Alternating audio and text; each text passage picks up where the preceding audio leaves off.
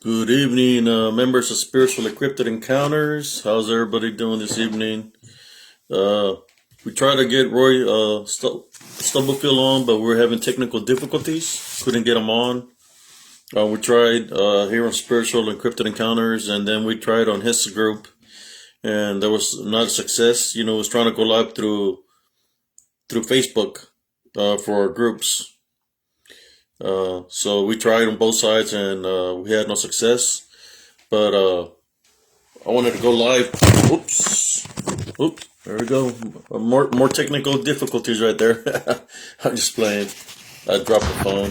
I'm trying to do a live with my cousin, see if he can join to talk about some scary stories. I figured, see if I can get him on so he can share some of the encounters he's experienced. His name is Jessie Carvajal. He's a member here on Spiritual Encrypted Encounters. And I told Roy that maybe next time we'll find a different outlet to be able to go live. But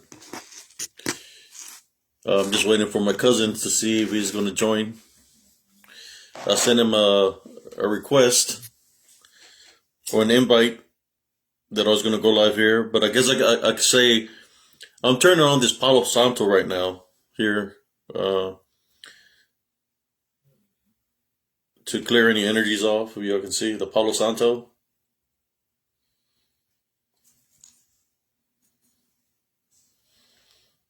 Clear out any energies.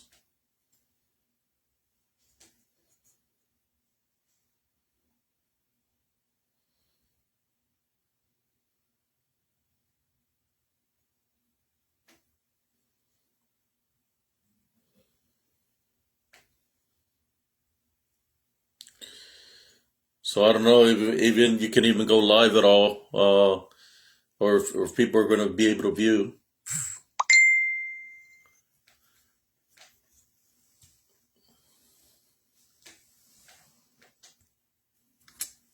So I'm live here right now on Spiritual Encrypted Encounters. I got the Palo Santo going on.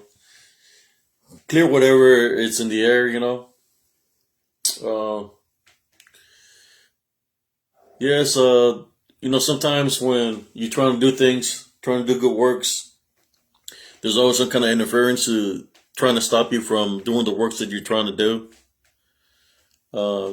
Doesn't matter what platform you're doing, there's always some kind of activity happening, trying to interfere with what you're trying to do spiritually. So, like I said, I'm live right now. I don't even know if I'm going to have any viewers or not, because it seemed like to me that Facebook was having some issues there, not being able to let people on. I see somebody popped up there, Michael Green. How you doing, Michael Green? I'm trying to do a spiritual live. I had a guest for today, Roy Stubblefield. He was on This Woods Are Haunted season 3, episode 3. But we couldn't connect here on Spiritual Encrypted Encounters. So it wouldn't let us. We tried on his group also. And we tried StreamYard, but he forgot his password. So I'm doing a live feed tonight, and I'm going to bring in one of my cousins in that he experienced some things. He's got some stories to tell you about where I originally live. No, brother, you didn't miss it. We tried to get on, and we couldn't do it. It wouldn't let us. We tried so many times off Spiritual Cryptid Encounters, and then we tried in this group. But Facebook wouldn't let me add nobody on here. I'm just waiting on my cousin. He said he would do it, that he would go live with me, but I haven't seen him pop up. So, I was trying to say some stories, talk spiritually. Want him to share some of his stories of what's happened to him in his life, because he's been through a lot. You know that saying, the show must go on. So that's what I'm trying to do right now. I turn on some Palo Santo, trying to clear up the energies in the air here. So I'm just waiting for my cousin Jessie to pop up online right now. He said he was going to be on here. I haven't seen him, so that's what I'm waiting for.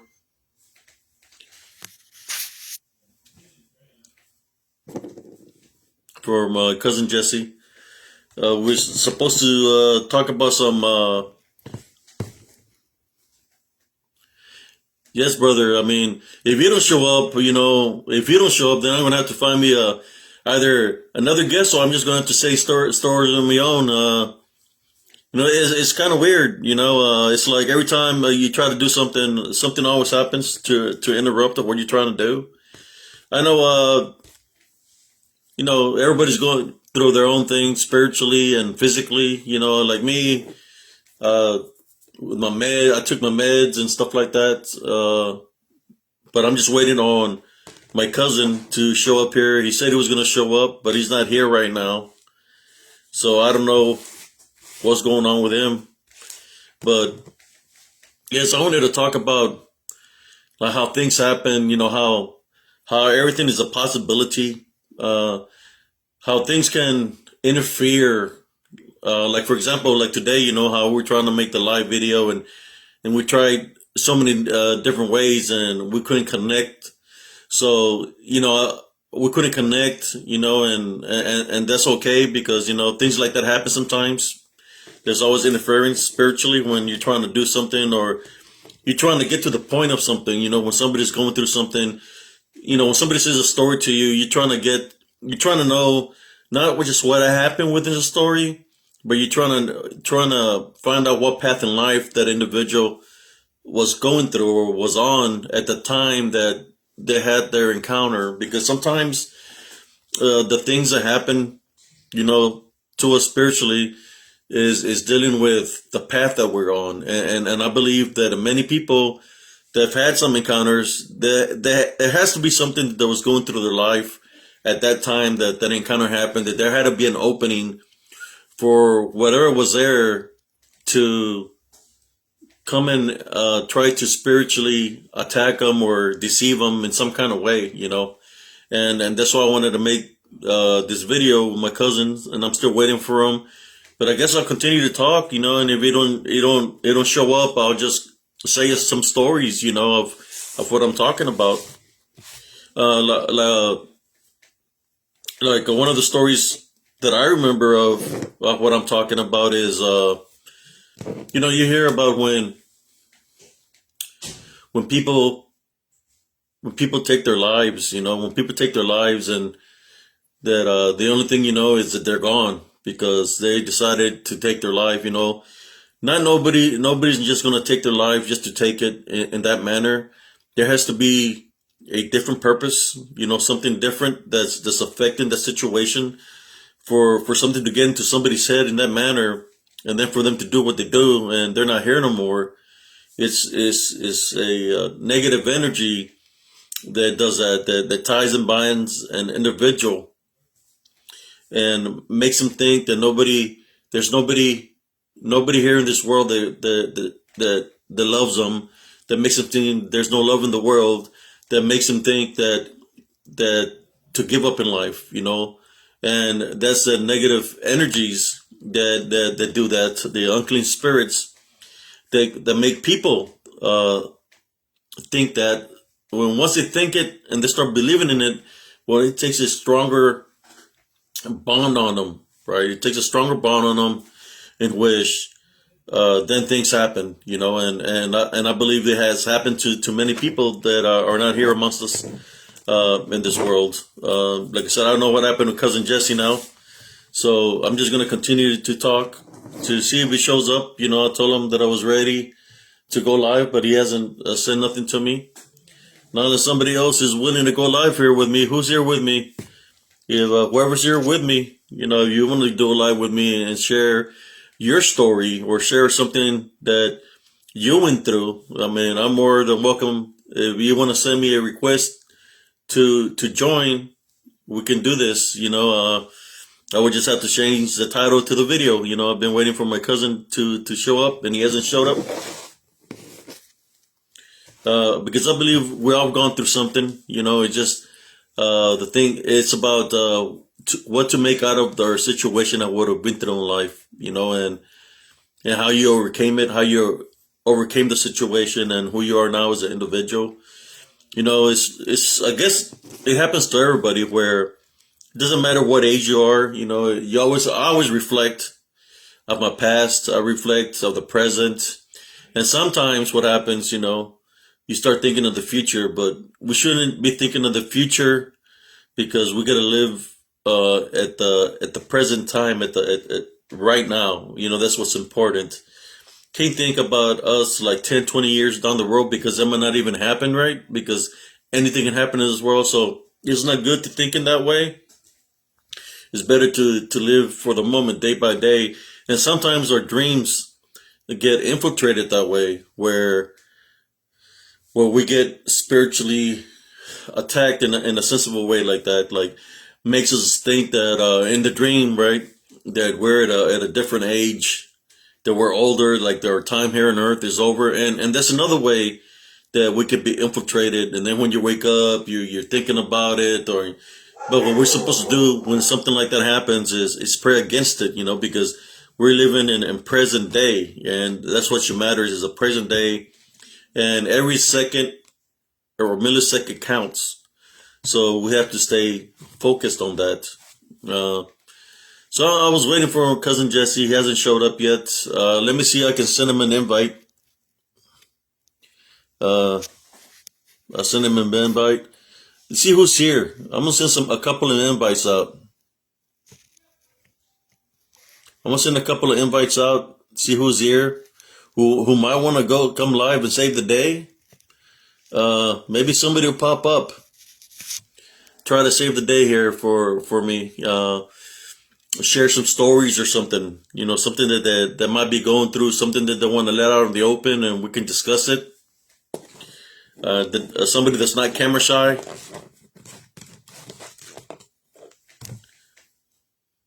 But yeah, my cousin Jessie didn't show up. I don't know what happened. He said he was waiting for me, but then nothing happened. Let me see who we got here right now. Just Michael Green. There's somebody else here too. I don't know if it's Sister Bexley. Are you here, Sister Bexley? Can y'all hear me loud and clear? If you can hear me loud and clear, give me a thumbs up.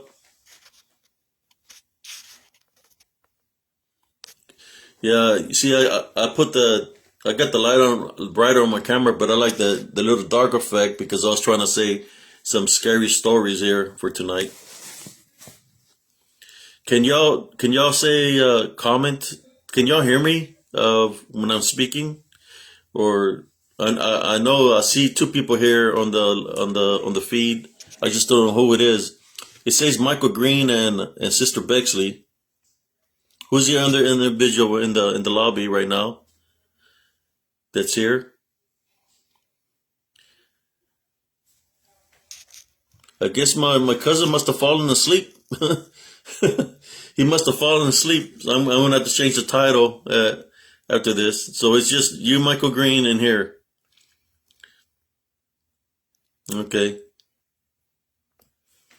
Okay. Well, I guess I can share some stories. Of how, man, the stories that I want to share with y'all is stories as has happened to me. Something that can make sense to me or to us. Of how things happen in life. So I'm gonna say a couple of stories. I know I've been doing a lot of spiritual stories, so I'm gonna talk about a cryptid story, a couple of cryptid stories. Like I said, I was waiting for cousin Jessie, hasn't showed up, so I'm gonna tell you something that happened to me back in 1970, like 75, 76. Back then in South Texas, in the Rio Grande Valley, there were certain events happening at that time. There were sightings of this giant bird. That they were seeing this giant bird, and that there was a giant bird attacking people. That it was attacking them and trying to take them, and they were getting scratches on their body and stuff like that. Some people were considered this giant bird to be like a phoenix I think around the same time frame that this giant bird was being spotted, but it was being spotted during the day and at night. I think those are the sightings also of the Mothman that were happening somewhere else. So the sightings were happening. We used to every summer we used to go visit our friends that lived out on the ranch in between Hargill and San Manuel. Oh, there's cousin Jessie. Uh, let me add cousin Jesse real quick, and I'll continue to say that story before. I'm gonna add him. There he is. Uh, so we went. That's an invite. Let me finish saying this story real quick, and then we'll talk, cousin. So we went down in between. It's he knows the area, Hargill, and in between San Manuel, there's a little checkpoint in the corner. It's like a little picnic table, and down by the picnic table, there's a dirt road, and to the right side there's a historical marker. And it's going down. What's the road called, cousin, that goes through Hidalgo towards what's the name of the highway that goes towards San Manuel from Raymondville? Man, ain't that damn it, boy, ain't that the old Hidalgo highway? Well, I know it's Yeah, but Hidalgo dog. it goes that ways, right, towards Hargill and San Manuel. Yeah, I Well, don't even remember, and we used to live out there. yeah, and it's been so long that I lived in that area. Uh, what happened? And we used to go visit our friends that lived out there in the ranch. Chuy and Matilde. That's what their name was, and they had a son, two sons, Pablo and Oscar, and had a daughter named Mimi. So we would go visit them, and we'll go there every summer. Or even during the weekends. We like going on the weekends because they live in the ranch, and we go down this dirt road, and there's like a pond or a swamp in that area on the two sides of the road. So one day it was raining, and we was going to go visit them because there was a routine go visit them at the ranch on the weekends, and just to get out of Raymondville. So we started going down that road, and as we go down the road was flooded. And and ours, it was a bunch of us. It was my brothers, my sisters, and there was a big old fish flapping in the middle of the road. It was a big old fish.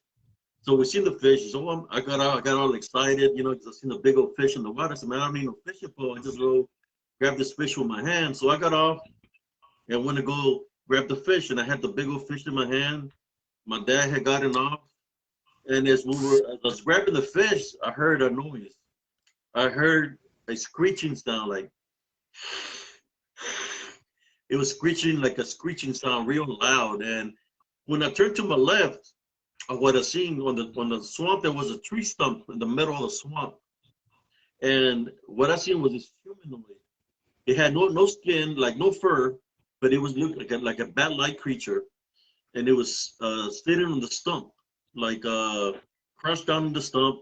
It had claws on his feet. It had wings like a bat, the neck like of a person, and the face like it didn't look like a bat face. It was just pure skin. It had red eyes and sharp teeth. Kind of reminded me, the teeth kind of remind me of that movie Jeepers Creepers. But had no skin, just nothing but leather, like a leatherish creature. So he's sitting there and he's looking at us. And I grabbed the fish, I picked it up, and I ran to the station wagon. And my dad ran too to the station wagon. So because when we picked up the fish, it took off in the air from the tree stump real fast. It flew up into the sky. So we got in the station wagon and we're going down the dirt road. Next thing you know, it soars down real fast, and it comes and it scratches the top of the station wagon, and it's trying to hit us off the road. So we finally make it to the ranch, and we get there. We were all scared, because it attacked us.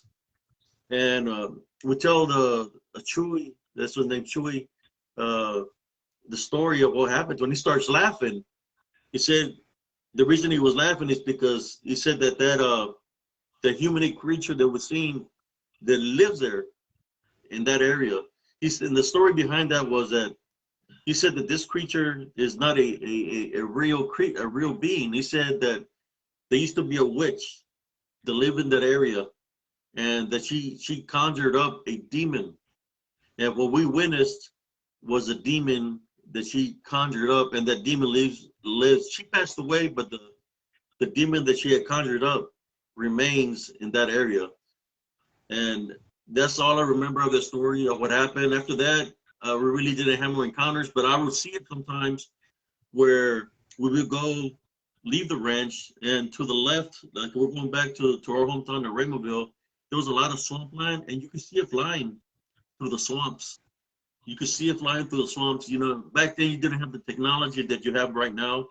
And I wish I would have the technology then of the things that I've seen or experienced to take a picture of. So, you know, that could be the proof of, hey, there is something in this nature that exists. But I don't know how the technology then will look to compare how technology is now.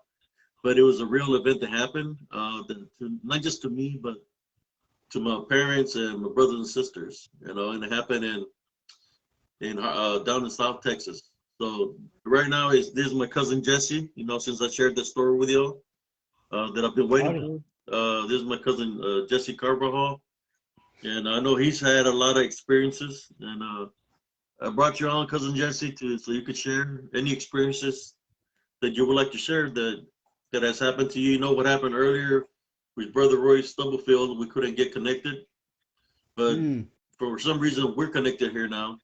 So I don't know if it had to do with internet issues that he was having or what, but we're here, we're doing live. What would you like to talk about? You can say a little bit of yourself to whoever's your spiritual encrypted encounters. We used to live in your house, man. That one night I decided to be smart and sleep between the bed and the couch. And in the middle of the night, something grabbed me from my leg and was trying to drag me under the bed, man. And I remember I fought and fought, and finally it let me go. And I turned on the lights and looked under the bed. There was nothing on there, but I had a big old handprint on my leg, man. That was crazy. That was crazy. It was trying to drag me under the bed, man. And if it hadn't been that y'all were there and witnessed everything, people might think it's a joke, but man, that thing tried to, I don't know what it was, but it tried to drag me under your bed. How old were you when this happened, cousin? I was 17. 17 years old. What he's talking about is my old home where I used to live. You know, if y'all been following me, I've told you of the past of my family, on my father's side with my grandmother. There was a spiritual battle of witches that was going back and forth, and how there was a couple of uncles that were messing or dabbling with the black magic. Where he stayed in that room. One of my uncles used to live there, and he experienced that in that room where he used to live, where he would dabble with things. And you know what, cousin, I believe you that he dragged you, because I remember when my Uncle Juan got dragged one evening. I mean, literally, I was at my grandmother's house, and you could hear some footsteps running on the porch, and then you hear him screaming, and something's dragging him, literally dragging him from the feet, and he's holding on to the porch, and it's taking him, you know, and you can't see nothing, but you can hear like hoof marks, like the hoofs of some kind of animal or beast hitting the wood, and he's being dragged, and we're grabbing him, but you can't see nothing, and I'm swinging, and there's nothing there, but he's being dragged by something. So when you say that you got dragged, I believe you, because I seen him literally get dragged. Not just that, you know, I'm just verifying what you're saying. My uncle that I said that dabbled with the black arts in that room where you stayed that night, things was happening to him also. The things that would happen to him is that sometimes you'll hear something land on top of the roof. And when we go up the stairs, up the ladder to look who's on top of the roof, and he was a big guy. He was like 300 or something, almost 400 pounds. And you find him on top of the roof, and he's wrapped around in a cord. And I'm talking about a thick rope, like thick rope. and he gets dropped, and he's saying that the lechuzas were taking him, which is witches, that they were trying to take him, but he was too heavy, I guess, you know. But you could see the scratches on him where they were trying to take him, but you see he was dabbling with the black arts, and you literally find him with cuts on top of the roof, and it took a Wow. while for him to come down from on top of the roof, and then other times you will find him tied up the same way behind my aunt's car because my grandmother was a diabetic, so they would come and give her insulin shots. And every morning, like around 5:36, before my aunt would try to go to work because she would cut hair, they would find him behind her Monte Carlo. You know, and I'm talking about 1970s, 76, 77, 78. He would be wrapped underneath in that like cord behind the vehicle, and he'll be tied around his mouth like he's like literally bonded with ropes, Bound and gagged. bound and gagged, Wow. and that's how they will find him behind the vehicles on top of the roof, and things like that was happening to him all the times. But you see, when you Yeah. dabble with certain things, events like that happen. Uh, and I seen it, I witnessed it, But what happened to my uncle. You know, there's something in that nature. So I believe your story 100%. I remember when I came back from Desert Storm and I stayed in that room where you stayed because I came to visit my brother and sisters. I got hit by a basketball in the head. Like literally, he came up from the wall, the window. There was two windows, but the window that faces Doña Josefina's, that window, a basketball came flying and hit me in the head at nighttime. And wow. then as I stayed there was this dark creature. It looked like a cat, but it was no cat, and it tried to enter my body. So I didn't get drugged, but I got something trying to enter my body in the bear. It was like a dark creature that tried to enter my body, and I prayed against it, and I just couldn't stay there no more. You know, that's when I was in the military. So I believe you that happened to you. What other Well, experience happened to you there? I'll tell you what, man. I don't sleep with my feet hanging off the bed, and I tuck the covers underneath my feet. I don't like to leave my feet hanging out. I ain't trying to get dragged, You man. say your brother experienced something there too, Gilbert, right? When y'all Yeah, stayed with us. yeah. What did He was sleeping by the window that faced your grandmother's house, Yeah, and he looked out the window, and there was a face looking at him through the screen, man. a smiley face. Yeah, Yeah, because I remember I would always see the smiley face, and he had like a little hat. It looked yep, like the back in the days of the gangster yeah, days, you know, yeah. Al He Capone. had a he had a You know, tapita. yeah, I can verify that story too because I used to look at the stars, and then one evening, you know, it was nice and fresh. You know, in South Texas, we didn't have no AC or nothing or ceiling fans. It was all the air that would only come into the house from the screen windows. I was looking at the stars, and then all of a sudden, that face appeared, and it was this man with his hat, and he had a smile. You could see the white eyes, and Yeah, he's looking at me, and then he goes like this towards the screen. He wants me to touch his hand, and I pull back, and I get scared, and I hide underneath the blanket. You know, at that time, I would say like 6 years old. You know, and my blanket had a little hole. I'm looking through the little hole, and as I'm looking through the little hole, it's still looking at me like that through the screen. You know, and I didn't want to get out of the blanket.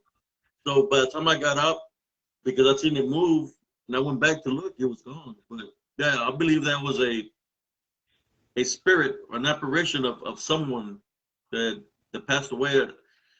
The story that I heard is that there was this guys that robbed the bank, right? That they robbed the bank and that they buried the money somewhere, and but they got killed for robbing the bank, but they never found the money. And I'm oh thinking the wow. money might be in that property because our neighbor Mhm. Olivia Lile, she used to see a light, a blue light going on the ground, and she said, and it would land right there by the water faucet that was on the side of the home. It Yeah, would land right there, and she's thinking that if there's money, that's the where the money money is.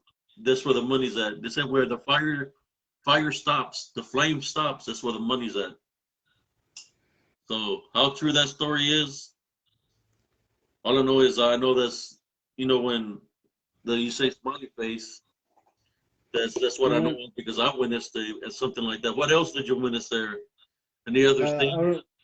I, I remember sleeping in that last room where your big brother used to sleep, Yeah. and I was on the floor, man, and there was something banging on the floor trying to come through the floor, man.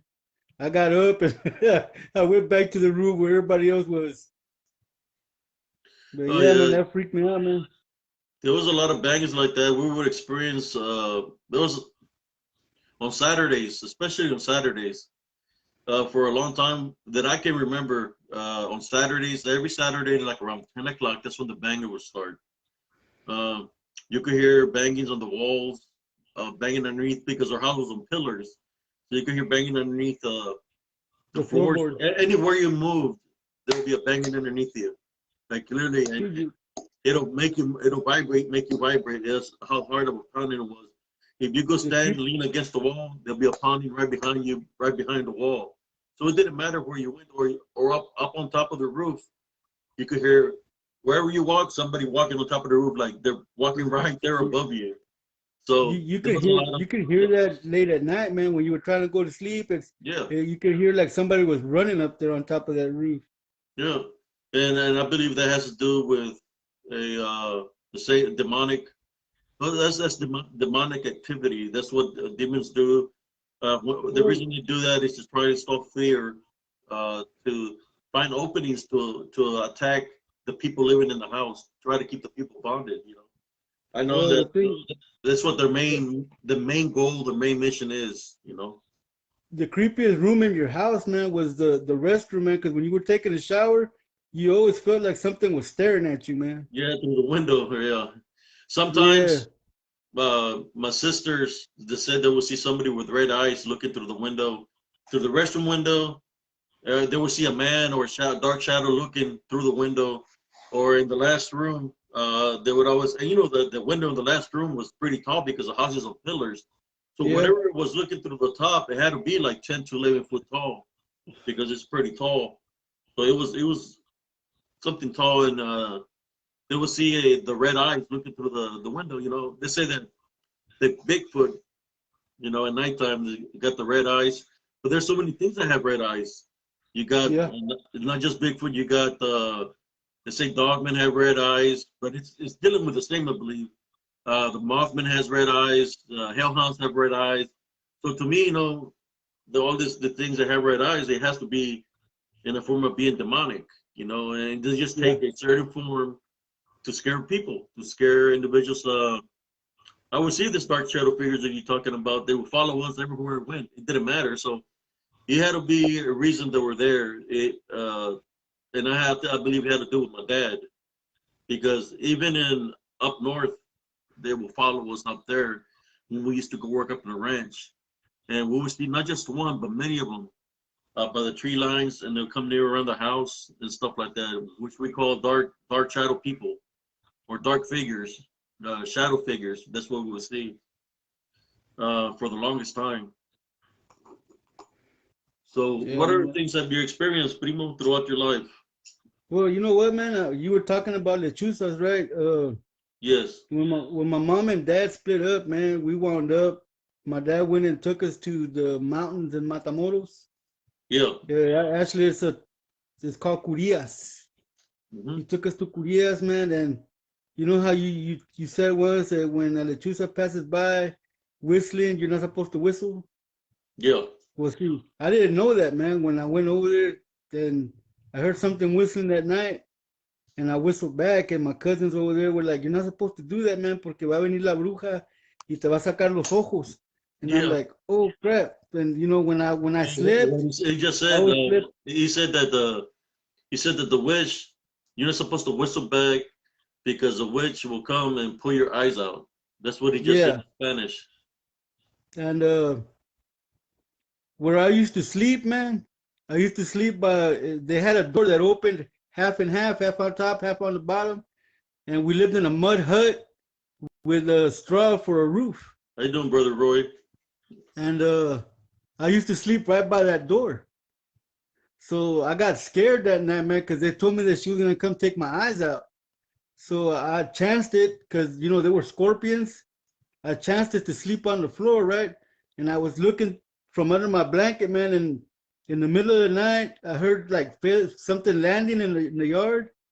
And then when I looked toward where I would sleep, I saw an old lady stick her head in through the top of the door that was open because we didn't have no air conditioning or fan, so the only way we circulated the air would leave the top of that door open, man.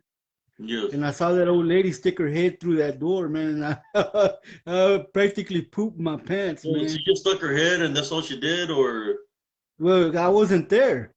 There was nobody there on the bed close to the door where I used to sleep. But yeah, she stuck her head through and looked in, and then she scanned the room. But I was in the middle of the room, man, on the floor, and there was no way she could get to me without actually coming into the house. But yeah, man, that scared the hell out of me, man. I never slept in by that so window how, again, how man. did she look? How did the Lechusa look? Or She the looked, woman? she looked like a real old lady, man, and she had a like a hook nose, and you could tell she had White white hair? hair with canas with a gray hair.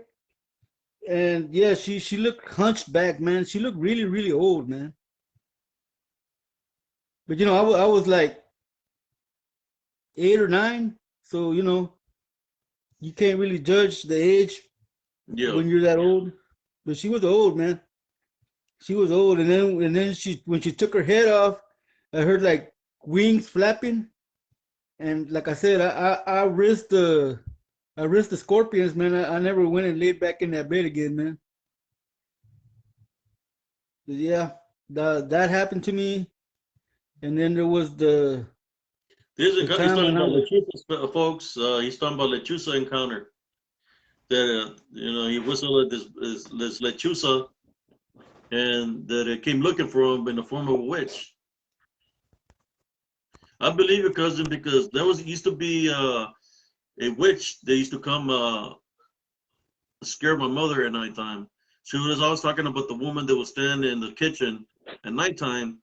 She would always see her and she'd get up and try to pray, but we could never see her. And then one day I said to myself, I'm going to stay awake as much as I can because it was happening every Saturday, like around 2, 3 in the morning, where this witch would come to her kitchen. And then one day I saw her. I saw her. She was sitting there. She was standing there looking at her and she was laughing like my mom would say she would laugh. And I got up and I told her for her to leave. And she looked at me real ugly and I started praying the Our Father. When she started praying the Our Father, she just disappeared in thin air. But that was the last time my mother ever had the encounter with a witch. But she was coming to uh, her house, into the kitchen. In the wow. kitchen, we hear activity like that where the dishes would move by themselves, the glasses would drop, or you could hear like somebody walking in the kitchen at nighttime. But it could have been the spirit of also my mother when we hear that kind of stuff.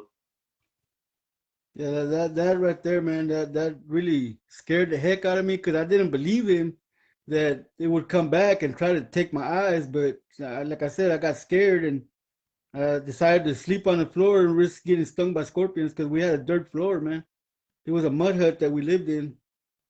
Yes. We lived in a compound, and we had a pond in the middle of the compound where we gathered rainwater, and that's how we drank water, man. I mean, we were so high up in the mountains that we didn't have a police department. We had soldiers. There was Hmm. no stores. There was a truck that went up the mountain, and you got your provisions from them. And if you ran out of your provisions, man, then you had to hunt. So yeah, it was really up there high in the mountains, man. I hear But some stories about those mountains. I hear about that there was some. They believe there was some pterodactyls in some of those mountains over there because they're so hot and they're close to the equator. That I hear about some giant birds that live in the mountain terrain in Mexico, up in the higher mountains. That's what I heard, but I'm not for sure if it's real or you not. you remember the Birdman of Raymondville? Yeah, that's what I was Well, talking about earlier about the big bird. yeah, I remember that was like in 70, Six, seven, 70, six. 475. Because I 75. remember we lived in Matamoros, and it made news over there too. They were telling the public, don't let your kids out at night because of the giant bird, man. It's taking people and they're making them disappear. Yeah, And it was when they a lot of people. There was a lot of dogs that were they're getting disappearing, cats, wildlife that was getting killed, cows, goats. They were getting like literally slaughtered. I'm talking about they were finding these animals with no blood, and some of them were like bitten, like they were missing pieces of meat. yeah, So, they were like just eating, yeah, they were the what do you call that? Disbowled, like gutted out. disemboweled. They were finding a lot of cattle like that, so they didn't know where it was coming from or who was doing it. So, they had that kind of there was two things that were happening in that time frame. It was dealing with a big bird, the sightings of the bird, and there was also, I believe, was a chupacabra sightings because some of the cattle's blood was drained completely. Like they were finding cattle with a certain mark on the neck area, and Oh wow. he had no blood. The cattle or any animal they will find had no blood in it. All the blood was completely gone. So they were thinking that's when I think La Chupacabra came out. The legend of the Chupacabra. They were saying that it was some kind of uh, bat-like creature, like a vampire, that was sucking the blood out of the animals. But they also said that lechuzas can do that too. The Yeah. lechuzas had the capability to suck the blood out of cows, goats, and any other kind of animals. How you doing, brother Carlito? How you doing? Um, so there was a lot of things happening, and also UFO sightings that were happening in South Texas at the same time frame of the giant bird, the chupacabra, UFO sightings, and the creature I told you that looked like a bat-like creature with Hmm. red eyes, kind of like the Mothman. That all that was happening at once. So nobody knew who was doing what, but like the lechuza, the uncle Primo Jesse was talking about. It's been happening for a long time that I can remember. That's been there longer than the chupacabra. It's been longer than the other creatures. Was the lechuzas, and our the people before us would talk about us.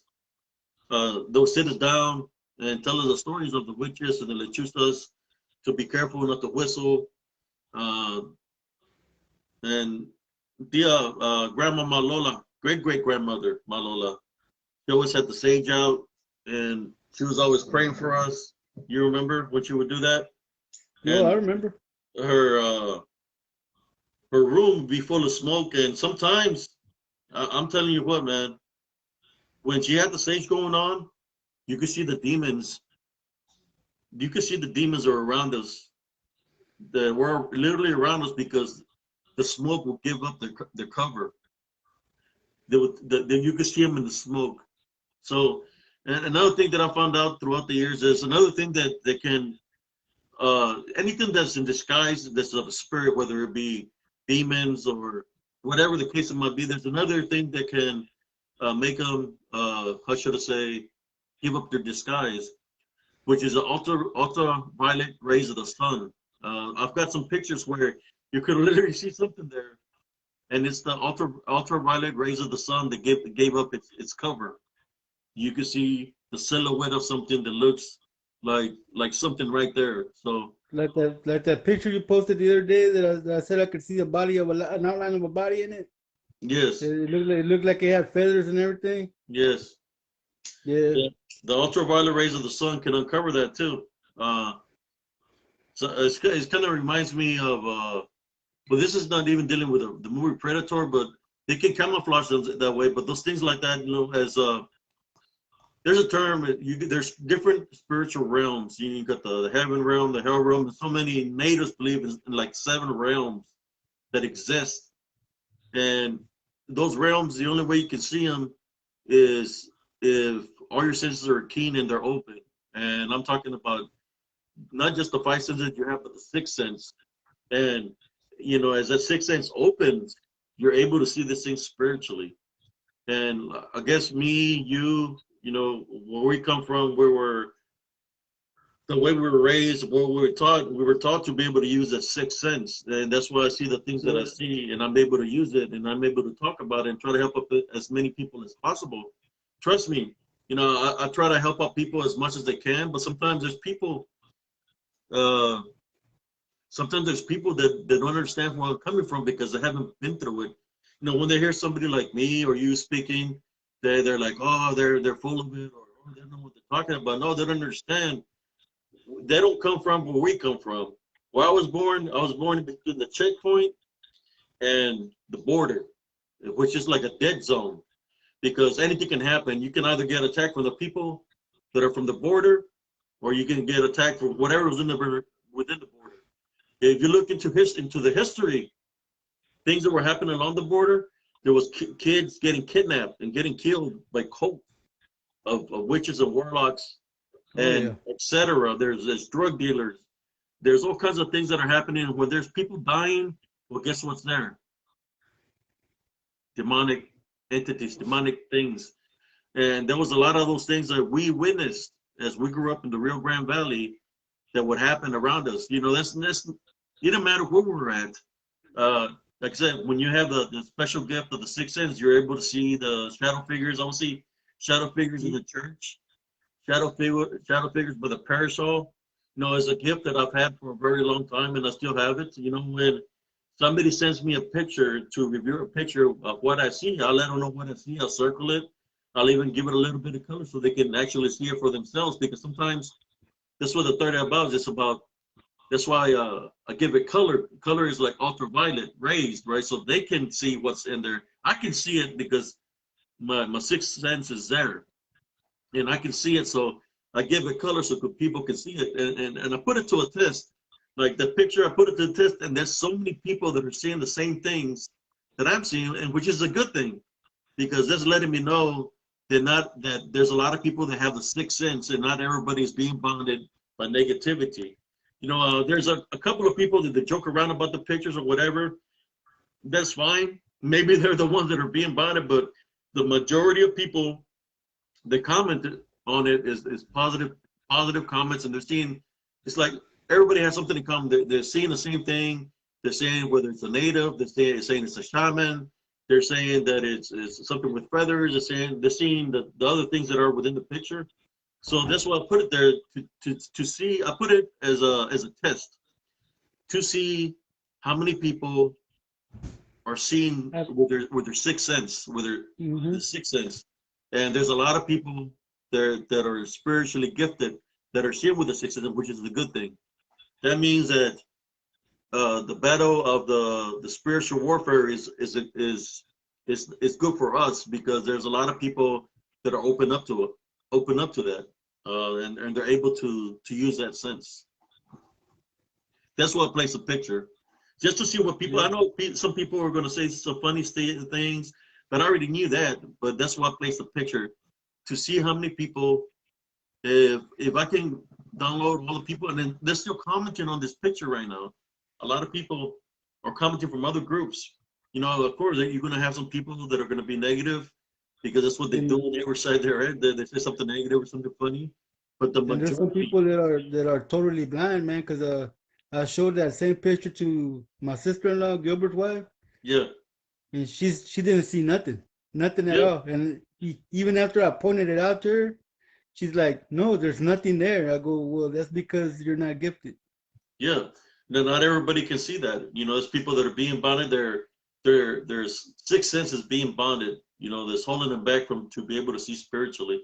And that's the reason I put out there, because I'm trying to awaken people to use that sixth sense, And there's people that see it and say, the more I see it, the more things I see. But that's what happens with the sixth sense. Everything that's there. There's a saying in the Bible, anything that's in spirit is going to be revealed to us, right? But those who believe in a higher power, is going to be revealed to us. Well, that's what the sixth sense does. There's nothing that can be hidden because we have authority over it. So if we say, identify yourself, it's going to identify itself because it cannot hide from us. And the time that it identifies itself, We can top bind and rebuke it. If it's something negative, something bad, we can top bind and rebuke it and send it away. But Oh yes, yeah. But like you were saying, we were born with that, and when we were younger, that we were going through that, we just thought that we were weird because we were seeing things that nobody else could see, and that plays with your mind. It's like I told you that story when we lived in Chicago, that we were staying with Uncle Joe, yes. and I had to go to the bathroom in the middle of the night. I went from the living room through the kitchen to the bathroom. On the way back to go to bed, my brother was in the kitchen, and he's like, "Hey, let's go down in the basement and play." And I'm like, "I want to go to bed." He goes, "Come on." I go, "All right, but you go in front of me." So he opened the door and went down in front of me. I took 2 steps down and turned around and went back to the living room. And when I got there, my brother was asleep right there in the living room, man. So something was trying to lure So you into the basement. yeah, yeah, that messed with me for a long. I'm getting chills just talking about it right now. Uh, that messed with my mind for a long time, man. Yeah, the demonic beings could take forms, you know, of anybody. It doesn't matter whether it's your dog or your cat, somebody you know, somebody that might not even been here, or they could take that form just to mess with your mind to see if they can find an emotional opening. Because normally if it takes form of a loved one that we've lost, it's going to try to mess with us in a way. That's why we have to stay strong. Because loved ones are already gone. So when something takes form of that, that happened to me in Elms Grove. I think you heard that story where the dog was barking outside. I went outside and I said a woman sat in on my neighbor's porch. The light was on. I could see the woman standing, and I was looking at her. She was looking at me. Then she stood up, and I'm looking at her, and she went down the stairs, and she's looking at me, and she gave me a smile, and I'm looking at her, and I said, "There's no way," because what I was seeing was my mother like she Oh, looked back in 1985, and I said, "There's no way." wow. And within me, my spirit said, "Abram, that's not her. You know, don't believe in her." So I didn't, and I just looked where she went through, and she was on the opposite side of the road, and she was looking at me, and she gave me another smile. So I went parallel to her, and she was walking towards a park where I had to encounter with those six dogmen or demonic beings, whatever they were. She walked that way, and she just disappeared.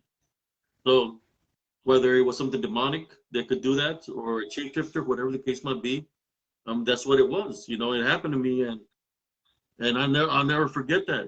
That it has the capabilities of taking the form of a loved one that you lost, and it tried to mess with me in that manner. I believe it wanted me to accept it, Follow or him? to believe in it, that it was her. Yeah, that it was her, but I already knew it wasn't her because I buried her in the ground, so I already knew it wasn't her. So I wasn't going to believe in something that is not my mother. So there's no way it was her. So I stayed strong spiritually and maintaining my love foundation, but I didn't give it power believing that it was her. But it happened to me. True story. Yeah. And, this is I'm sharing this because it really touched my heart on what happened to me. Because it could be very painful just by thinking that, but I already know she had already crossed over. So I didn't give her power, but believing it was her. But imagine how it can lure somebody that way. I doing Come on, Primo. pasó, How you primo? doing? Alrighty. Yeah, man. You want to hear something, man? My stepmom has family in El Paso, right? And her niece, her daughter, her oldest daughter died, right? Mm-hmm. So we went to El Paso because she had to go to Juarez because she's from Juarez, right? So Yes. we get there to that lady's house, and they have me a camping mattress, one of those rubber mattresses that inflate Mm-hmm. in the living room, right? And right in the living room, man, as I'm laying down and look up, and she's got a picture of her daughter on the wall, right? So I look at the picture, and then I roll over to go to sleep, and then I don't feel good. I feel something weird, right? I'm feeling uneasy, and my skin's crawling, and my hair's staring on end. And I turn around and I look in the kitchen, and in the kitchen there's a door that goes to the garage. Well, I see the lady's daughter with a white gown and a like a bright greenish white face standing in the doorway of the garage and the kitchen, and we're both just staring at each other, man. I did not move from the position I was till the sun came out, man. When the sun came out, she started fading away. But that would be the last time I ever go and sleep in that house. The next time we go over there, I'm sleeping in the car, man. Cause we stared at each other for about 3 or 4 hours, man. There ain't nothing like looking into a dead spirit's eyes, man. Yeah, Uh, I'll tell you, man. I remember, like, let's talk about the Llorona, the legend of the Llorona. Now, I had an encounter with the Llorona down there in that house in Maryville, Texas, where it was raining one day. You know how it gets flooded in the valley, and you have the canal that used to be by Elsie Smith. At that time, it was still oh there, yeah, where you yeah, had still. water. Uh, One evening, I'm asleep in that back room. That was my room. That became my room. I was asleep in there, and I heard a woman crying, in the distance, and my ears had popped. And I was like trying to figure out why my ears had popped. And I heard a woman crying, and I was like, I seen the light to one of the neighbors behind us that live through the alley, that the light was on. I said to myself that they were fighting, why are they fighting so late at night? It was like 2, 3 in the morning, or probably later than that, probably 3:30 or 4, somewhere around there. And you could hear the woman crying, and I saw just my imagination. Went back, lay down, and then I could hear her getting closer, like, and I was like, I was like, what is that? And then it's like, next thing you know, she's right there on the door, like wailing, like, and I was like, well, the first thing that pops into my mind, because we hear the stories, is like Llorona. So I got up and I woke up my brothers. They were in the middle room on the bunk beds. I was like, La Llorona, La Llorona. And they're like, there's no Llorona. And then they seen her pass by the window, We passed by the window. They jumped out of the bunk beds and took a run into the front room where my mom was. And we were like, La Llorona, La Llorona. And my mom was like, go to sleep. There's no Llorona. There's no Llorona. And then she sees her pass by the window in the white. She's got the white gown and everything. Passed right by the Wow. window, man. And my mom's like, and my little sister, she wasn't baptized yet. Julie, she was like a couple of months old. So I grabbed her because I felt that she was there to try to take my sister. She was still a newborn. So I grabbed my sister, and then my mom starts praying, and she stops in the front door, and you can hear her wailing like. She wasn't saying his eagles. She was just wailing like. She's right there by the door, and I give her Julie. My mom's praying. She's got my sister. And I was gonna go open the door, and my mom's like, "Don't open it, don't open it," And then she's wailing and wailing. It sounds real loud that our ears are hurting. Right there by the door, and then I said, "Mom, it's a woman. She needs help." She said, "No, it's the Llorona. She wants you to open the door. It's like she wants an invitation to come into your home." So we just didn't. I didn't open the door, and then she turned around and she went through the link fence. I mean, literally went through the fence. Her spirit, because she's like a spirit. They went through the lake fence, and you can hear her wailing going down the street. So we go out, and we see her going up the hill. There was a little hill on the street. She takes a left, and next thing you know, you hear something crashes. So we go out there, and we're looking. There was a 16-wheeler trailer that went sideways. That ran into the Exxon. There used to be an Exxon in the corner, and they hit that Exxon in the corner. Right across the lumberyard company, there used to be an Exxon there. There Well, was. the trailer hit it, and when the police got there and everything, they were like, "What happened? How do you lose control of your vehicle? Are you drinking and all this?" I said, "No."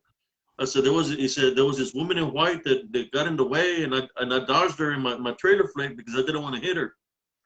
So La Llorona, right, Caused the accident. caused the Wow. accident to happen because he was trying to take somebody.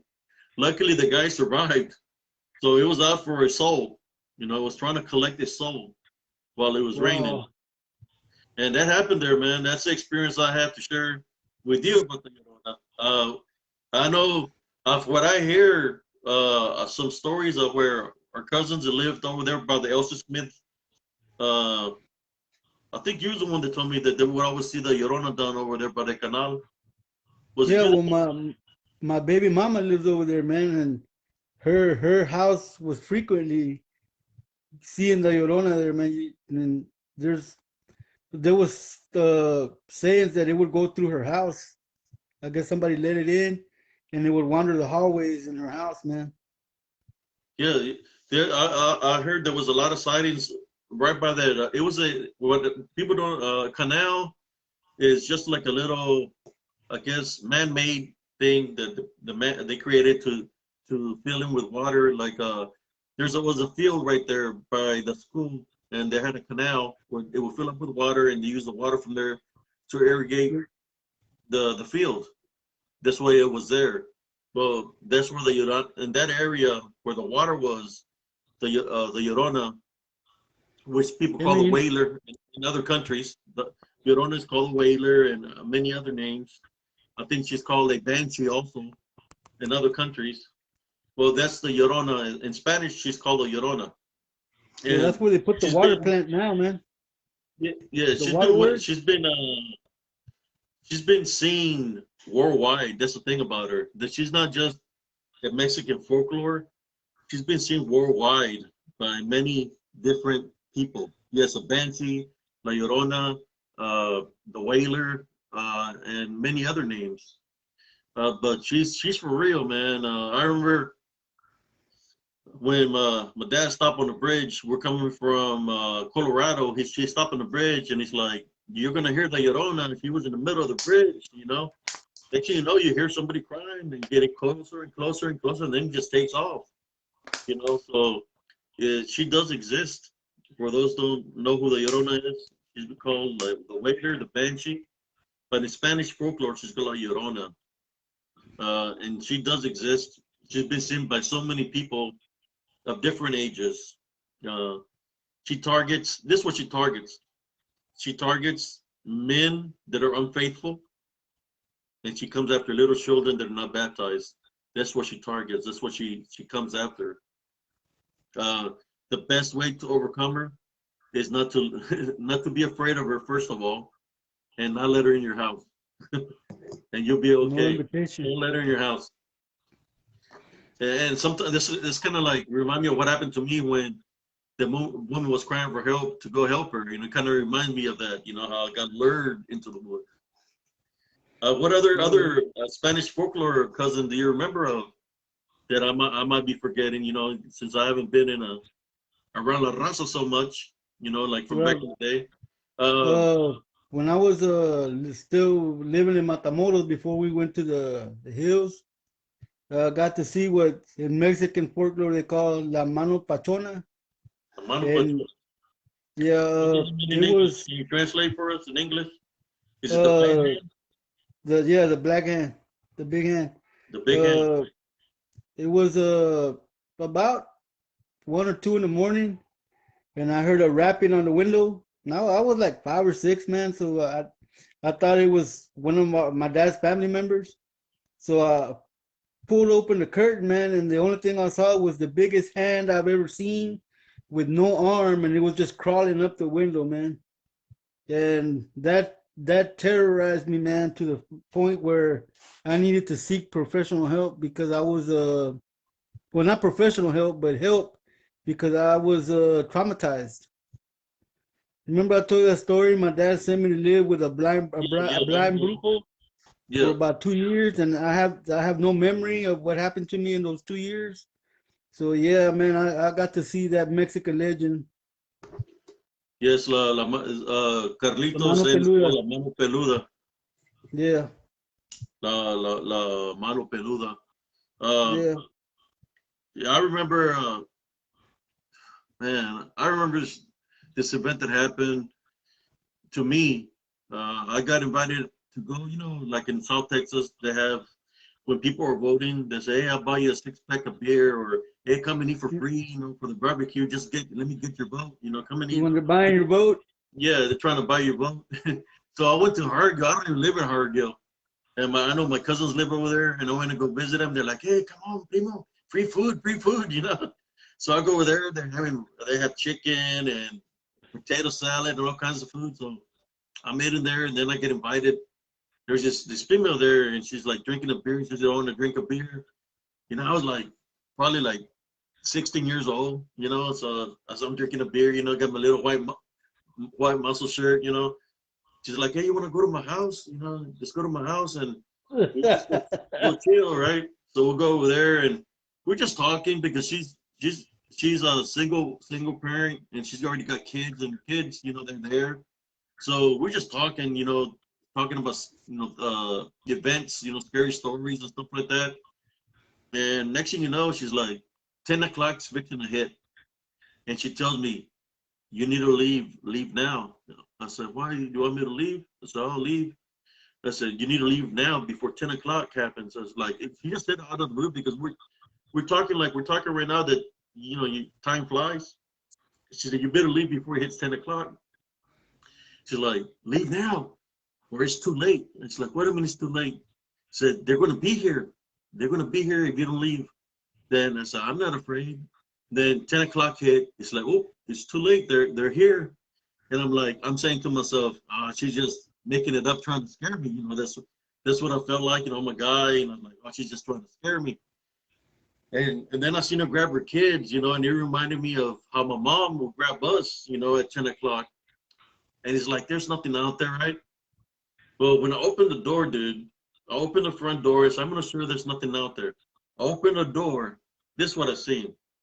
I seen like 30 to 40 people just standing in the yard, on the dirt road, and on the cemetery there was a cross. They're all standing there like in a trance-like state. They're just standing there like, and not moving or nothing, and they're just looking at me. And I'm there looking at them. They're just looking at me, and they're just standing. They're not moving, like they're there, right? So next thing I do, I say, "Our Father who art in heaven." When I start praying the Our Father, they all just scatter, man. Take off running back into the woods and just running everywhere, you know. And they're all going into the same vicinity of the woods where all the cemetery is. So they run, and then I look at her and I said, "Well, I gotta go." And I go get my cousin. My cousins were drunk. My cousin Juan and cousin Estelle were drunk. So I grabbed them, throw them in their vehicle, and I get in the car and I'm driving, you know, scared because of what I witnessed, you know. And I was young, I was 16, so I'm driving, and you know, down the back roads with the curvitas, las curvas by the sugar canes, and Yeah. I'm driving fast, and you know, I almost run off the road because I'm going so fast because of what I witnessed. So finally, we make it home, but that's something that happened to me where these people, whether to me it was people, I believe it was a cult. And when I seen that movie, one of those paranormal movies where the witches are just standing like in a trance-like state, and they're just standing all together like there's a bunch of them. Well, that's what I witnessed when I was 16 years old in Harrogale, Texas. My cousin Gloria, but I call her Goya. She tells me, "Primo, you don't want to come over here because if you come over here, the witches will have a feast on you." That's what she tells me. "You don't want to come down here." And she's talking about her hometown, Harrogale, Texas. Wow. She told me, "You don't want Wow. to come over here. The witches will try to have a feast on you." That's what she tried to tell me. So, and she lives there. So, she only, you know, I mean, the people that live there, they know, you know, just like the female was telling me, "You need to leave now, or you know, they're going to be here." I thought she was playing around. No, they were all over her freaking yard, dude, standing there. If you would have been there, Wow. you would have tried to do the tiger paw. I don't know what would have happened, but even with so many of them, you know, I would those have gone out there and bashed some heads in. That's just the they type were of just person the I way they am. looked. They looked like they were like ghost-like, dude. Like they didn't look like regular people, you know. Like they were like maybe a part of a cult. And I believe the same cult. I believe it was a cult. They burned down the church. They burned down the church, the Catholic church, because the Catholic church was right beside the girl's house, nearby the cemetery. That church Oh got burned wow. down, I think, 2 years ago. They got burned down, and I remember my cousin. He was upset about it and talking about that the cult for those people that burned down the church. So no, I witnessed that. There's just another story that I wanted to share.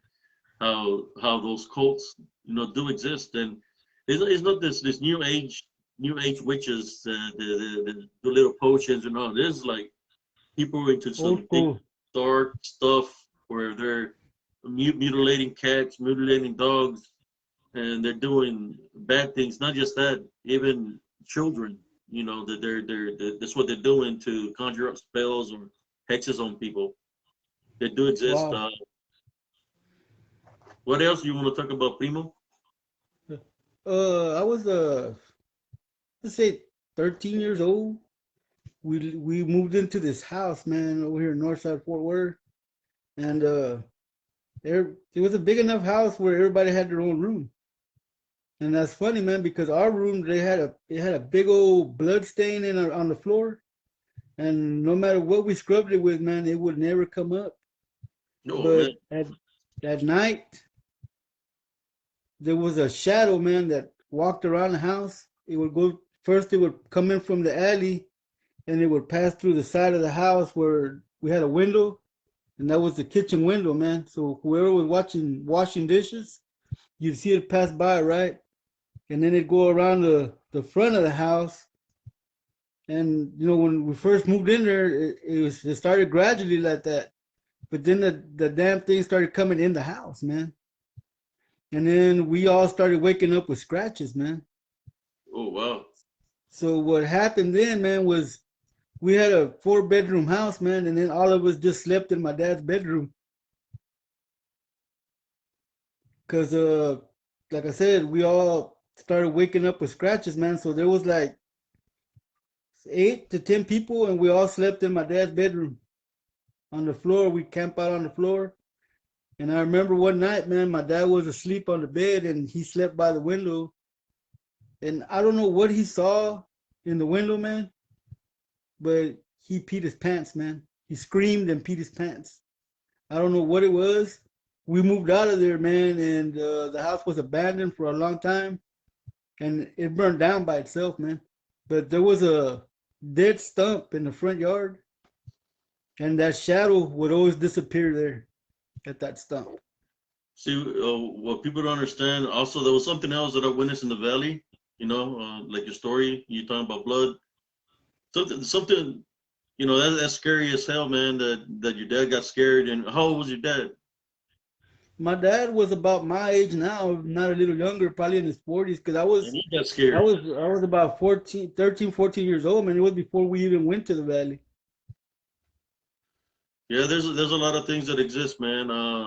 There's another thing that I witnessed, and people might not believe this or not, but one evening, this is what happened. There was something breaking the in Raymondville, Texas, in the south, in the Rio Grande Valley. There was something breaking the sound barrier, and then it was happening for like 2 3 days. It was the third day, and you could hear something like and different. And it was only happening in the nighttime, but it was like boom, boom, boom, and something was flying in the sky, breaking the sound barrier. And this is in the 1970s, and I went back inside the house because it would hurt my ears when it was breaking the sound barrier. The sound barrier. Like you just this is how you hear it. It's like boom, boom, where it's making a loud noise where it's breaking the sound barrier. So I go inside the house and I'm laying down, and next thing I don't, I fall those off and I wake up and I can't find nobody inside the house. So I'm looking and I see everybody standing on the curbs of the street. So I walk out there, and when I look to the left and I look to the right, everybody within our block, is standing on the road, on each side of the curbs of the roads. My neighbors, everybody. And when they're standing there, they're like in a trance-like state. They're just standing there like this, like in a trance-like state. So I get scared because I'm trying to get the attention of my mother, and they're not responding. They're irresponsive. So I go back inside the house. When I go back inside the house, I see something. I see something dark coming, and is just walking in there. It looks freaked out, and the face looks like a reptilian, and it's got a long tail, and it's you can see the tongue sticking out, and it's just looking and it's looking. and I'm covered in, I was skinny. I was covered underneath the blanket like that, looking through the little hole, and I'm looking at it, and then he goes back out the door. As it goes back out the door, I'm looking and I don't see it no more. So I go back out. When I go back out, all of it, everybody just turns around at the same time, and they go walk back inside their home simultaneously, like they were hypnotized. Well, I do remember. This is what I remember: the railroad tracks. I remember at night times.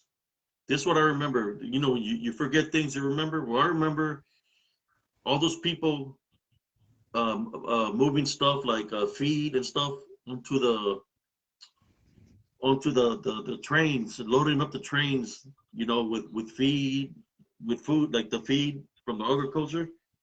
And you could see this reptilian lizards ordering them, like they have mind control over them to move the feed or whatever they're getting the supplies. They're making the people do it out of not their will, not out of the will, but they have control over them.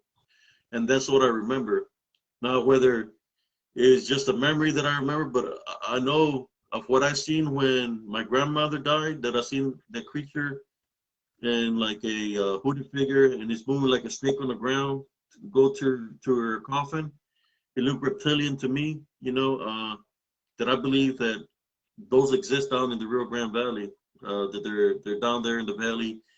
And if they had control back then in 1975, I wonder if they have some kind of control now still over there.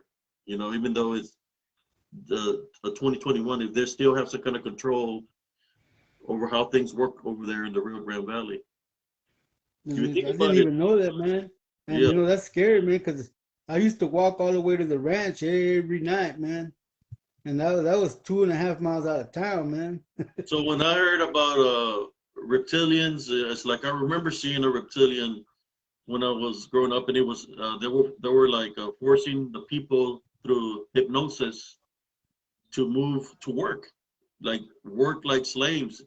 For some reason or another, I could see everything that was happening, and I remember, and I wasn't helping them do nothing. I was just seeing everything, but I could see all the people doing this, and I remember this. Till this day, I remember that. And when people talk about reptilians, well, I remember those reptilians, and they would come out. It was at nighttime when they would come out. They would be out there at night when they were making the people work, where they were had them in the trance-like state, and then they would go back to after the work was done. They send them back home. They don't remember nothing.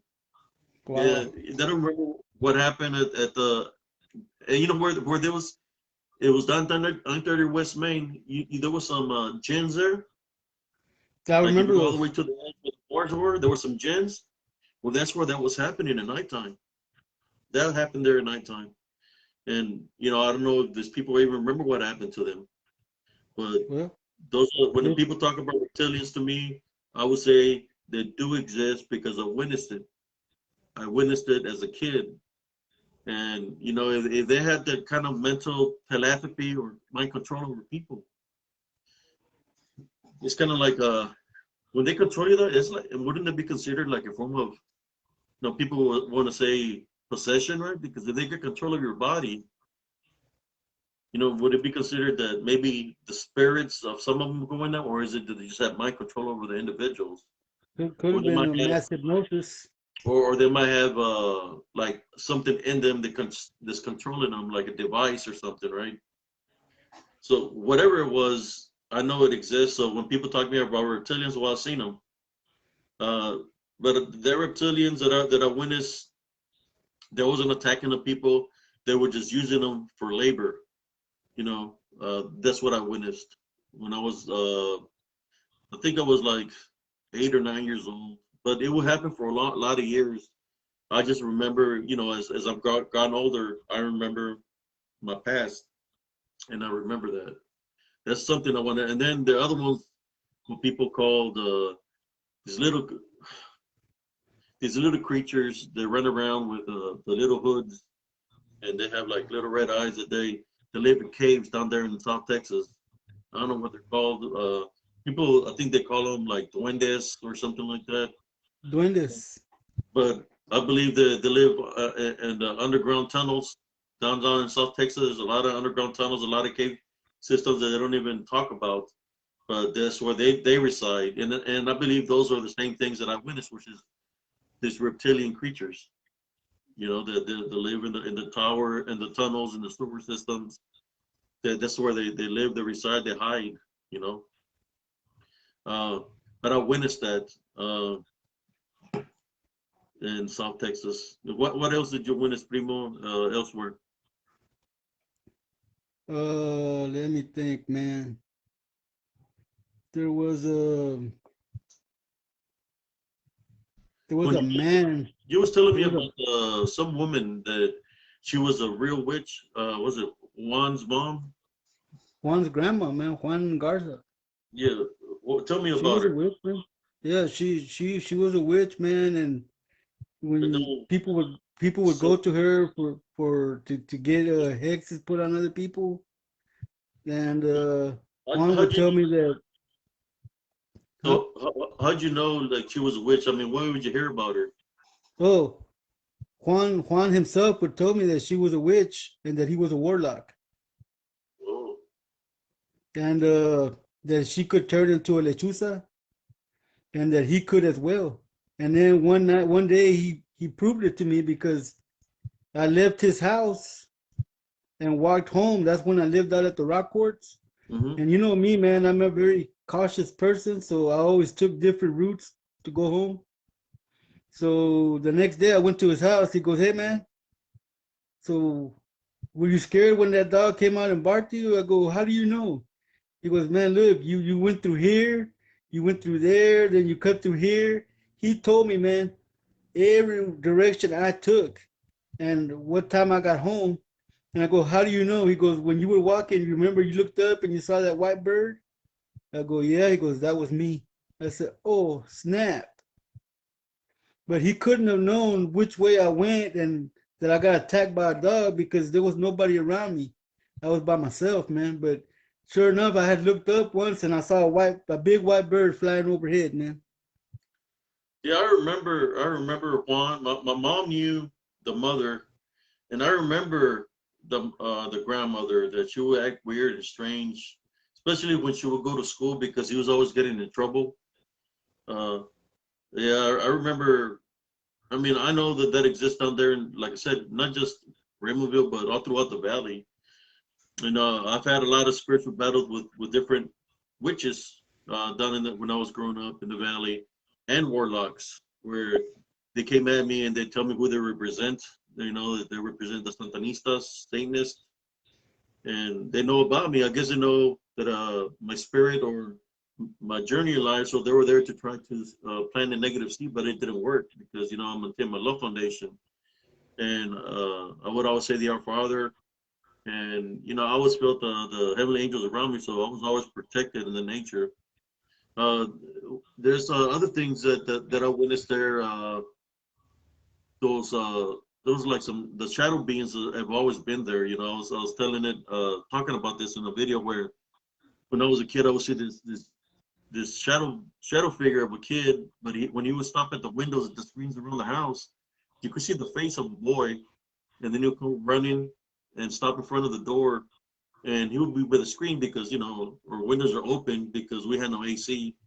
So he's looking through the screen, and you could see a shirt and everything. And my mom was saying, "Hey, go play with your friend." I said, "Man," I said, "Mom, I don't even know who that is." So go play with him, you know. So I go out there to try to go play with him, and then I don't see nobody no more. Or sometimes I follow, and then it turns into a little dark shadow, and then it disappears. So for a long time, it was coming and coming around the house, and it was every day, man, just going like that, looking through the windows, like around lunchtime. That's when it would happen. So when I witnessed that, now the things that happened to me that I'm older, it takes me back to maybe what I'm seeing is dealing with that. Like whether it's whatever it is, a familiar, imaginary friend. But it's not imaginary if my mom could see it too. Exactly, exactly. So if she could see it, that's telling me that it's something else, right? That he had the ability to shapeshift. He had the ability to manifest itself from a shadow figure to a The a little boy. person, or even to disappear into smoke. So he had the ability in which, to me, could be many things, that exist in the nature. Could be a spirit, it could be an unclean spirit or something demonic, or it could be, people call them, what do they call those, the other beings that can shapeshift or manipulate themselves in that manner. I believe they're called, what's the term from? That they're made out of the Mother Nature itself. It's a certain word. I'm trying to It's remember. about you're trying to say Wendigo? Elemental, Mhm. elementals. They can do that also. Elemental. So, I think he was trying to get me to believe in it, but I didn't believe in it. There was another incident that I had. I'm telling you, I've dealt with this things that transform themselves into nature for a very long time. There was one day there was a log in my backyard, a big log, but on top of this log, one day something was calling me, right? So I'm looking to the log and I see this giant grasshopper. I mean, it's a big grasshopper. It's huge. Probably I'm talking about big grasshopper, huge grasshopper. And it's color black. And it's sitting there and it's calling me to go to it, the grasshopper. And as I'm getting close to it, is talking to me and is telling me to get closer, to it. It's telling me to get closer to it. And next thing I know, my grandmother says, "Don't get closer to that. That's the devil." That's what she said. That's the devil. So when I turn around to look at her, and I turn back, I just see a puff of smoke, and it disappears. Wow. And that happened Wow. to me right there in Raymondville, Texas, in the backyard. That happened. Which I remember that some of the things the other events that were happening there is I would find those dead cats disemboweled, hanging from the back fence all the time. Somebody was cutting the cats and taking their insides out and hang them on the back fence. Wow. For the That's longest time, they were doing that. So I believe that has to do with all that. There's the cult activity or witchcraft or whatever. Oh yeah. Man, we've been talking for a while now, primo. I Uh, know, man. We've seen a lot of stuff, man. let me see. I want to finish off the show with something big. Something that, what, I'm gonna do it like this. There was one evening, and you're here because you were there, and that's what I want to talk about. There was one evening where, because I used to be in track and everything, I was always running. I know you remember that, cousin, when I was always taking off running, jogging. Yeah, I remember. No, I had something happened to me one night where I was feeling kind of sad because I was thinking about my mother. So I got in the truck. What year was the truck? Is it a 56 Ford or 65 Ford? Yeah.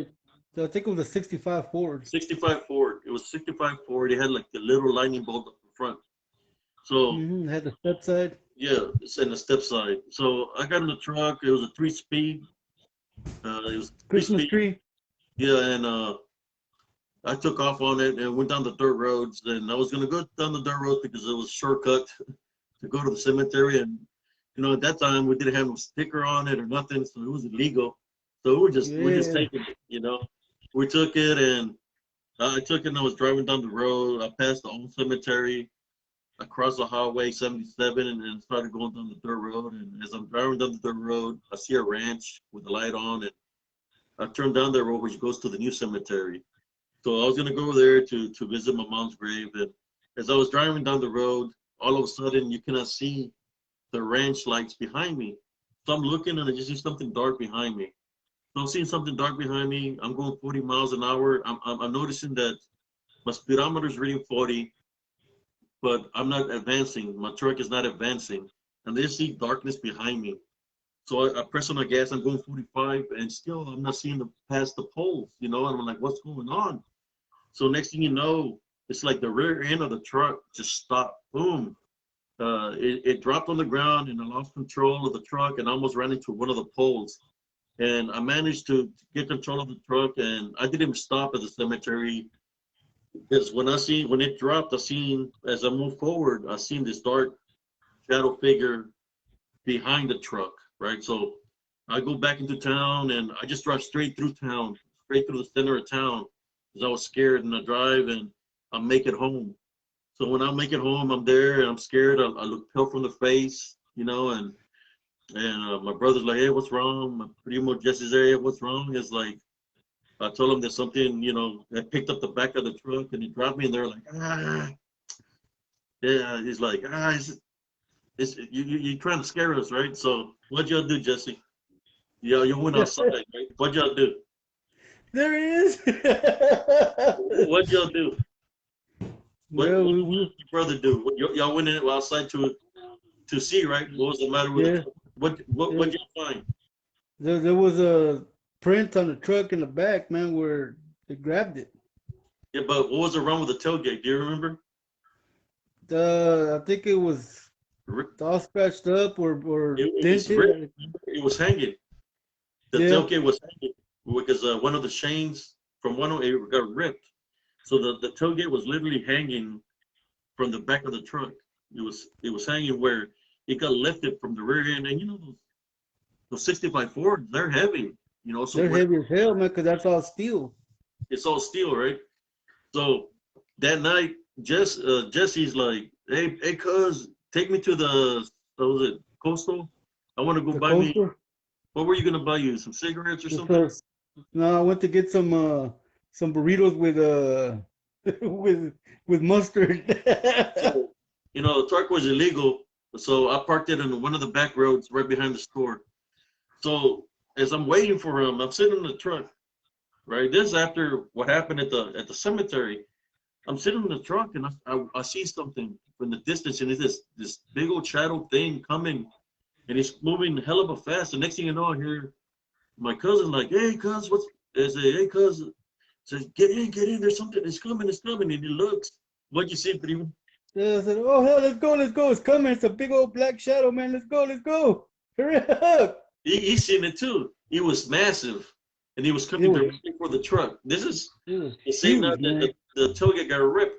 So we got in the truck, and we hauled. I mean, I don't know if I can say that we hauled ours to the house. I mean, it was coming after me again. Whatever tried to attack me out of the cemetery was coming at me in the what should I say? City limits in the In city the city limits in the limits town. where there's lights. It wasn't afraid to show itself, and he's seen it. How big did you think that was, cousin? So, man, that was huge, man.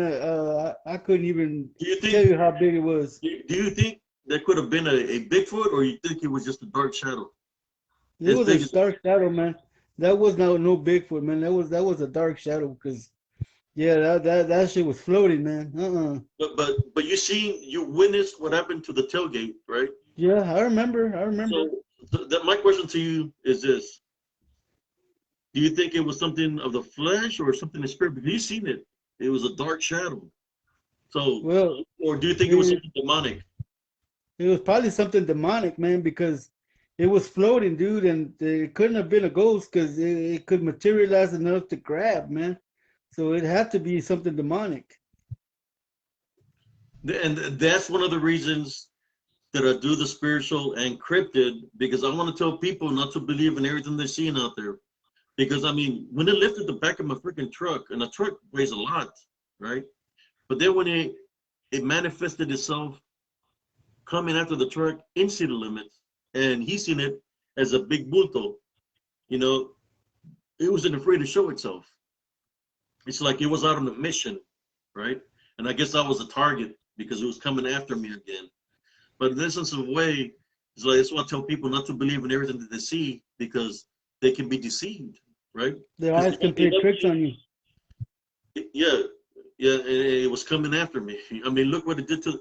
If it could rip the truck in that manner, and what was weird is because that truck, something that happened in the truck that maybe that was with the truck. I don't know, that it stayed there because of what happened with that truck.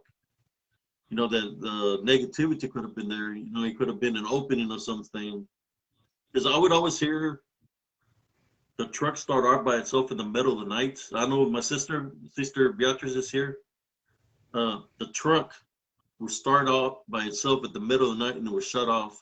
Sometimes you hear the radio go off, and sometimes you hear the door open and close in the middle of the night by itself. on a full moon, man, you could see your mom's silhouette in the truck. You know what I'm talking about? Hmm. But I I feel bad, man, because I'm the one that got that truck moving, man. I put a pin, I think a nail in the shifter, and that's why it wouldn't move. It wouldn't shift gears because that pin is falling out, man. yeah, But once we fixed that, we had that thing everywhere, man. yeah, yeah, man. But I wanted to share this story. You know, this is my cousin Jesse. He was there for a lot of the things that happened to me that he witnessed himself. I was That he there, man. witnessed. Uh, when I talk about how people don't understand what I went through, what our family went through. I would tell people within my family that the policemen from Willacy County were coming after me, that they were threatening me. You witnessed it yourself, right, Jesse? I How was they were there, coming man. after me because they had a hit out for me. You know, they wanted me gone because of the things that I knew about them. They wanted me gone. So there was a lot of bad things happening in that town. Besides, when you already have evil there, and I know Carlito has said something about some dogs. Well, I know towards what do you call it? Not the junkyard, but where you dispose of the trash. What is it called? The The dumpster, landfill, the the landfill. landfill.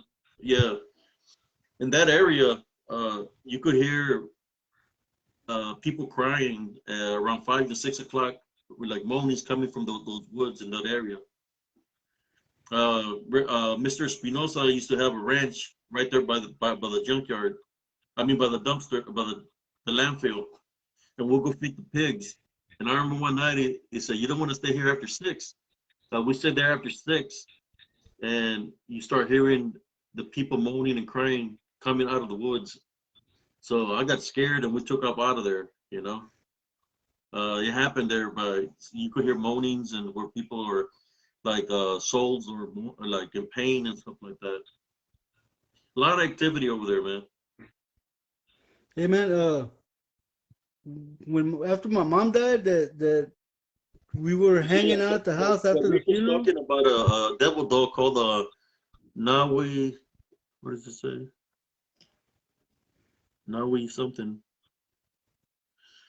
Because I remember a hellhound. If that's what they're talking about.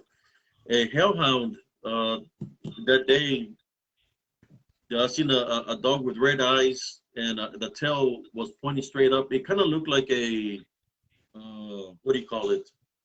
Like a greyhound of sort. That's what it looked like to me. But it was all black, and he had red eyes, and the tail was pointing straight up in the air. Uh, when I was at a certain location that night, and he chased me across the irrigation system that goes to the Pony League. As soon as I crossed there, he stopped there, and he stopped there. He's looking at me, I'm looking at it, and he still got the red eyes and the tail pointing straight up in the air. And then he turns around, and he takes long leaps, and he just disappears, and you can smell like sulfur. But I remember, I consider it like a hellhound. They say that if you see a hellhound more than three times, that you're dead. I don't know if that's true or not, but I guess I've Well, seen it. I seen Uh, one once, man, but the one I saw looked like a Doberman, man, and it yeah, chased me up a tree. And when I was looking down at it, it was looking up at me, and it had glowing red eyes, and his tail was sticking straight up, man. But yeah, that happened to me in Fort Worth, man. I wound up in a tree, and I didn't come down till the sun came up, man. yeah, and the eyes are like a fiery red eyes, like dark bloodshot eyes. They glow. I mean, they Yeah. literally glow, man, because the Rio Grande Valley is pitch dark.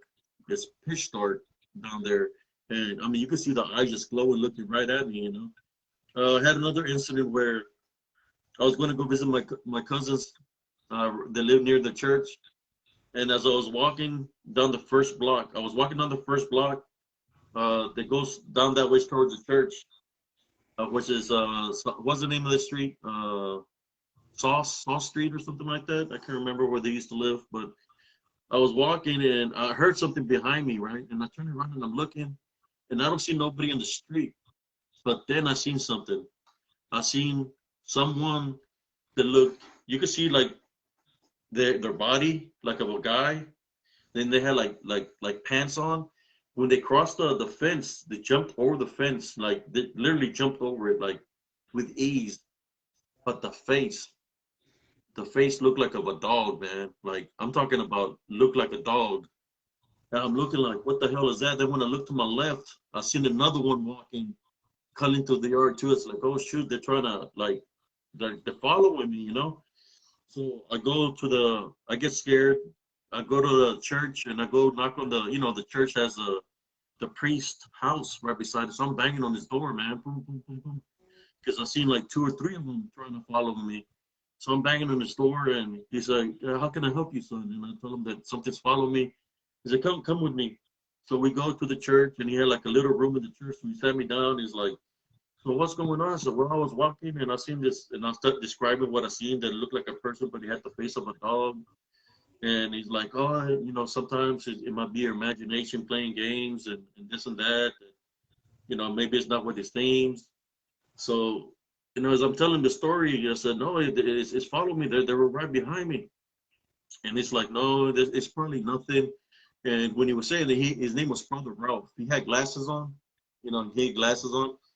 And he had a tattoo, man. It freaked me out. I never seen a priest, a Catholic priest with a tattoo. He had a tattoo on his arm. So he's looking at me and he's like, oh, there's nothing. And then when he said there's nothing, the door opened behind me because I could see it open and you could see him standing right there behind me in the doorway. They're standing there and Father Ralph eyes get real big and he starts sweating and he tells me to leave, man. He told me to get out of there, to leave, So I'm there looking and when I get out, then I see the door closed. So I get up and I turn around and it's like I jumped out there and I'm looking around. So I take off running, I run and I was like a block and a half away to get to my cousin's house. So I get there and I made the destination, but nothing. I didn't see them no more. But I seen them how they looked, that they were jumping the fences, like literally jumping the fence. So it's like, I witnessed this and I haven't seen something like that in a long time, but I remember seeing it then. The only conclusion I have is was it something that was like that, or was it someone that had literally had like the face of a dog over their head? I don't know what conclusion I could come up to that. All I know they followed me Wow. all the way to the church.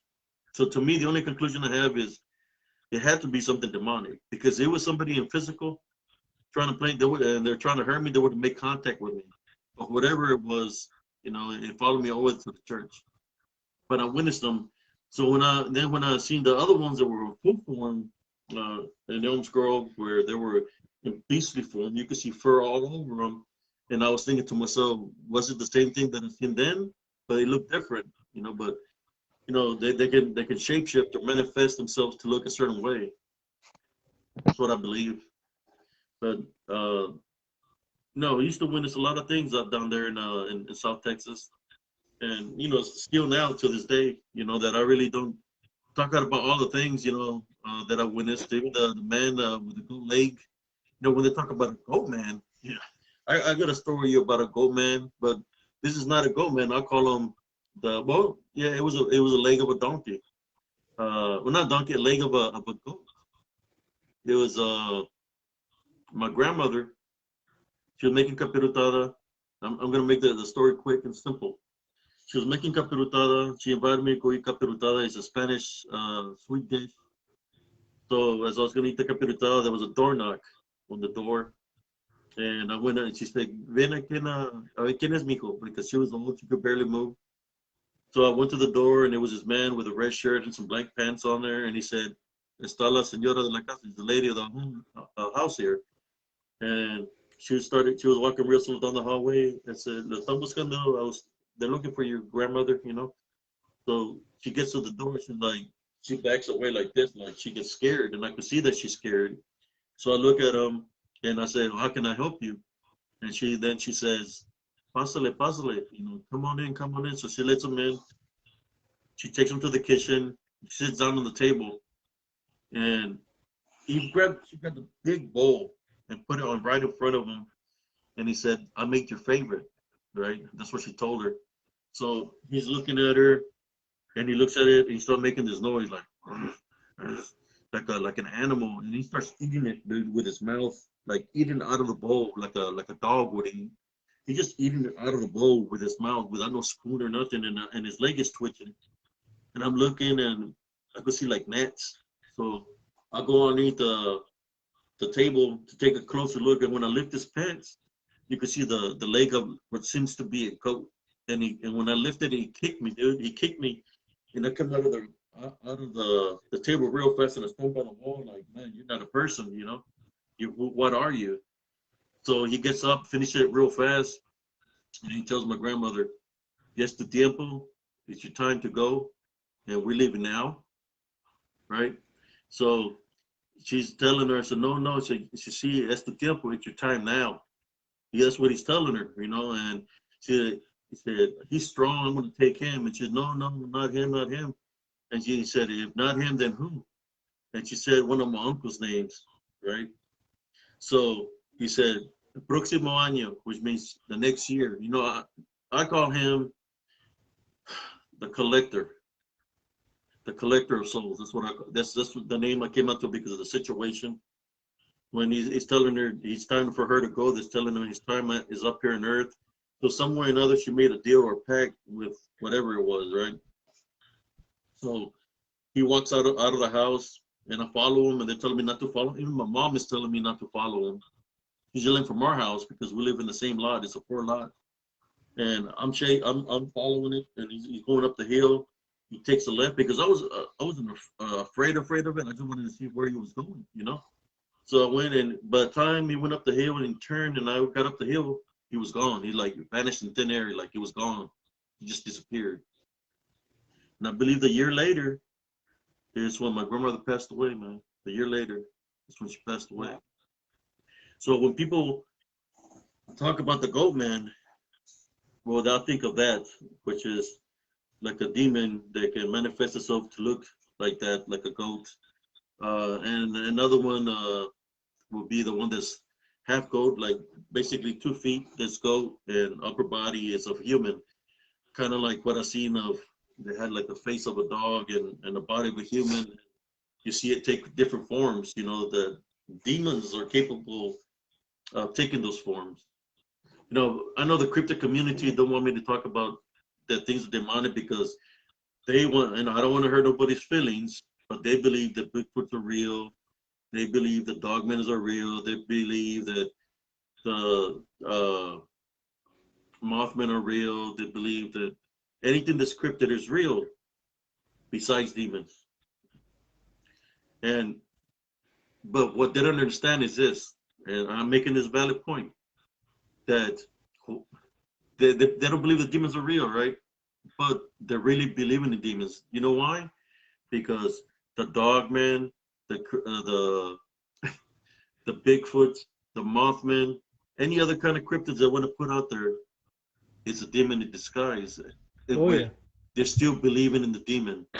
Me, when I don't believe in the demon and give it power, then he has no power over me because I'm not believing in it, in which I'm not giving it power. So that's why my advantage that I have over something that's demonic that could take any form it wants to, compared to the disadvantage that they have because they're believing in it to be real. So I'm just putting it out there that that's the difference between me and the people that want to make fun that are spiritual people or people that say they're demonic. That I have an advantage. The advantage is I'm not giving it power, in which they are, because they're believing in it, in which they can get spiritually attacked. It's spiritually bounded, kind of like what happened to me when it was manifesting to be this werewolf-like creature. It manifested to be a shadow figure. It manifested to be my mom. Manifests many things because trying to find an opening, and I was fighting spiritually. It attacked me physically, but I overcame it. But I'm just here to say that for those that don't think that this demonic beings, if God exists, angels exist, and the Bible says Lucifer exists, demons exist, and they want to believe that the cryptids are not affiliated, that it's something demonic, well then they got a big problem because they're believing in giving it power, which is in a sense of way they're kind of bonded already. And you see it happen a lot. You know, a lot of my friends are being bonded right now. They're going through a lot of things physically, spiritually, where their loved ones are sick, you know, and they're like, hey, put them out of prayer, but they continue to do the work that they do. But what they don't fail to realize is that they left that opening for them to get attacked by believing in it. You know, you believing in it is not just going to attack your foundation; it's going to come and enter your home because you're giving it power like that. And that's why I make the videos that I make, and I talk about the things that I talk because I'm being real. And you know, cousin, because you lost a loved one in the same manner, and you said your loved one, which was my tia, uh, that she there was somebody that came after her, which was tell them the story about your mother, Primo, about this Indian warlock or whatever. So when my mom was sick, man, we made a trip over there. Susie was already there, my sister, and I was sitting in the living room, and I started hearing Indian chanting, and then the doorbell rings, and the inside door is open, and you can see through the screen door. The doorbell's ringing, but there's nobody there. So I go out in the yard, and while I'm in the yard, I can still hear that Indian chanting. And it was just weird to me, man, that the days we were there, man, before she passed away, every day at about 6 o'clock in the afternoon, that Indian would start chanting, and we could never pinpoint where it was coming from, but I could hear it. Nobody else could hear it, but I could hear it, and I would tell them, "You don't hear that?" Yeah, like I remember in Elmsgrove, I would hear drum beats, and you could hear somebody laughing, and you could hear the drum beats. Yeah, you see the natives. I guess the way they would do their rituals like for people dead that are fixing to die. What they would do is form a circle, right? And the shaman would dress up with a fur, or he had like a animal face, like either of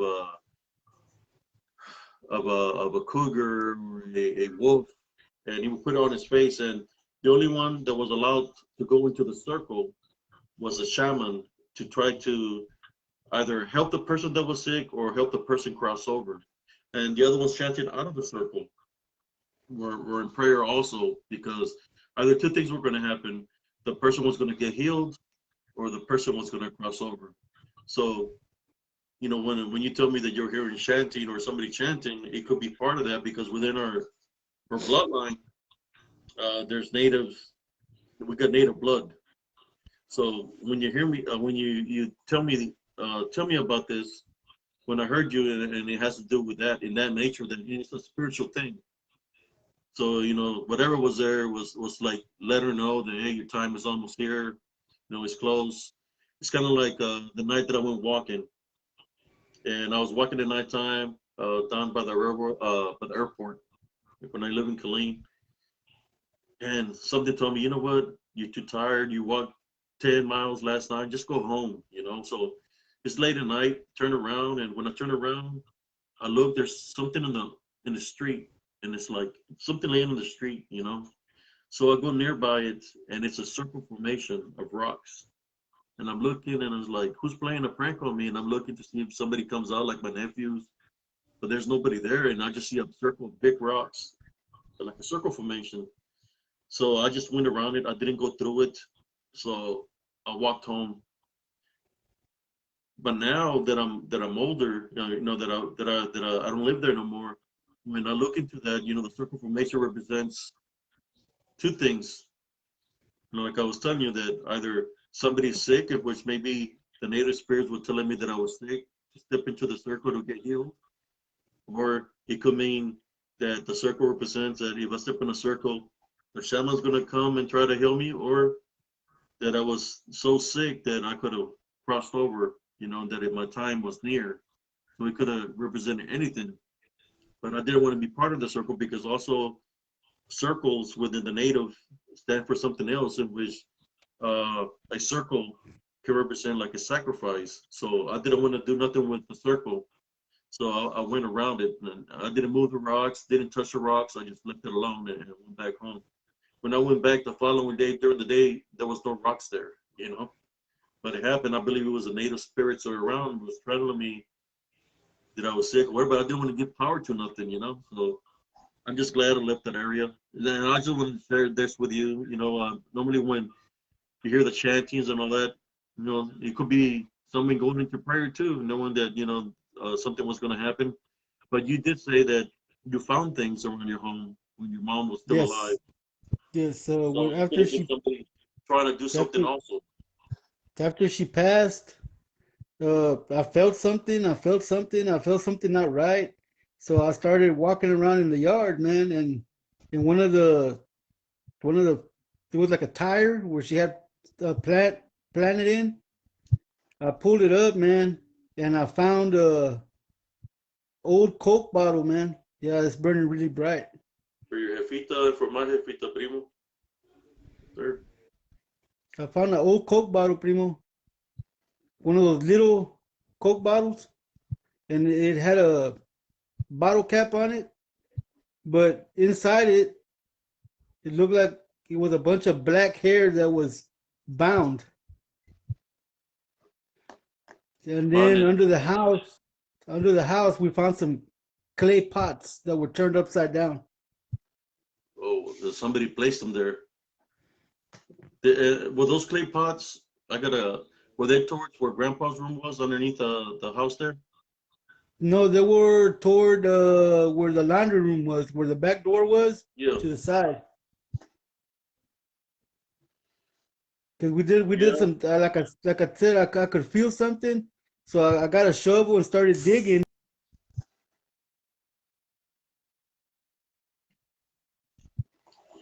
Yeah, because I remember when me and my brother got there, we were at the cemetery, and you was already there, and we went over there because we was running late because he was my only way there because you know I couldn't drive the long distance because of my leg. I had that blood clot at that time. You know, I still had a fresh blood clot, so my brother drove, and you know we made it there, and I remember when we got to the cemetery where this big old black birds were flying in the air trying to get close to where your mom was getting buried. So I started praying to our Father. When I seen them, they were huge, trying to come to where you are at. And then I noticed those three women that were holding hands and they were chanting something. That wasn't English or Spanish. It was chanting something. So I don't know what they were trying to do, but all I know is that I said to our fathers to block whatever they were trying to do. And those birds, they were trying to get close. These big old, you seen them too, the big old black birds. What kind of birds were Well, those? actually, those I birds, never seen man, them. and my brothers are witnesses to this, and my sister. When we left town, those birds were attacking our vehicles, man. They were trying to break through the windows in the vehicles to get to us, man. They chased us out of town. As soon as we passed the checkpoint, they left and didn't come back. Yeah, because remember we talked about this that I went to because I had the comida and we're eating at grandpa's house at there or at your mom's house at that time, and uh, I sat down in the living room and there was three women sitting there. I just don't know who their names were because you know it's been a long time I've seen family. They were sitting there, they were holding hands, and there was the same three ladies that were holding hands at the graveyard. So as they're holding hands, I heard them chanting something, and I know it was in English or Spanish. So I start saying the Our Father, and when I was saying the Our Father, they let go of their hands, you know, because they got broken, whatever they're trying to do. And they said, "Who are you?" And I said, "Yo soy hijo de Olga de la Fuentecillas." And they got up and they took off out of the house. And next thing you know, they took off. They were parked across the street in a brown car, if I remember correctly, across the street, and they left. And then that's when Tia Rachel was like, "What happened to?" She said, "Tia so and so." I said, "I don't know. I just seen them leave." But to me, it was like a spiritual battle, and I was there to whatever they're trying to do. When I prayed against them and I stood against them spiritually, and they seen that I wasn't afraid of them, they took off because they knew they had no jurisdiction, no authority there no more. Because I'm still part of the familia de la Fuente because of my mom. So I took authority at that time. Whatever they're trying to do, I broke it.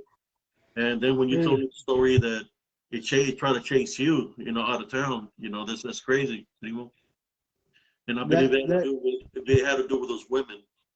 that night that you're talking about, that happened after everybody left. I was standing outside in the yard with Juan Garza, right?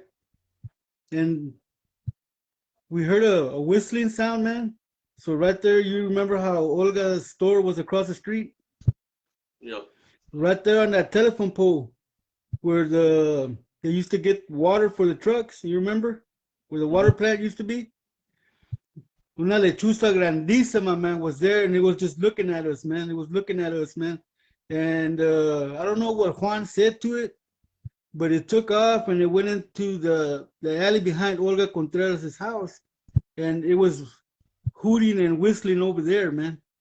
But it flew right there where we were standing, man, and it was just whistling and looking at me and Juan, man. Yeah, because we left right after that. We left. We took off. We came back right after the comida. Came back to. It was a one day thing for us. We came back to because my brother had to work, so we came back to Killeen.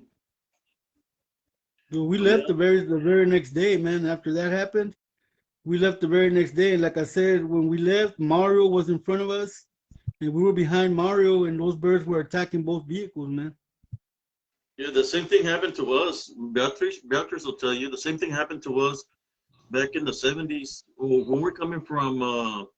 See, I believe that the same people had something against your mom even back then with your brother with Chito. Yeah, Because I remember activity would happen at the house when they lived in Arkansas, where your brother Wichito he had crossed over because something happened to him, and I remember your mom telling me the story where the witches were laughing and stuff like that, and that they hear something drop and they were trying to take little Wichito. They were trying to take him. The brujas were, and I remember that happened then back then. But when we were coming back, when we left and we're coming back because we were going to work up there with them. We were coming back. Uh, there was this GPS that sent us down this road. We went down the road, and the road it was like a regular highway turned into like a regular road in between the streets, and then it turned into a dirt road. As we're going down the dirt road, right?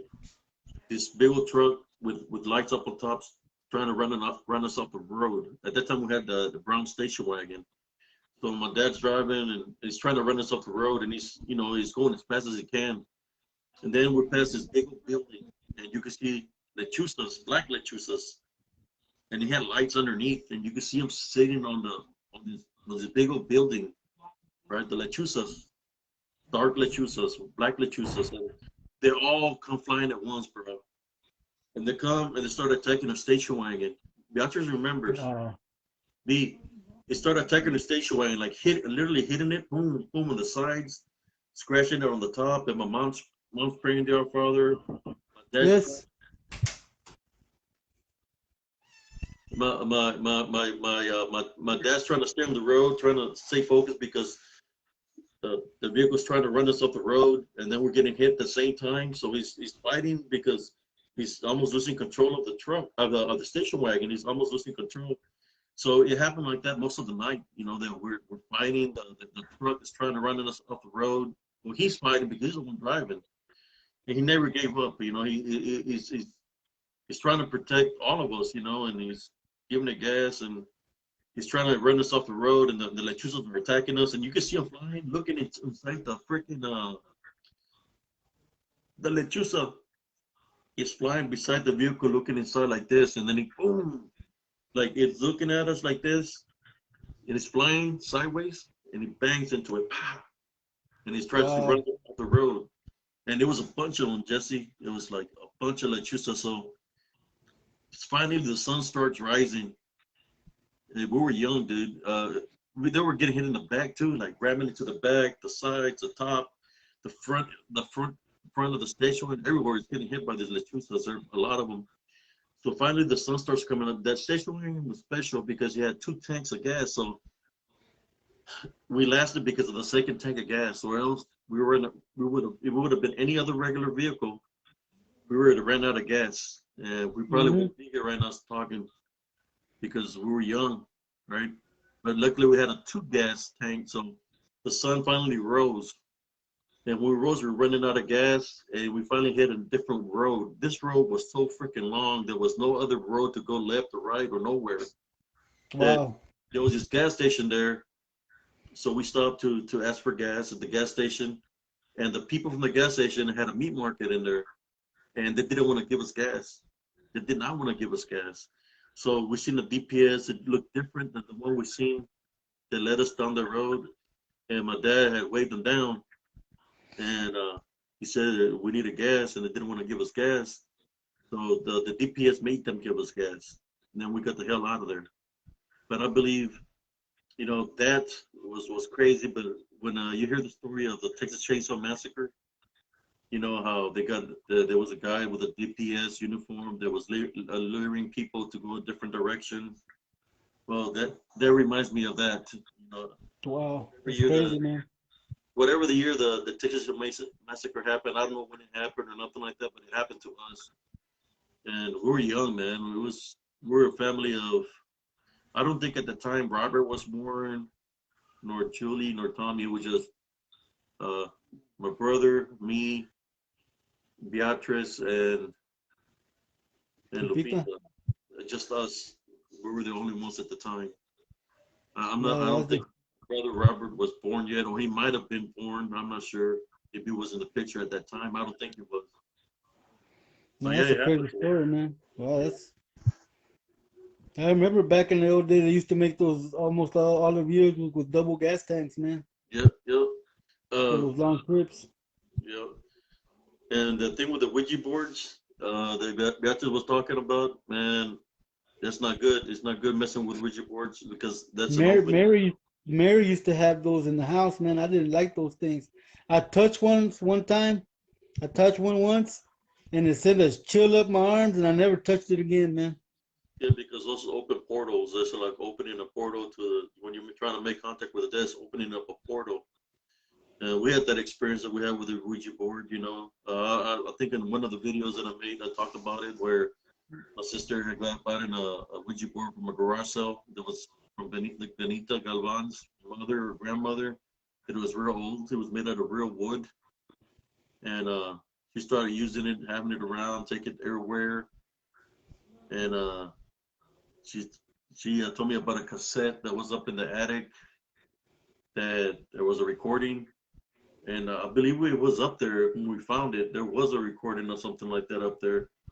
But I was looking for it up in the attic, and the Ouija board told my sister that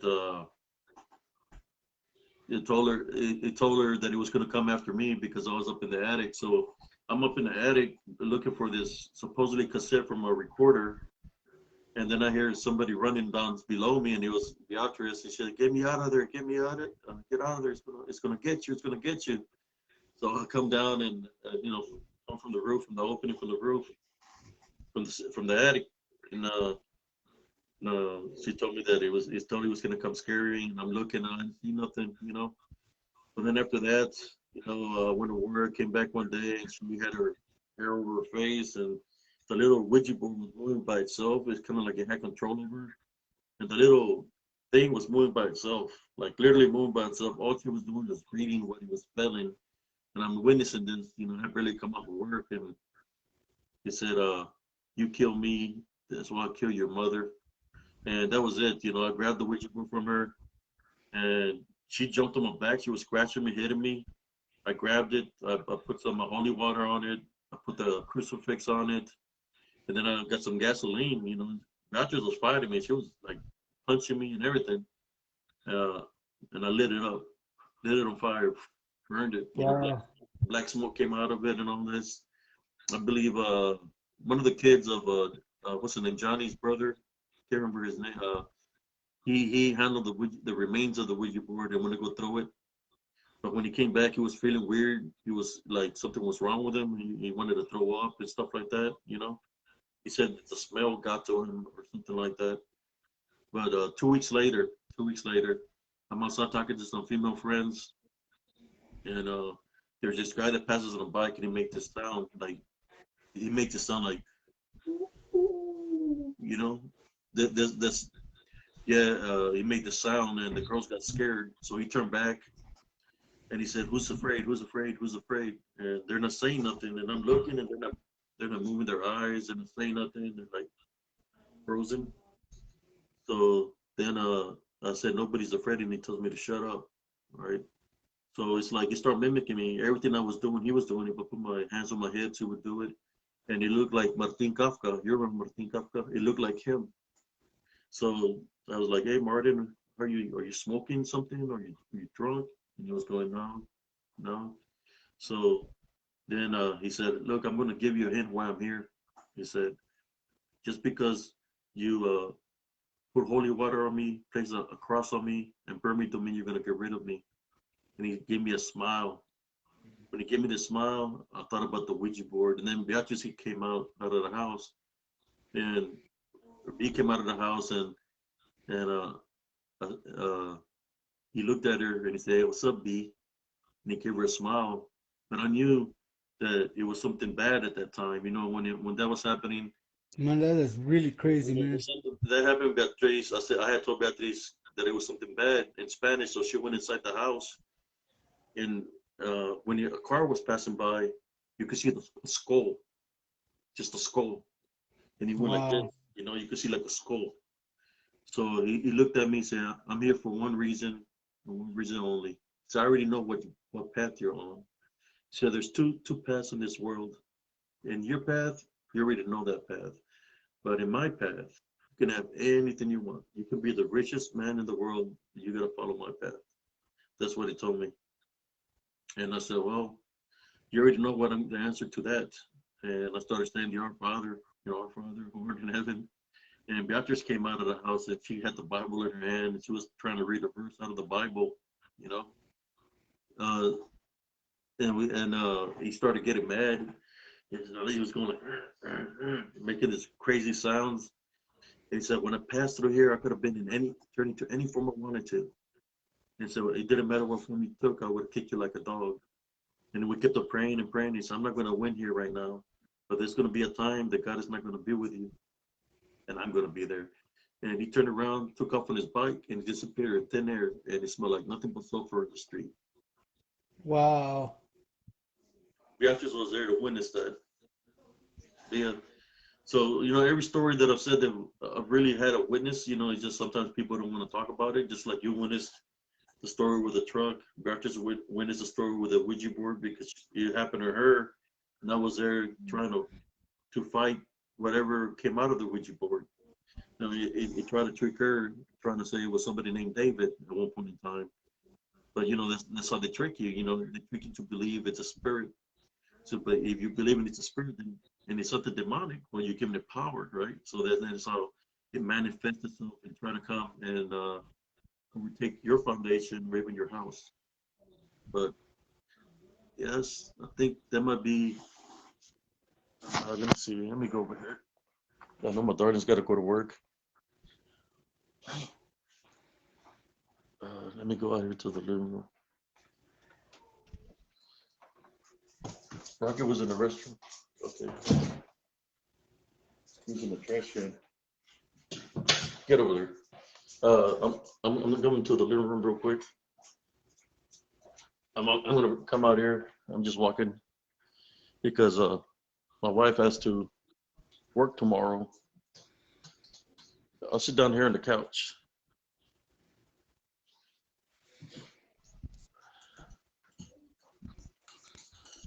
There we go. Let me let the dogs over here to the other living room. Come on. Yeah, that happened. That happened to us.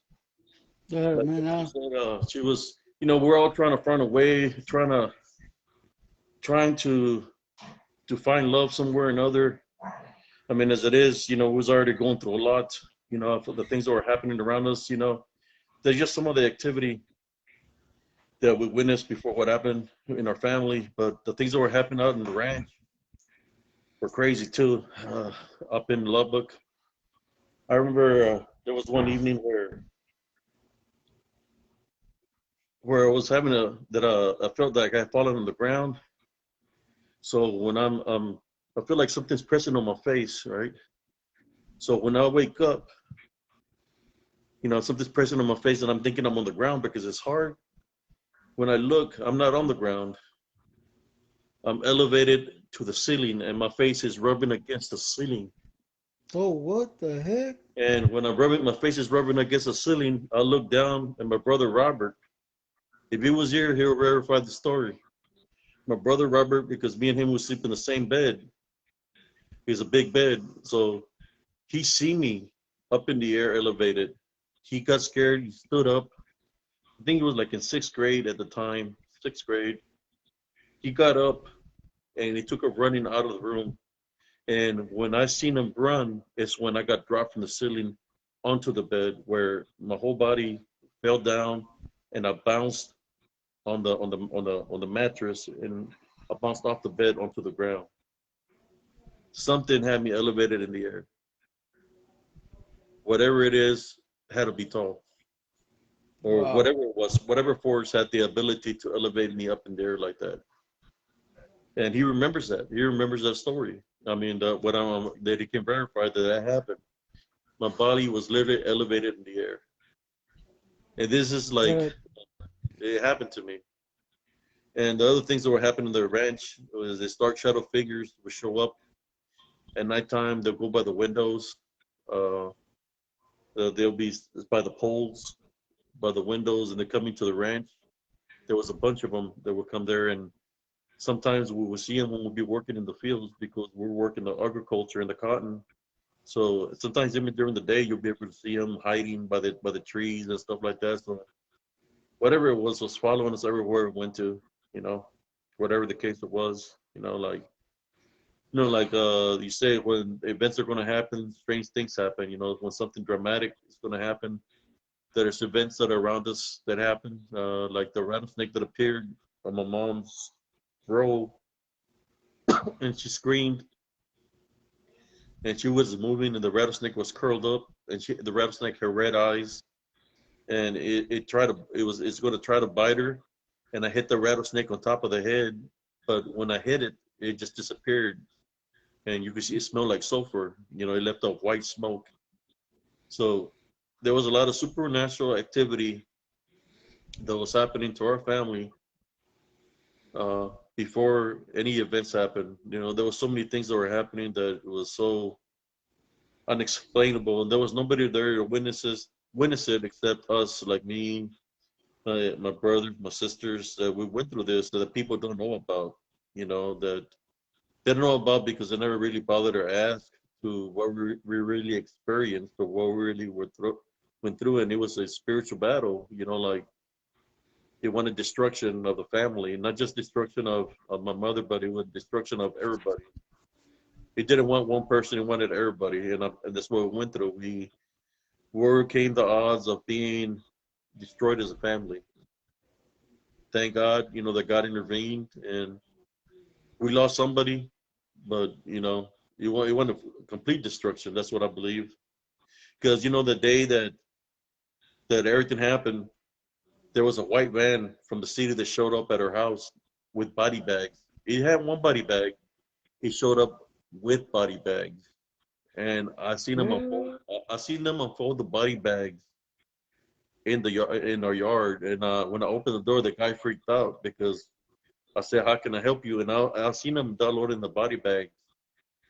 So whatever the deal was there, there was no other bodies to somebody claim. But I feel, yeah, somebody missed an assignment. huh? I Somebody feel missed an assignment. exactly. I believe it was intended that we were all supposed to go, but it didn't happen that way. Because I remember sometimes my sister Bia would say that what happened the day that we all should have I think a certain individual said that he should have done what he was supposed to do, or if he would have done what he was supposed to do, he wouldn't have to worry about nothing. And I believe he had a but you see, when God is in control, doesn't matter who you are, what you believe in, what you think you're capable of. God has control of everything. So it is up the final decision is up to God, Mm-hmm. not up to any person. And that's why we're still here and we're able to share the stories that we're sharing to people, not to give up, to maintain your faith, no matter what you go through. There is a higher power, and to maintain that love foundation is important. Yes, sir. Yes, sir. Yeah, you like today. You seen what happened today, and I was trying to get the brother Roy Stubblefield in, and we couldn't do nothing. We couldn't connect. I couldn't connect with him for some reason or another. I wasn't meant to connect with him, but here I'm here Wow. connected with you, and we're talking. So how could that be? That I couldn't make a video with him. It's a reason that we couldn't connect, and I believe there's a higher power that's intervening. Whatever the deal was there, it was meant for us to connect, and that's how I see it as I spiritual. see it as well. I see that as like that as well, man. Because me and you have been talking about making a video anyway, man, for a while Yeah, now. yeah. But anyways, cousin, is there any final thoughts you would like to say? I know how long we've been talking. It's been a while. Yeah, I know. You gotta go to sleep, go to work. Oh no, man, I'm Any good, man. any oh, okay. Let me see what how many. We still got battery power. Anything else that you remember of that you would like to share with people? Like I wanna share. Uh, how I was talking to you about for them not to believe everything that they're seeing. Is there something in your life that you witnessed that you can relate to what I'm talking about? Like we're talking about Bigfoot and this dogman and this mothman's. I know you shared some things like the one with the hand that it Uh, had the form of the hand.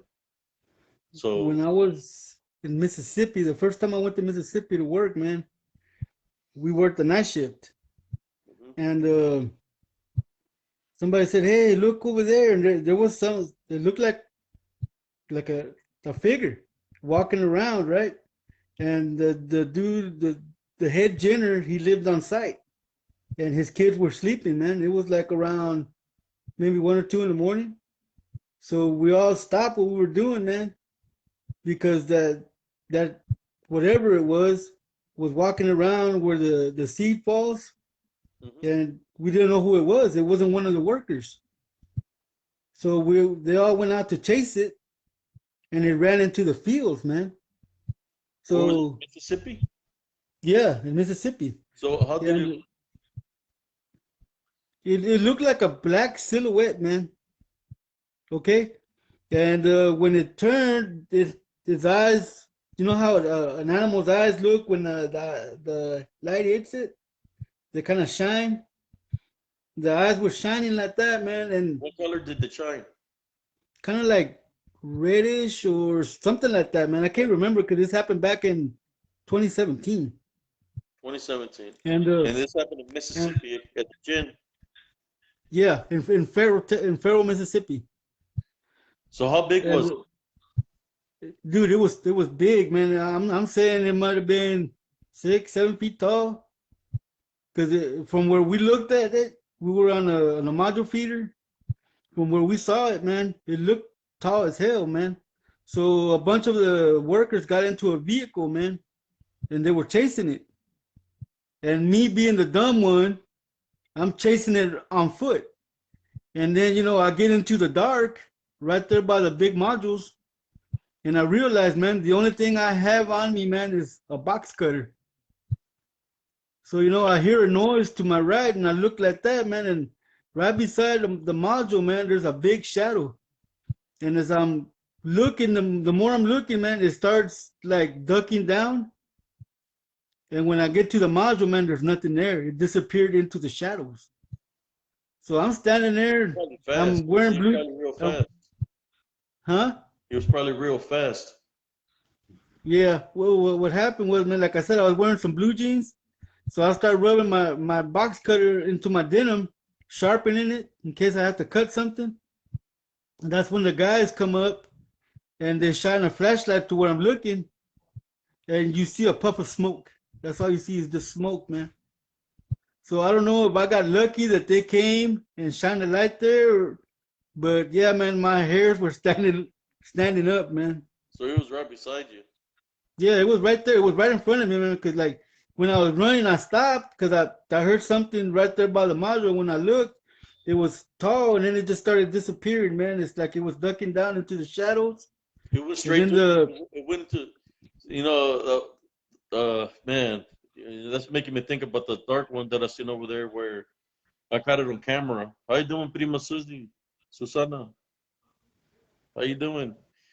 hey Uh, sis, it reminds me of the that me and my friend caught on the recorder where there was something looking at us, but it was in the shape of it was dark, but it was in the shape of Mother Nature itself, and he had like yellowish eyes, and he had like an amulet on his neck, and it went straight into the ground. So you know, it's like I guess the hell realm is supposed to be underneath us or something like that, well, or like or when something like that. they shone the light on there, man, like that, it was more like fog, kind of like a foggy smoke. Mm-hmm. It smelled like burnt hair all of a Right sudden. there. So we all went back to work, man, and didn't think more of it. But like I So told you, there was like no beastly smell or nothing like that. man, I was sick the whole time I was over there, man. It Uh, was cold. I kept coughing and throwing up everywhere, man. The whole 3 months I was over there, man, I was sick. Because I remember seeing something in Arkansas when your mom used to live over there. Uh, when we were working in the cotton, there was a mora tree, a blackberry tree, and we were lunch, and I said I was gonna go get some moras from the blackberry tree. So I went to the blackberry tree and I was picking the moras off the blackberry tree, and then I seen something. It was looking at me, and I was looking at it, and it looked like I guess what the cryptid community would want to say a Bigfoot. You know, it was looking at me and I was looking at it. And then my mom was like, "What are you looking at?" You know, when I turned to look at her and turned to look back, it was gone. But it was looking straight directly at me up in Arkansas. You know, in Well, like Arkansas, there's the dirt is red and the cotton gets real high. You know, at that time frame, I was young still. I guess I was still like in fifth grade or sixth grade, somewhere around there. You know, 10, 11 years old. well, when we were there that in 17, I was glad that we worked the night shift, man, because the company provided housing. They put us in this big house, but it was in the middle of a cemetery, man. When you look out the windows, you can see the gravestones, man, all around the house. And the doors would open and close in our bedrooms. And there was a doorbell sound, man, but the house didn't have a doorbell. Oh shoot! To put you in a ghost house. Well, dude, in my room, man, I could see a little white girl. Hmm. She would wear a white dress and her face was covered in blood, man. And she liked to play, Vato. She liked to play hide and seek, man. She would open the door and peek in and close the door. And sometimes she would be in my closet and she'd open the door to the closet and peek out and then close the door back, dude. So what I did, man, I put a bunch of bottled waters all around my bed to form a barrier. Hmm. And that was the only way I could sleep. So I started locking my bedroom door. And then I started putting something up against the door in the closet to keep it from opening. But sometimes it would work, sometimes it wouldn't. And this would happen during the day, man, because we worked from 7 at night to 7 in the morning, man. So for that to be haunted during the day, man, that's saying something, man. A lot of activity. Yeah. And then Where's there this was also? In Mississippi also? in Ferris, it was the same year. Uh, Not only was the house in the center of a cemetery, on the side, man, there was a creek that ran by the house, man. And it was So wood. It maybe was wood. the creek might have had some limestone because sometimes limestone brings a lot of it causes a lot of activity. Like the creek that runs down over there in Elms Grove has a lot of limestone. So it's something, and you know, spirits, that's where they go where limestone stores energy from the sun. So Amen. That's probably how they can manifest, or they can use the energy to manifest. And then it got really weird, Primo.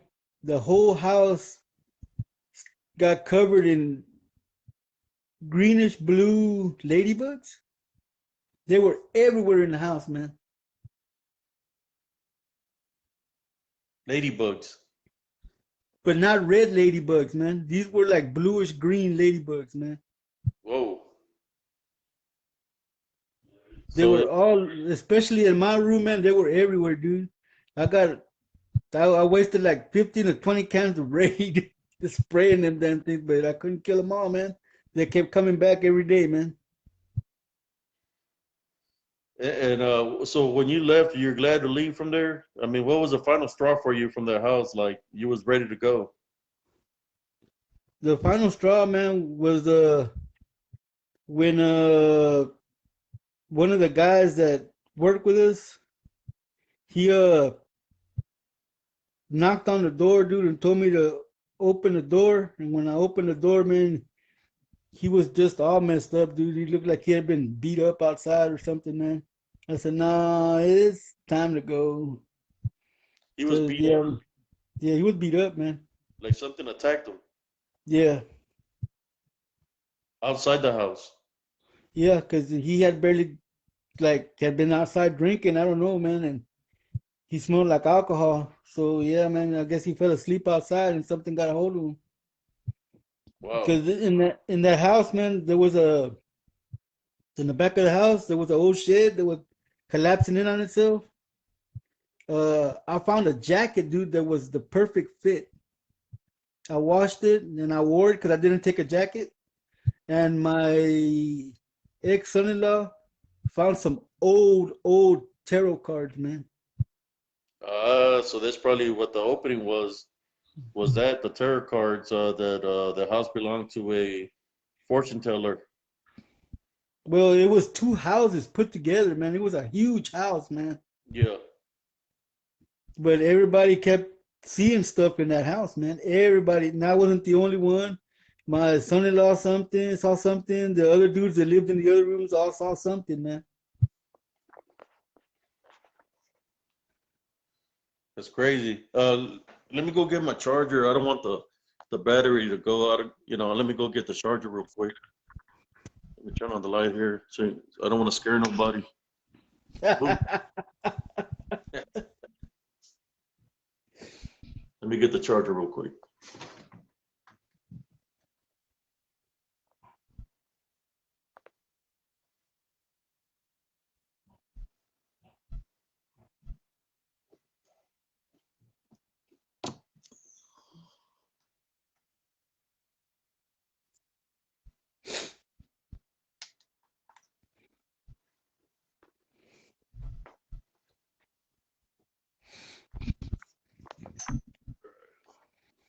Yeah, man. Both times that they sent us to Mississippi, that we went to Mississippi, they Hmm. put us in some messed up places, man.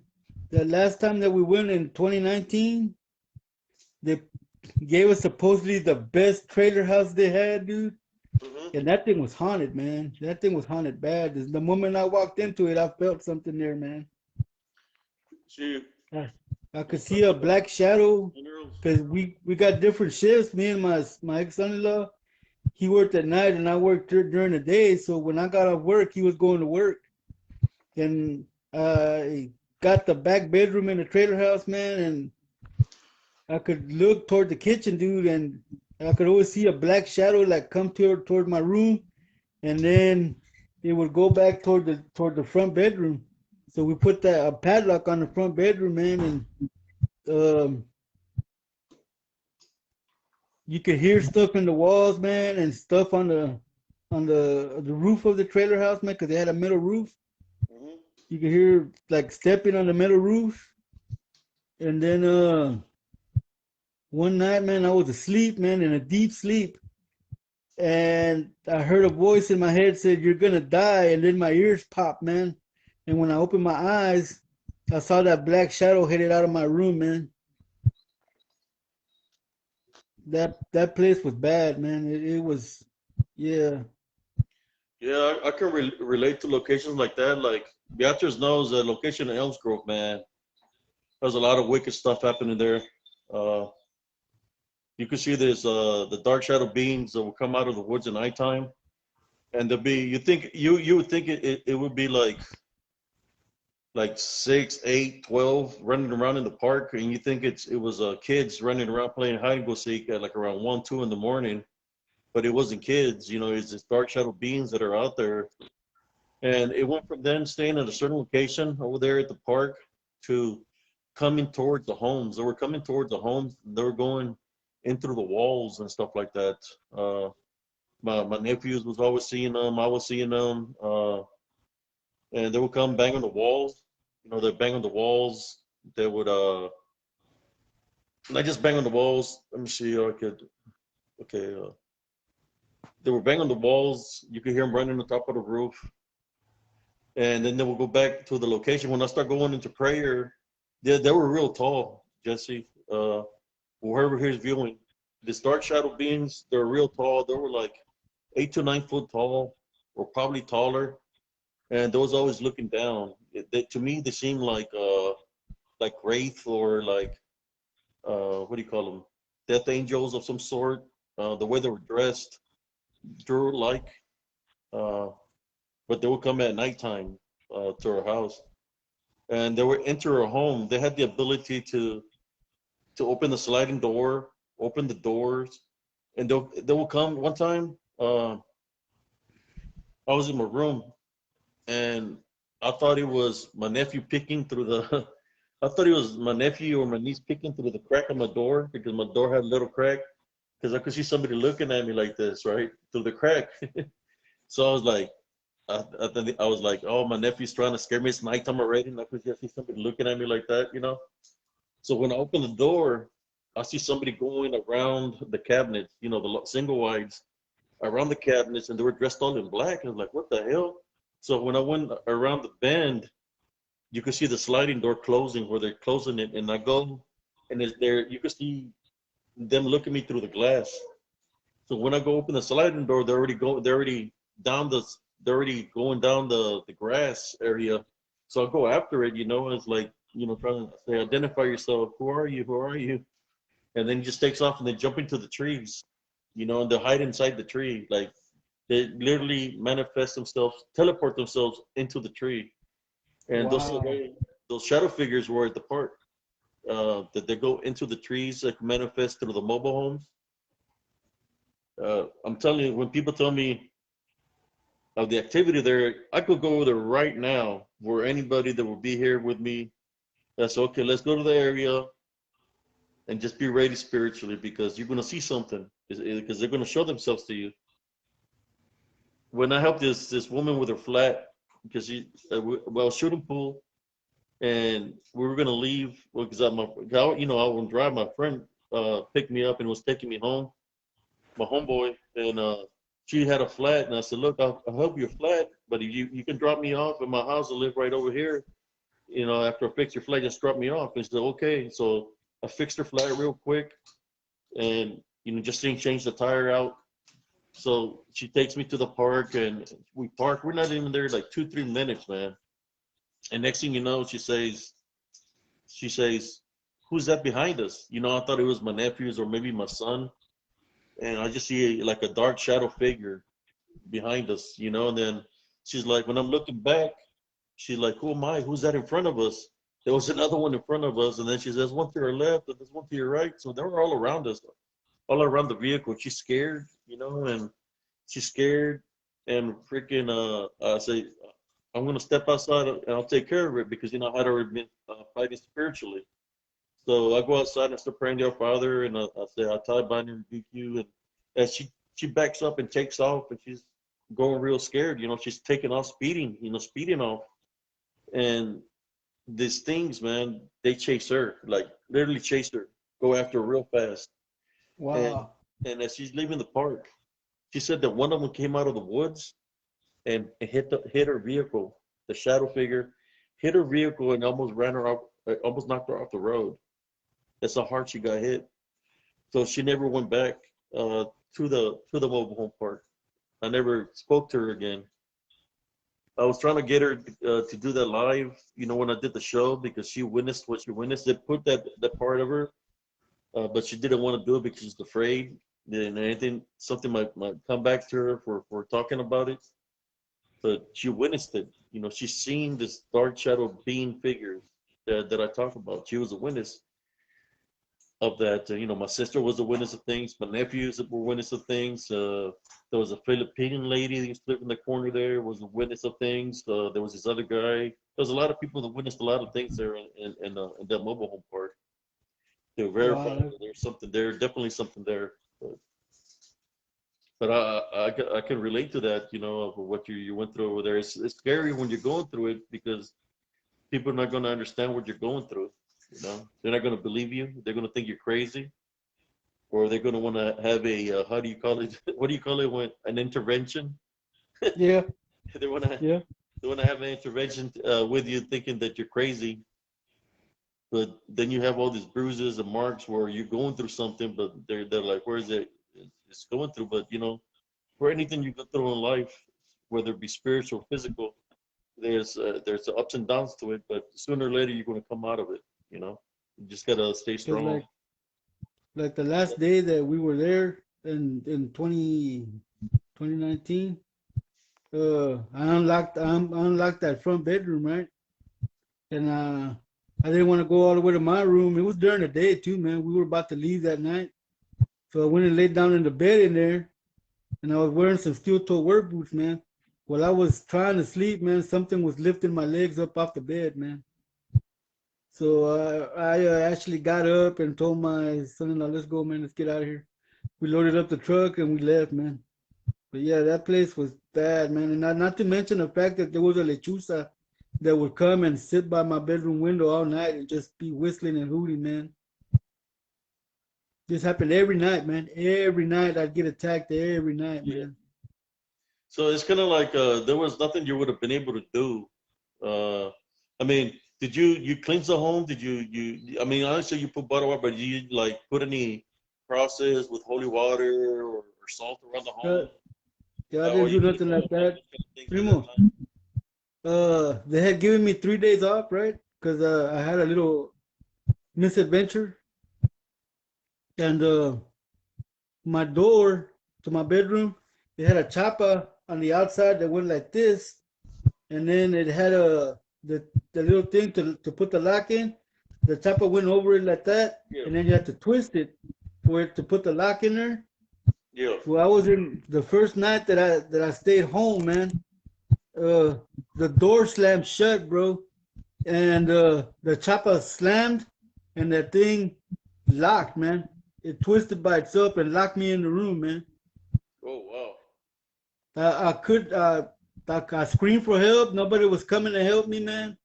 So I had to use my my special gift, dude. And I tore the damn door off the hinges, man.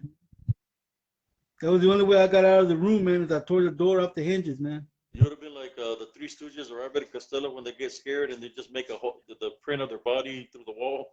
They just take off. Uh, I couldn't do that, man, because right there by the door it was a half a closet, so I couldn't get a full speed. I said I just tore the door off the hinges with a tiger claw.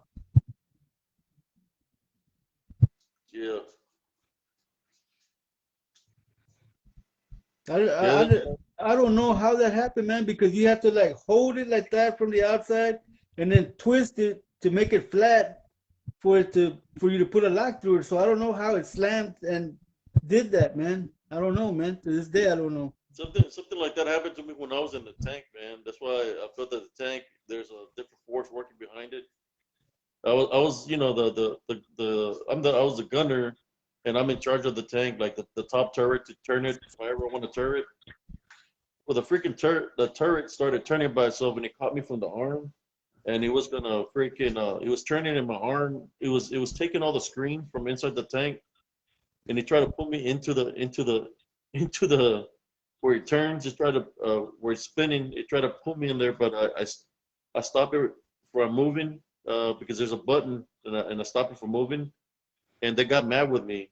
Like we were training when that happened, And they told me that what was it doing, blah blah blah. I said, look, we're just training. I'm not gonna pull my arm off for training. No, I got to protect myself.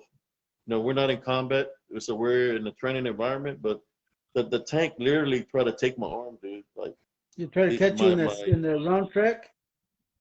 yeah, on the track itself. Yeah, it tried to suck me in. Like there's a Wow. the turret has a track that goes around. It Yeah. got me from it's called a Nomax. It got caught, and it's taking all the skirting. There's a fence around. It started taking all the fencing too. So I stopped it, from hitting the button. But if I wouldn't have done that, it would have messed up a lot of things. It would have, and my lieutenant didn't know what was going on, but I stopped it. And ever since then, I never trusted a tank. It's like it felt like to me that there was something else working through there. Because tanks are a weapon of destruction. Hmm. So it's like ever since then, it's like I never trusted a tank ever again because of what it tried to do to me. Kind of remind me of like the movie Christine, where it's run by something else. Yeah, Hmm. it was freaking. Well, you even in this room, primo, in this room right here, man, Hmm. right here at the foot of my bed, there's an old man with a walker that appears every night, man, and he just stands there and looks at me while I'm laying down, man. I've Every, learned to ignore him because he's harmless, but did you he try to comes take a every, picture of him? You ever try to huh? take a picture of him? Nah, man, I ignore him. How long does he manifest for? Uh, I don't know, man, because I ignore him to the point where I fall asleep. When I wake up in the morning, he's gone. Yeah, But it's an old white man with a walker. is that maybe that's the owner of the house from before? It could be, man, because it's a pretty old house, man. Yeah. But like I said, I ignore him, man. Look, uh, when I was in Germany, there was this gypsy woman, gypsy girl. I was young. I guess she was young too, and she was taller than me. So she looked like a model of some sort. And I was walking with her. We were just talking, and she told me that if I wanted to stay at her house, that the base was still up ahead, and it was late already, that I could stay in her living room, whatever. I said, okay, thank you, sure. She made me an offer. Normally you take the hospitality, right? So I went inside her house, and I was laying down on the sofa. She was in her room. Next thing you know, she opens the room, and she's not dressed appropriately. Just put it that way. And she told me I want to go sleep with her, but over there, that's their customs. The women that sleep nude, right? She said I could sleep in the bed over there with her. But to me, that's just their customs or whatever. So I was tired. I was tired because I had been drinking, and I laid down with my clothes on, and I was out. So when I woke up, because I was asleep, I woke up, and it was still nighttime. When I woke up, I was looking beside me. She wasn't there. So she wasn't there, and I'm like, man, what's going on?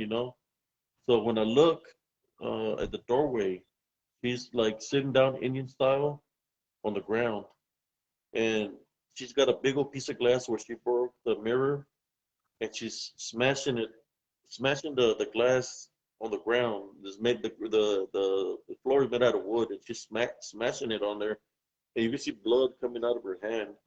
And when I looked at her, her eyes were rolled back white, Oh, and hell no. when they're rolled back white, right? I'm looking at her. It don't look like her. She looks like an older woman. Like what the woman that I saw was young. Well, this woman didn't look young. She looked older. And I'm looking at her like, whoa, what the hell who's this? And before that happened, she was Damn, telling me son. how this is what she was telling me. She was telling me that she was a witch, right? A gypsy witch. And she was telling me how werewolves, and she was telling me about the Nosferatu, that they do exist in German culture, right? So when now forward to the moment she's smashing, I'm like, man, what I'm gonna do? And I'm like Well, I went around her real slowly, and then I was afraid that her freaking head was going to twist or something, because her eyes were back wide. I could only see the white of her eyes, and she's still just smacking it hard, man. She's smacking hard, and blood's coming out of her hand. And I'm like, I'm only like 19. I'm like, what the hell? I get scared a little bit, so I walk backwards because I don't want to give her my back because I'm afraid she's going to get up and just charge at me, bum rush me. I got to defend myself. Mm-hmm. So I'm trying to open the door. She has like 4 or 5 freaking candados, dude. Like, and I'm trying to open each one of them. She's got bolts and she's got all kinds of stuff. And I'm looking back, and man, I open the door and I just take off running out of there, man. I leave it open. So as I'm running, I'm going fast. I'm scared. I'm running, and then I keep on looking back. I'm afraid that because she said she was a witch, and I'm thinking she's gonna come flying in the air after me with a damn freaking knife, or not the knife with a broken piece of glass. So I'm scared, and I'm running. I'm so scared that I'm going full blast, dude. Like I think faster than what I've ever run in my life. And I didn't go through the main gate. I jumped. I was so scared that I jumped over the wall. The wall was like a 12-foot, 13-foot wall. I jumped over it, dude. Literally jumped over it to go to the billets, to where my room was. I jumped over the wall because normally they check you to see if you're drunk or stuff like that, and I was underage or whatever. I didn't want to get in trouble, so it scared me. I jumped over the freaking wall, and I'll never forget that gypsy woman. She told me that werewolves, and that's where up to exist, that they're real. And then when I seen her possessed, because that's what it looked like to me, but it wasn't the same woman. It was an older woman, like literally she was a witch. That she took the form of a younger woman, and she showed me her true form. And which I'll never forget that. Wow. And then after that, there was I'll talk about Nosferatu. I try to tell people maybe what you're encountering is something else and not really what you think it is. Nosferatu, people call Nosferatu vampires. They call them, there's other names that they call them also. You got the succubus, incubus, they're a form of a vampire. But when I was in Germany, this happened to me in Germany, primo. I was in Germany and I was going to go to the bar. It was the same scenery. Every Saturday, there was this club called Cheers, a bar called Cheers, and I would go to. So when I opened the door, smoke came out, and you just see nothing but drenchy eyes. It's like, man, I don't want to. Something within myself said, you don't need this. Go back to the billets and just order a pizza, watch a movie. So when I was there, I opened the door. There was nobody beside me. When I closed the door, there was a person standing right behind me. He had an Wow. umbrella. He had an umbrella, like a coat, long coat, he had a long coat and a hat. When I turned around, he looked at me and he said, "I know who you are." That's what he told me. So I know who you are, and I'm like, and he had this accent, you know, this accent, and it's like, if you know who I am, who am I? That's what I asked him. Who am I? And he said my name, Abrams Cias. And like, man, how the hell did this guy know me? I'm in a different country. I'm in a different country. How does he know me? Right? Then in my mind, I'm like, well, maybe he's KGB or something. Then he looks at me and he says, I know who your parents are. That's what he told me in his this different accent. He said my mom's What? name, and he says my father's name. Then he said he knew who my grandfather, grandmother were. And he started naming people's names, man. And I'm like, Wow. who the hell is this guy? How could this be? I'm in a different country, right? I'm in Germany, and this guy's talking to me with an accent, and he knows exactly who I am. And then he said, and I asked him one more question. I said, okay, where am I from? He said, the Rio Grande Valley, and he said, Removille, Texas. What the? So I'm looking at this guy. He's talking to me in a different language. Not a different language, different, like you can see in an accent like he's a foreigner. And he said, I know your whole family. That's what he told me, right? So I look at him, I don't say nothing no more because I know at that point in time I know that I'm dealing with something else that's unexplainable. It's either two things, either angelic or or demonic. or demonic. So I never said nothing back to him. I turned around and I just walked away. I didn't want to deal nothing with it, whatever it was. But he knew everything about me. But at the same time, that's why I'm bringing the factor of Nosferatu. Nosferatu, they can read your mind. So that's how they know who you are. They know what's in your mind, so they can read everything, right? So that's why I was talking about. I thought he was Nosferatu. Well, like a month passed by or something like that, and I went back into the bar. This time I stayed in the bar, and I drank me a couple of beers. I was feeling good, right? I was drinking a couple of Helles Weissen, Eins Helles Weissen. I drank me like 6, 7 Helles Weissens. They were 1 liter, and I was feeling good. And I said, all right, it's time for me to go. I walked outside because I'll walk there. I'll take a cab, and then I'll walk back home to the village drunk. And I got out, and I'm standing on the sidewalk. As I'm standing on the sidewalk, man, this is what happens. There's a park in between the quad, and down the middle of the park, you see somebody dressed in white coming towards me. And when they start getting closer, it's this beautiful woman, and she has white lingerie, and you can see right through it, so you can see everything. Oh wow. She comes straight directly to me, and stands right in front of me. She's got an accent because she's a foreigner, right? And she tells me, "Come with me." And her face looks pale. And she says, "Come with me." And she points to where there's a room and there's a light on. And she wants me to go with her to a room. I mean, she was very beautiful, and I mean, the body is like I was young, but something within me told me, "Don't Don't go. do it. Don't go." Right? So I told her, this is what I told her. Look, there's a lot of guys in here. Ask somebody else. I'm not interested. She said, I'm not interested in them. I'm interested in you. Come with me. And she pointed again to the room. So I just turned around and walked away, left her. I didn't want to do nothing with her. Whether, and that's why it leads me to believe about the Nosferatu, that the Nosferatu exists. And the way she looked pale from the face and the way she was dressed, there's no woman that's going to dress in that manner to lure that way. But the Nosferatu, he can. And I already had the encounter with the guy that knew everything about me. And then this woman that's trying to lure me seductively. And that's why I always thought about the Nosferatu when I had that encounter. That happened to me in 1989 when I was 19 years old in Germany. Wow, man, that's I was a crazy. guy, and I could have fallen for that. Either two things. I could have had one hell of a night by going to the room. But in my book, what happened to me is I believe I did the right thing because something just didn't fit right with that picture, you know, with what had happened with a guy that knew everything about my parents, and then this woman that looks pale, but she's not alive. She looks pale from the face.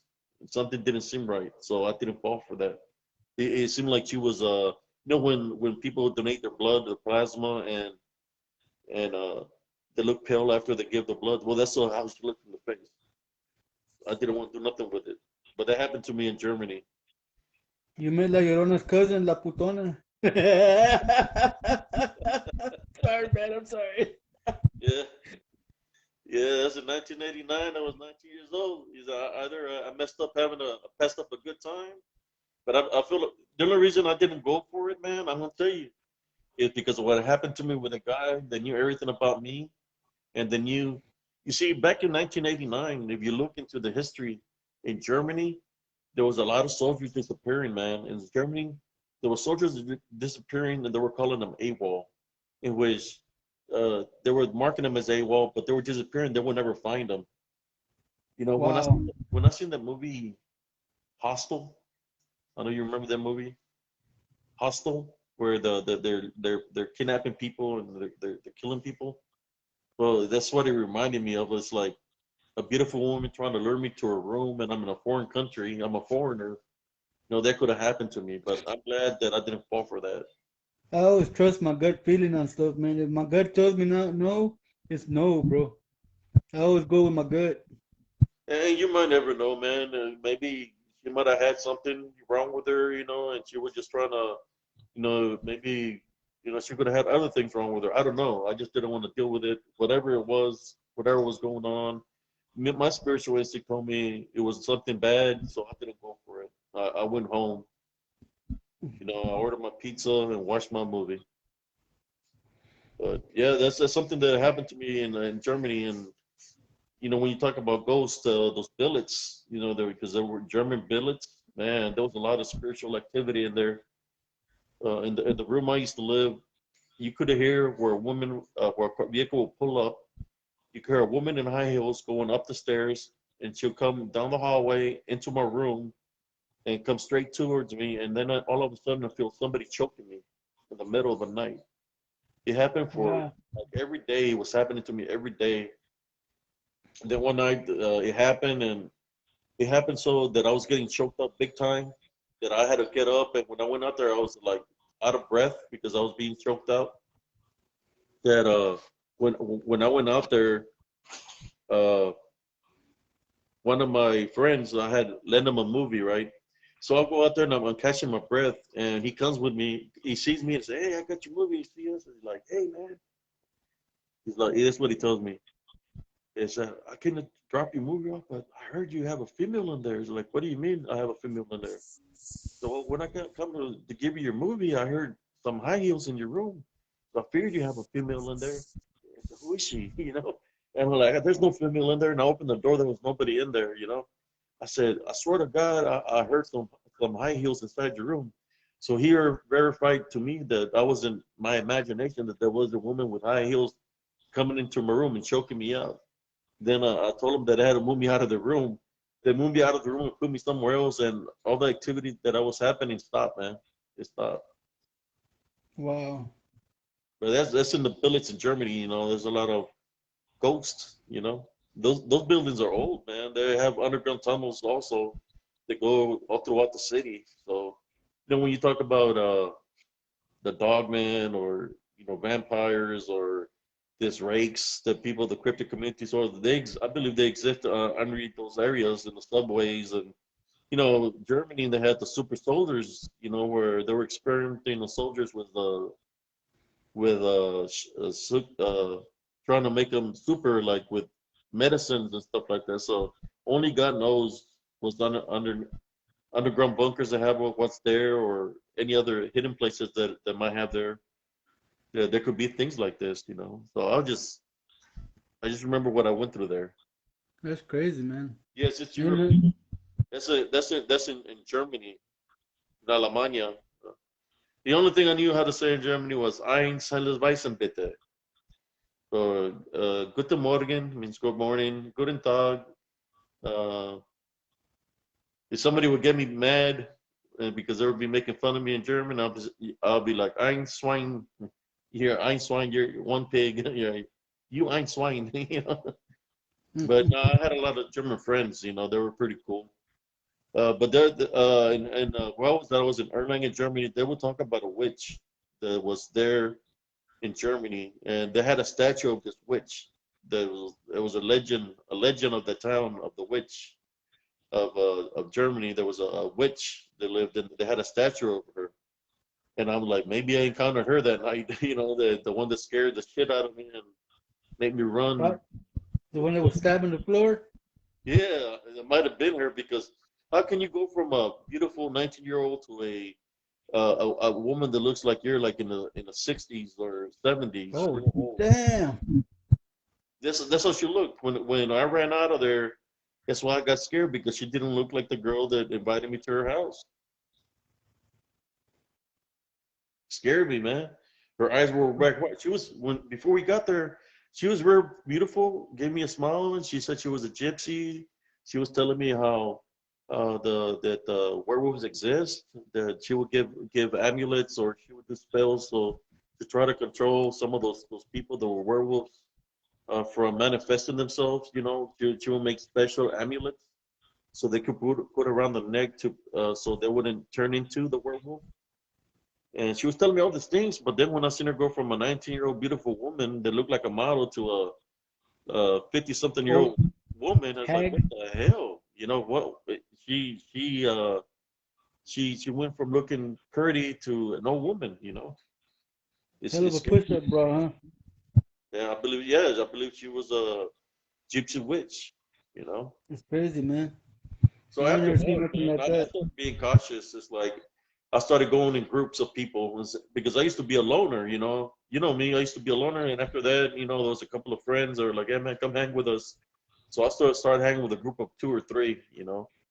Uh, but I've seen a lot of weird stuff over there in Germany. There was a, you know, I used to train, my senses. You remember, Primo? The senses in the woods, and I was practicing with this tree, training my senses, feeling the energy of the tree, and I would hit the tree, to stay active and for exercise and to train. And one day I hit this tree. The trees in Germany, they're tall, but they're not that thick. I hit it so hard that this tree fell down. I was like, oh, maybe it was a tree that was rotting or something. And I was like, man, I knocked this tree down with just pure energy. Well, what happened out in the woods, right? And I could see the path up ahead where the light is. And when the tree fell down, this what happened. I hear trees coming my direction and they're falling down. Boom, boom. And I'm looking and I can see the trees falling down, coming my direction. So I turn around, I see the light, and I head on towards the light because I didn't want to know what was coming my What was direction knocking? Yeah. that was knocking those trees. So whatever force that was, I didn't want to know what it was because something was coming away that was knocking down trees. You could see the trees falling. And that was the last time I went to go training in the woods in Germany. Whatever that was, it was coming directly toward me. Yeah, I Maybe would have done the same thing. I would have been gone so fast. Something like that happened to me, man, but instead of how you winding doing, up scary, Julie? You got Primo Leonard here. instead Yeah, of winding up scary, man, the guys at work started making fun of me, man. I was working with my stepdad. We were doing the second pickings on the cotton, right? And we're out at this labor, man. And it's about midnight. So I'm walking down the head of the labor, right? And I'm smoking a cigarette, man. And as I'm walking, man, on my left, dude, in the middle of the field, I hear the leaves crunching from the cotton leaves that are on the floor. I hear them crunching. yeah, So I stop, man, and I turn around and start headed to the truck. So when I start headed to the truck, man, the whatever was in the field, it turned around and was following me back, man. So, Primo, I'm not much of a runner, man, yeah. but I swear to you, man, I was looking down and my feet were not even touching the ground. There was a big old cloud of dust behind me, man. I ran and I jumped into the back of the pickup and I got on the radio and called for the cotton pickers to come. Dude, they made fun of me for 2 months. It was a black horse. Oh man. Oh, dude, I had never run so fast in my life, man. I swear my feet weren't even touching the ground, man. I was running so fast. I'll tell you, Primo, when I was in station in Fort Hood, they put me in a detail. I know Primo Leonard working for Hood, and the detail was to go clean. Uh, there was this area where people would do land navigation, and it's over there by nearby Maxwell Bridge. There's an old cemetery there, right? And they sent me on a detail to go. I think I was like a specialist at the time, and they sent me to be in charge of a detail to go clean that area to pick up the trash. So we're picking up the trash, from that area, and I gathered up all the soldiers and I told them to go ahead of me, right? To go ahead of me, and they started walking towards the Deuce and Half, and the sergeant was waiting for us because he had left and came back, and he had honked the horn of the Deuce and Half. So as I'm walking, and I'm the last one walking, and I'm seeing him walk in front of me. I look to my left, I seen people walking beside me. They're looking at me. Then look to my right. I see people to the right of me looking at me, and they're walking right beside me in the wool line. And then I hear people talking behind me. Man, I felt that, and I just tried to ignore it, but I took off running, man. I took off running, and I jumped on back of the deuce when the soldiers were in the back deuce, and I told them I started banging on it. get the hell out of here, and we got the hell out of there. But there's activity there, and he was dealing with that cemetery. There's the old cemetery there, and that area where they do the land nav. You know what I'm talking about, Primo Leonard, the land nav course that they go to. And the land nav course, people have disappeared. There's been soldiers that disappeared. Where there was this guy that got lost, and he got lost, and they found him, but he was dead. You know, he was lost for like 2 or 3 days, and your body can only be can't survive without water for a couple of days. Well, they found him dead by a. But there's a lot of activity in those areas, and I believe the activity that's there is dealing with the native, because all native land, like on Fort Hood, there's a couple of ranges or areas where you're not allowed to go up on those mountains because they're Indian burial grounds. But there's all throughout Bell County, Salado, and certain areas, there's markers. If you look it up into the history, there's markers where natives used to live. So you see a lot of activity of this natives, whether there be shaman, skinwalkers, whatever you want, shapeshifters. You see the activity happen all the time around the area. Even Wow. within the city, you see this kind of activity because, like I said, it used to be native land. So you see a lot of things like that on Fort Hood, a lot of spiritual activity. I think it's called Maxdale Bridge. Maxdale Bridge is nearby that area that I'm talking about, where the cemetery is. It's an old cemetery. But yeah, see, what else can we talk about? Hold on a minute, man. Yeah, My other phone is dying. they know I have a little bit of some Indian blood in me too, so they see me as a you see the local natives that live in Bell County, they're called Contowans or something like that, and those natives that used to live in the Central Texas area, they were actually cannibalistic, man. They were cannibalistic, and Yep. they would kill natives, other natives, and they would work for the camp soldiers and the horse regiments. Yeah, and they would use them as scouts to take them to where the Cherokee, the Apache, or any other kind of Indians lived. So they were like working for the Cav. And there's a story where there was a Cav soldier that had those contos that were like their scouts, and they took him. They caught I believe an Apache or something like that, or a Cherokee Indian, and he's looking for him. He can't find them, and when he finds them, they're cannibalizing that Indian. They kill them and they're eating them. They're eating the heart, eating the parts of the body, right? So that was in a history book that I read about the local natives. So spiritually, they say that they could shapeshift, but there's something else that happens when you eat flesh, right? They said that a person that eats flesh turns into a Wendigo. Mm-hmm. So I believe there's a lot of shapeshifter Wendigo activity in Fort Hood, Texas, and I believe that's what I witnessed. And where I used to live in Elms Grove, this is shapeshifter. You know, I believe they were Wendigos as well. I told you they were Wendigos. yes, they're the Wendigos, and that's what they do. They possess people. They have to find a host, so they possess people. And some of the people they take, and they jump. That's what they do. They possess people to see who they could feed off, and that's the natives.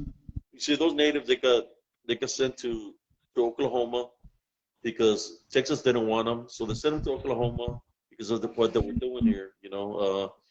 They call them dirty Indians. So they sent them to Oklahoma. They started killing people over there and doing the same thing. So they sent them back from Oklahoma to Texas, and the Cherokee, the Apache, and the Comanche all gathered up and came for revenge because of all the members of their tribe that they had killed and cannibalized.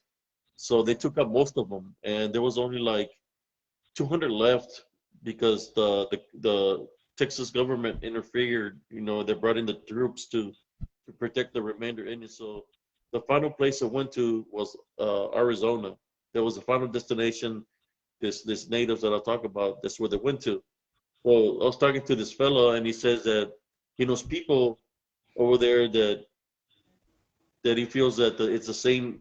The things that I was going through, people in Arizona are going through the same thing. Is because they're Wendigos, shapeshifters, or whatever you want to call them, right? Wendigos, that they have that kind of activity in Arizona also. But it's dealing with the same natives.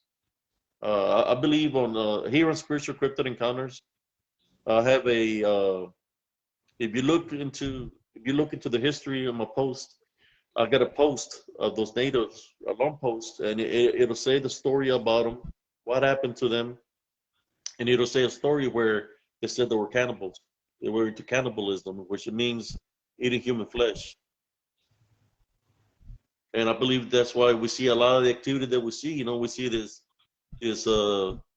people say Bigfoots, or you want to call them Sasquatch.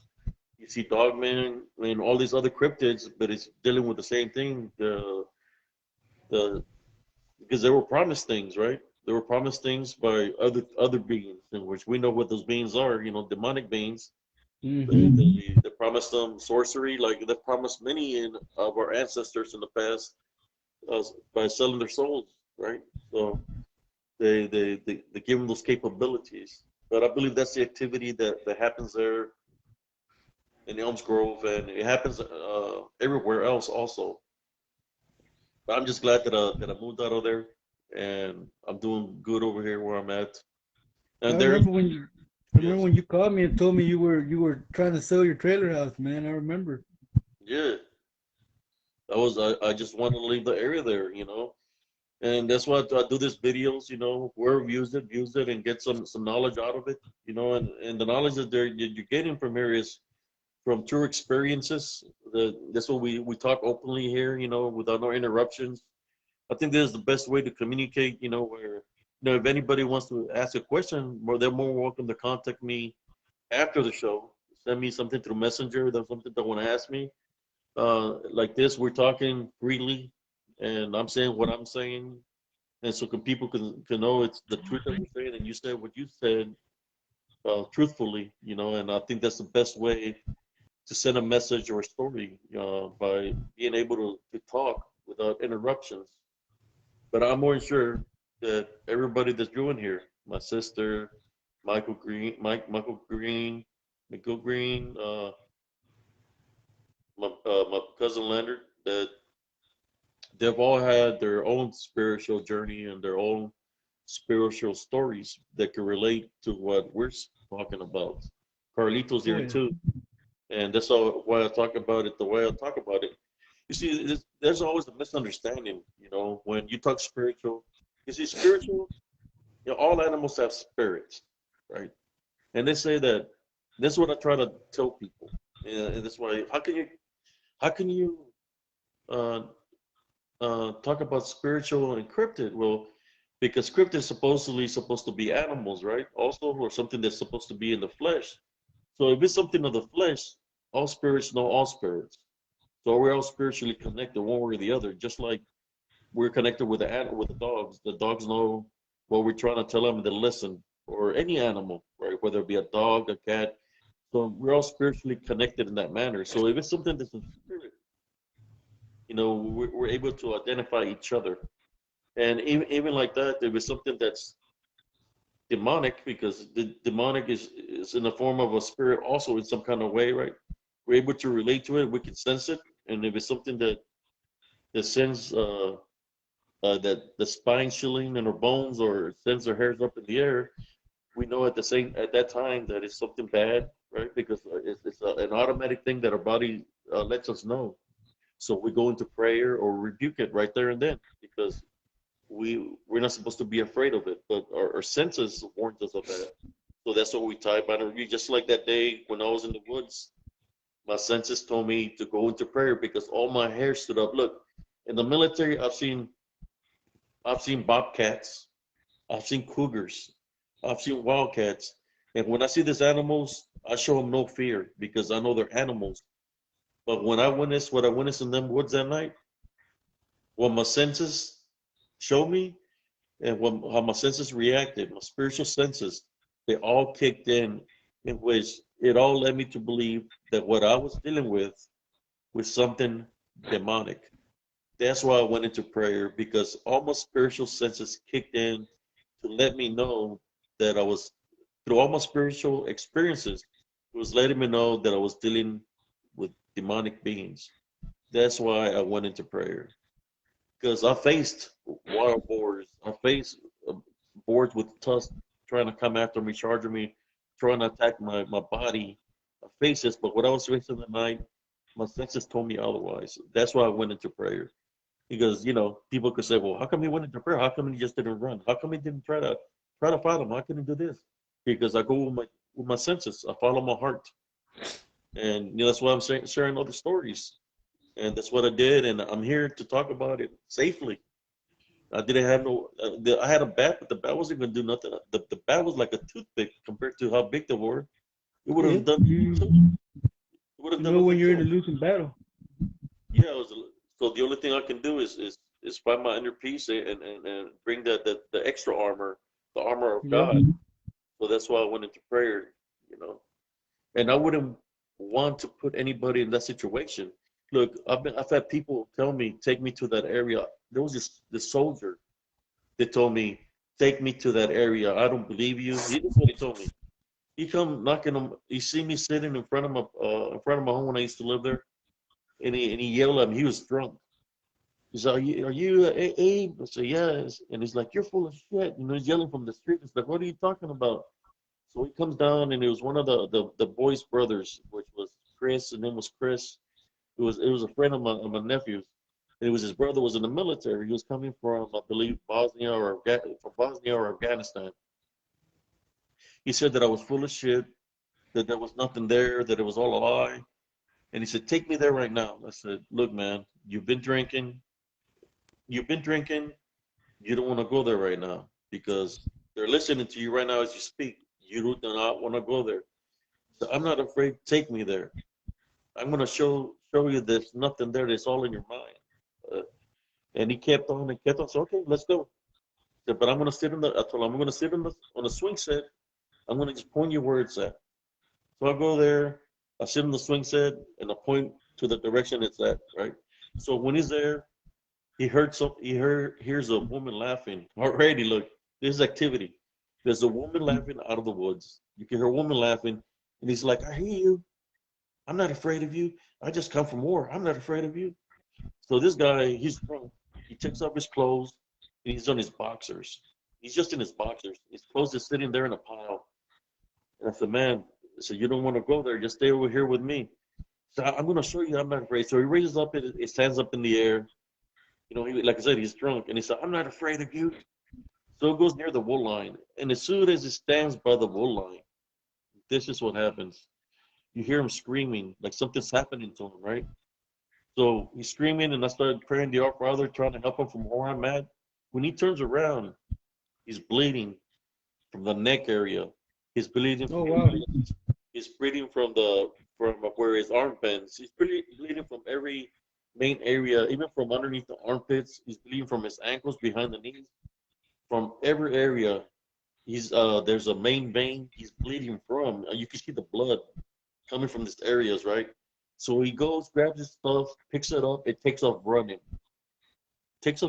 scared, right?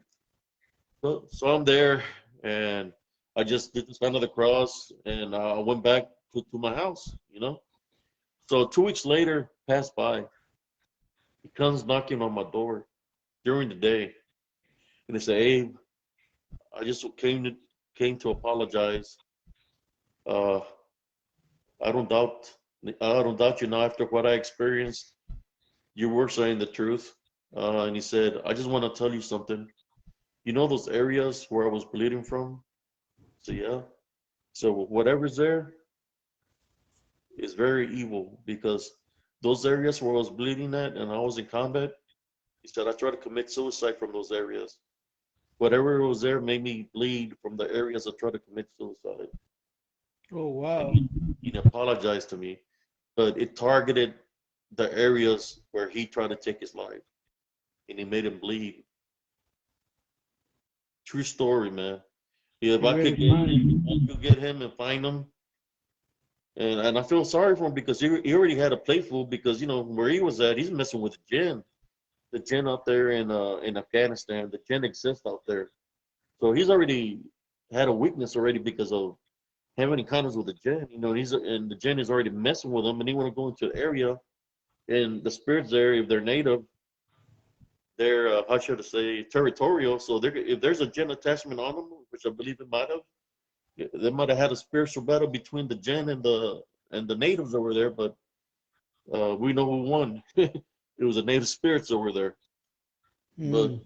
as far as I know, I don't know whatever happened to the guy, man. I mean, he's doing okay, but it's something he's gonna remember for the rest of his life. But he Oh, believed I in that. bet. And you know what? Sometimes that's what it takes for people to understand that when somebody says a story that what they're saying is real because there's gonna be you're always gonna have critics. Like when I did my show, I did my podcast. I was gonna have critics. You're gonna have the people that are gonna try to label you that you don't know what you're saying, or they're gonna tell you he's not a real person. He's all about this or whatever because they might be in a higher place than you or whatever. Not that they're higher place, but they want because they're trying to get their own viewers, whatever. But I've had an open challenge for over a year for anybody that's doubted me that I will take them into that area so we can be there during the day, or you want to go at night, let's go at night. An open challenge for anybody. But nobody of those doubters that talks bad about me has taken that challenge. None of them. There's only one couple that took the challenge, and the other reason it wasn't even a challenge because they didn't know about a challenge. And I put it on my site. It was a couple that seen my show, and they contacted me through Messenger that they want me to take them there, and they're all excited. So I said, you know what, man, there's just some fans. So I said, you know what, I'll take you. I hadn't been there in a long time. So I'll go there and I take them during the day, and I let them go in front of me. And I'm taking the pictures, re-recording, and I let them stay there by themselves. And when I brought them out, they came out. They were telling me what happened when they were in there. They said that when they were in there taking pictures, recording that as soon as I walked into the path, they feel a change of energy. That they feel something like they were in a different time and place. Like a dimension, a portal of sort. And they said when they were standing in the path, that they could hear somebody walking around them in the woods. They were walking around them, right? They were walking all around them. They could hear the footsteps and everything. So they crouched down on the ground and they were hearing all this activity happening around them. So they went to another area, and in that area, but they said the area they heard the footsteps was the area where I had my encounter of the dog man. So they witnessed that for themselves, and they said that they wouldn't go there at night. They said they would not go there at night. So named Priscilla had the Palo Santo. She turned it on and she started using the Palo Santo. Look, when she turned on the Palo Santo, I seen it. It was right one of those shadow figures right there by the tree, and the sun was still out. He was right by the tree looking at us. And when she was doing the Palo Santo, he was right there by the tree, and he went into the tree. I seen the shadow figure during the day, but I didn't tell him nothing. I seen it, so I know the activity that's there. And some of these daughters that I have, they're not too far away from me. They live right here in Austin, Texas. But that daughter, he's not that his daughter. He knows there's something there because his wife got spiritually attacked there. And that I got a story to that, but I'm not going to talk about that guy. But that's one of the people that likes to talk bad about individuals, but he's never gotten the how should I say the courage, right, to take that offer to go into that area at nighttime. Look. There was one day, and Beatrice remembers this. There was one day that a neighbor had called the cops because they said there was a peeping tom, right? So there was like 4 or 5 squad cars all over the place in the park, and they had the high beam shining on this dark figure. It was moving real fast, going into the wool line, coming out of the wool line, and they were chasing it. The cops were chasing it with a car with a flashlight. They were shining on. You could see the dark figure, and they had like roadblock on the road, and they were trying to capture this. They thought it was a person, right?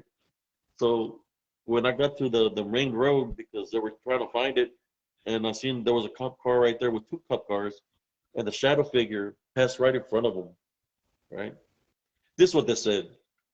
They said, we're not going to write a report about this. And he's talking, they're talking to each other like, did you see that? Did you see that? So we're not going to write a report about this because if we do write a report about this, the chief of police is going to fire us and we'll think we're crazy. So they did not write a report of what they encountered there in Elms Grove. This is like 4 or 5, I think it was like 5 squad cars, and that's the activity that's there in that area.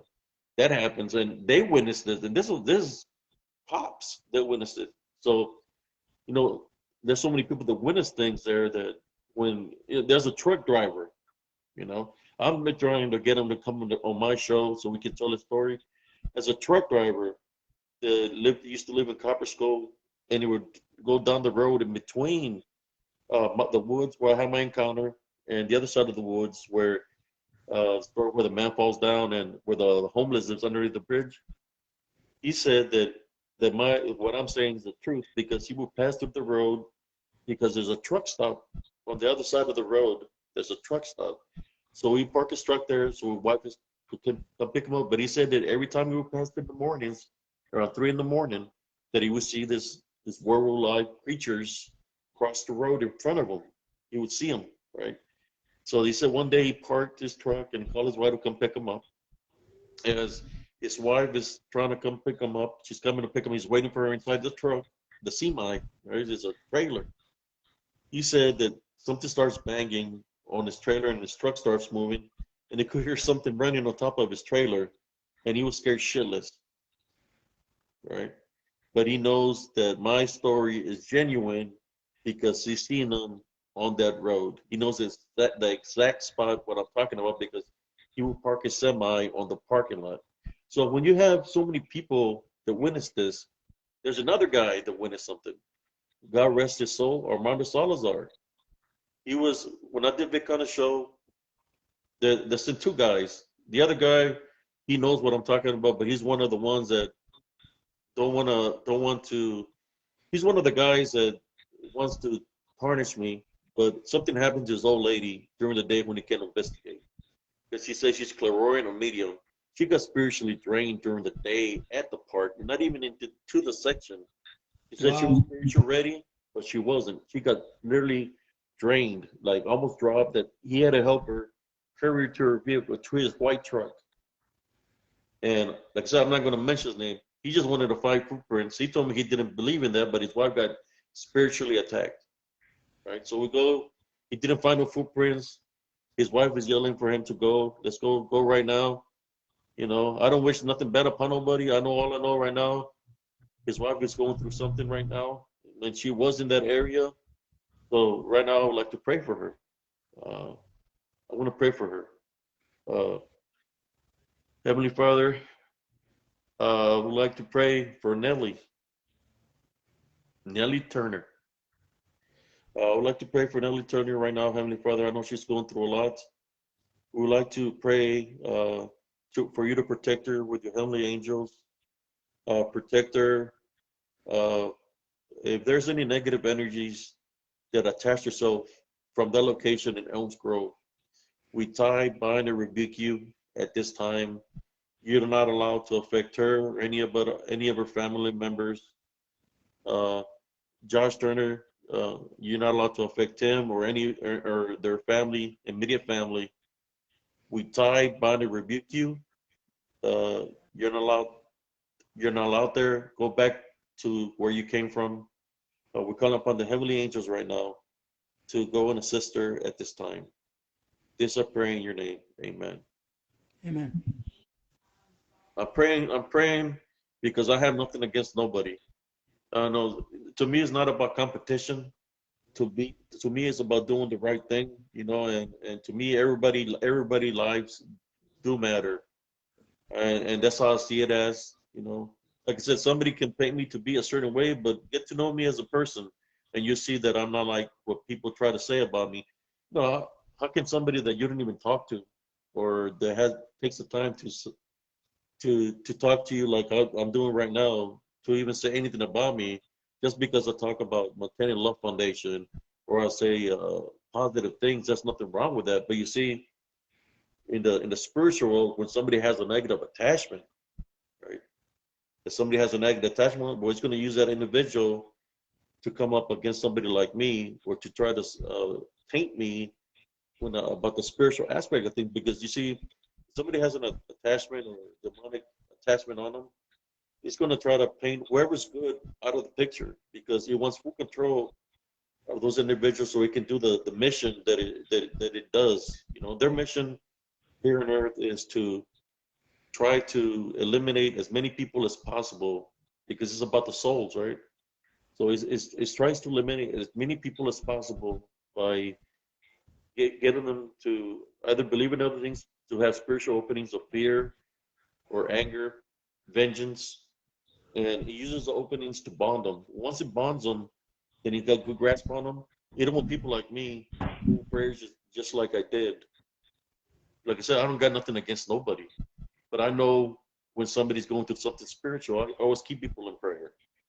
So that's when you know that somebody has a spiritual attachment, whether they want to say that they have faith or not.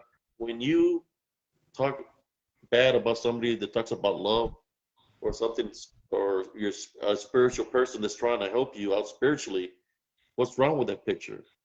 Why would you say something bad about somebody that's spiritual? I just prayed for your family and you. I have nothing against nobody. I never have. Uh, but the other person that witnessed something after that was Mr. Armando Salazar. God rest his soul. He was a night person that worked for Mr. Vicondo. He come knocking on my door on a Sunday because he was a night mission guy. He was doing the night recon. They put him to the location where the homeless person seen him standing in the water, but he was by the big parking lot near the club. He was standing there. He said that he had stopped by my house. Not recon guy, they're not supposed to make contact with you. So he had to make contact with me. But this is what he told me. He knocked on my door on a Sunday morning, and he asked me, "I want to ask you a question." I said, "Sure." And I didn't know who he was. He's like, "How can you be in two places at one time?" That's what he asked me. And it's like, "What do you mean?" I said, "Well, I'm Vic Connor's night guy. My name is Armando Salazar." So I went to park over there at this parking lot. Before I went there last night, I stopped by your house and I seen you inside your home. So I went in the park and I'm not in there 5, 10 minutes. And I see you standing by the creek, calling me by my name to go to you. You calling my name and you calling me to go to you. And you dressed like in black, but I see your face and you calling me to go to you. And I'm in my vehicle and he says, "No way. He don't even know I'm here. He don't know my name. How can he be calling my name? He don't even know me." That's what he said. So he gets scared. He backs up and he goes to my house to see if I'm there. When he goes to see if I'm there, he sees me inside my home. That's the reason he asked me, "How can you Wow. be in two places at once?" And which he told me that he believes that what I was dealing with was either a skinwalker, shapeshifter, or a demonic being. And he's the only one that witnessed something. Even though old boy witnessed something, what happened to his wife, he witnessed something, and he told, I guess, Vic Conduff that of what happened to him. So they're allowing me to say demonic entities on the show that I did for Dogmatic Encounters episode 53. I was allowed to say that, but what happened to Armando, he witnessed that. So he believed my story to be true. So when you have all these witnesses, even from the homeless man that lived underneath the bridge, I knew the guy. My sister knew the guy too. We helped him out. We helped him relocate and move somewhere else. Uh, we knew the homeless guy, and he witnessed what happened to him underneath the bridge. And he moved from there to live behind a store. But we had a friend that had said, "I'll help him out if he fixes my home. If he can fix it up, he can live there for free till he fixes it up." So that's how I helped him out, the homeless guy, to get him out of that area. Uh, we would call him Cheech, but he witnessed them in full form underneath the bridge. He said he was sleeping in the sleeping bag, and he seen them standing in the water. This the werewolf-like creatures. He called them beasts, but he said that they were like werewolves. And he witnessed them. He was in his sleeping bag underneath the bridge at nighttime. He witnessed them. So when you have all these people that witness that can back up the stories that you say, how can you people try to paint you to be a certain way when you have all these people that shared what happened to them in that area? And there's many more. I'm more than sure there's many more. And man, I just feel sorry for whoever moves into the area because they don't know what the self they're getting into. Most of the mobile homes that were there in the park, they got washed away because the creek rose. We even saved a man's life. My sister's husband and her children. He was trapped in the car because the creek rose. He was in a Mustang and the water took him, and it was deep. And we saved him. We carried the Mustang. His name was Frank. We he was a big guy. He was trying to break the window. It had flooded, and we're trying to get all the people, all the because there's a lot of elderly there. We're trying to help them from their homes. Was walking in the water and helping them get them out of their homes. And we seen the lights of a Mustang in the water. And my nephew went to go check, and it was him. He was trapped in there. His name was Frank, and he was trying to break the window, but he was underwater, and it was like this with his nose up in the air. So we went to go They picked up the rear, and I picked up the front. Not saying that I'm Hercules, but we know when you have water, we use the tires as a floating device. So we slowly walked the vehicle up to higher ground, but we used the tires as a floating device. The water makes it lighter. So we carried the vehicle up to higher ground. The police were there and the fire department was there, but they didn't want to help. And they were telling us to leave the vehicle alone, but they didn't know that there was a man trapped in there. So when we went up, took him to higher ground, we opened the doors and water came out of it. And he came out of it. And he was like scared. I mean, you should have seen the fear in his face because he could have drowned. If we would have never checked the vehicle, he might not be here right now. So thank God that he survived, but he was never the same after that. He moved from the park. He was a Vietnam vet, and I got a picture. Matter of fact, and I'm not sure if where is viewing. It's an old picture of what I caught the following day. I was walking in the park because when you go through something dramatized, it's not just the person that's in the vehicle that's being dramatized. It's the people that are saving the life also that can dramatize you because anything could have happened. The creek where the rose in, further up, we could have been underwater too, where he could have taken us. Uh, Following day, as the water receded, I got a picture where I'm walking by the swing set, and as I'm walking by the swing set, I feel this presence there, and I'm feeling this presence there, and I just take a picture of the swing set. But on the image it's an old picture, and the pixels are not that great. But in that picture, you could see what seems to be like a being with a skull face. And I might share it on Spiritual Cryptids later on. I've been working on it. And with its new apps, make the pixel better. But you'll be able to see this being with a skull face looking at me. It seemed like a death was pissed off because we saved the life. Like it was there to claim him, but we got placed there to save him. So, and that's the picture that I got the day after we saved his life. His name was Frank. He moved to Houston with his daughter after that. He sold his mobile home and he got the hell out of there. But yes, so many encounters. And my sister B, she can verify all this also because we all lived in the same place. So it's not like I was living by myself. My sister was living with me, my brother-in-law, my nephews, my nieces, my son, and they remember all the things that I'm talking about. It's not like it just happened to me; it happened to all of us. Hey, And just cousin, I just talk about it. what I can't believe, man, is that those werewolf things didn't mess with that homeless man while he was under the bridge. That's what I have trouble with right there. I know If that you, he said if he you said seen him, he said he why was a didn't little they? dog, but they could sniff him, right? It was man. I'm telling you, look, I seen him walking one night. I was coming from the store. My nephew Ryan wanted to go to the store, wanted to go buy some ice cream, so I took him.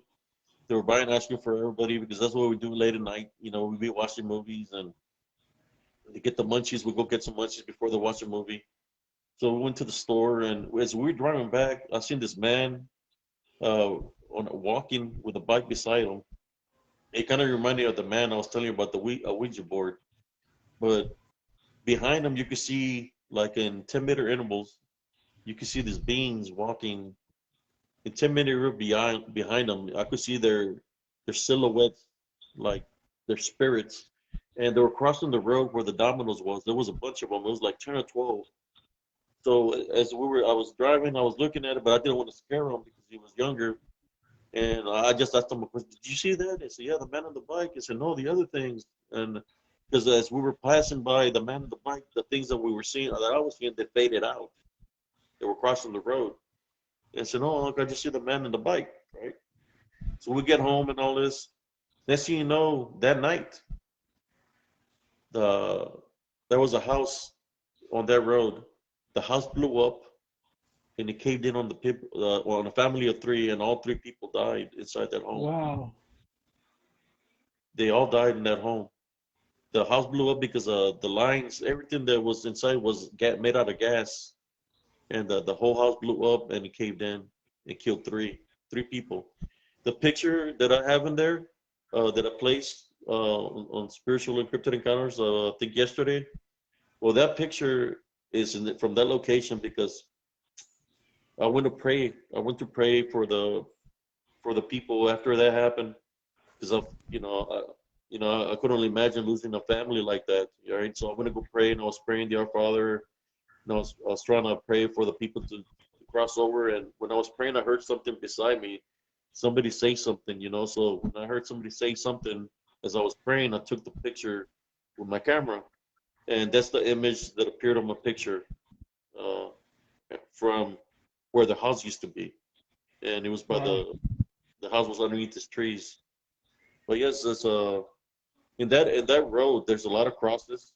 There's a lot of crosses. That's not the only people that passed away. There's on that main road. There's a lot of crosses on the side of the road where people have died in car accidents, and I believe that it's that activity that's there that's caused this accidents down this road. So much spiritual activity that's just happened there. Where there was this man that would sell antique weapons that he got murdered at his home. Uh, my sister, there's so many things that happened there. After the shadow figure encounters were all fighting spiritually, uh, my neighbors, I had warned them about what was happening there.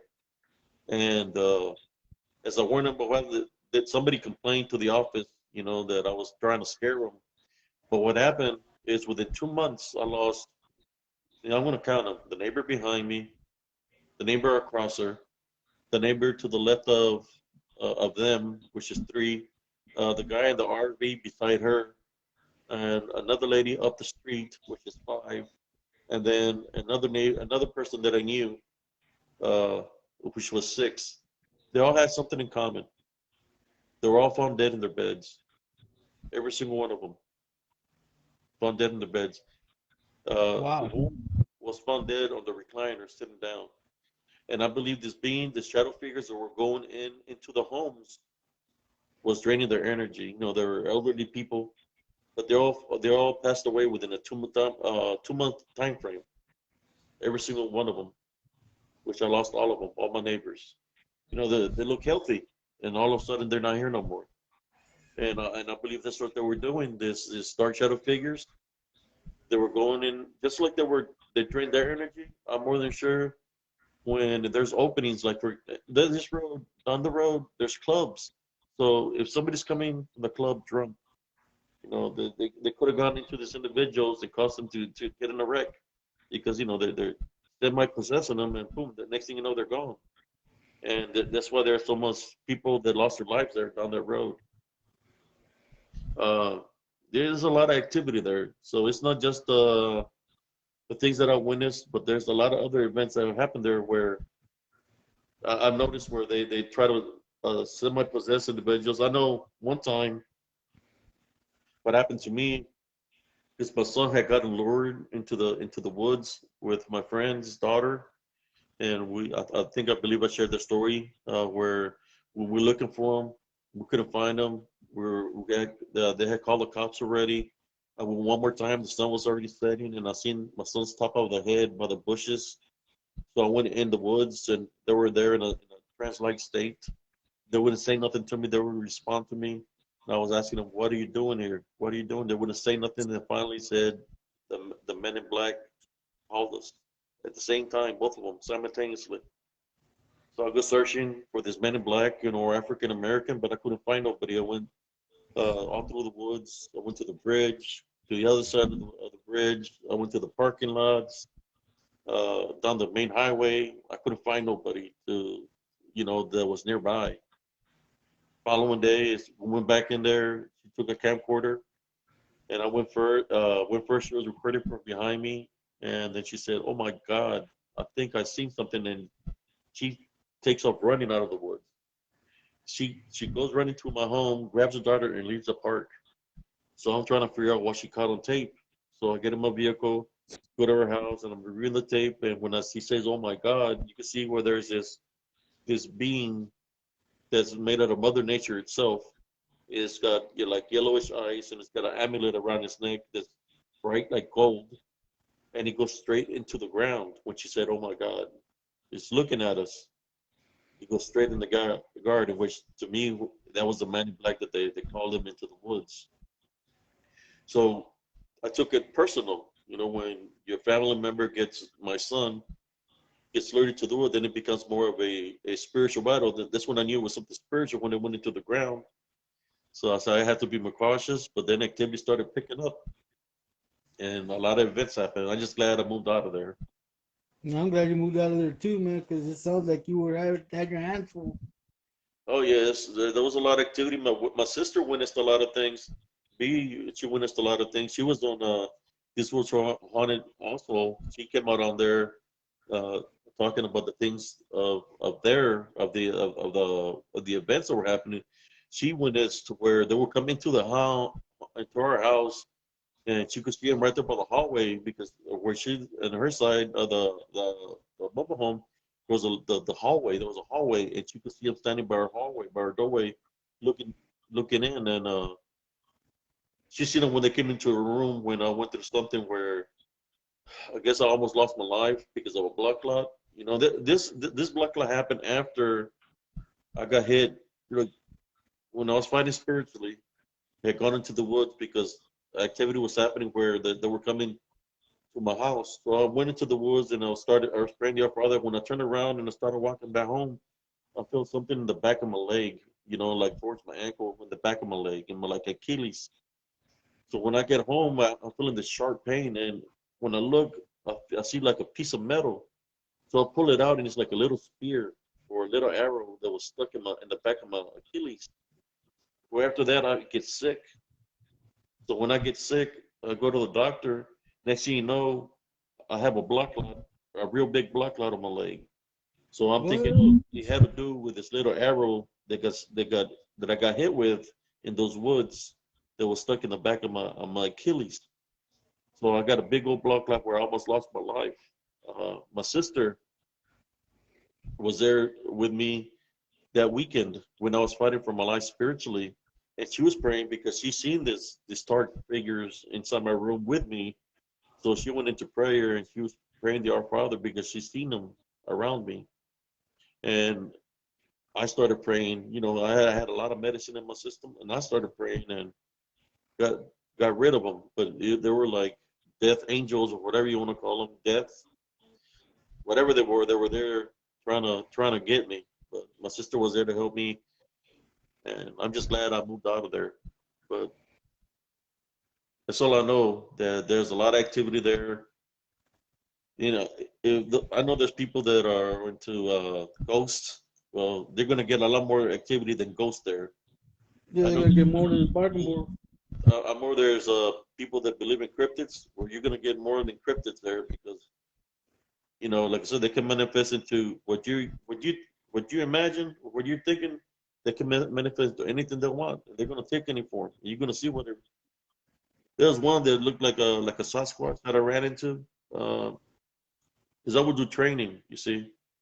I would do training, and I would put on my gear, my army gear, because I was looking for whatever lured my son into the woods, right? So at nighttime, I train at night, and in the military, train nighttime, daytime. So I put on my gear.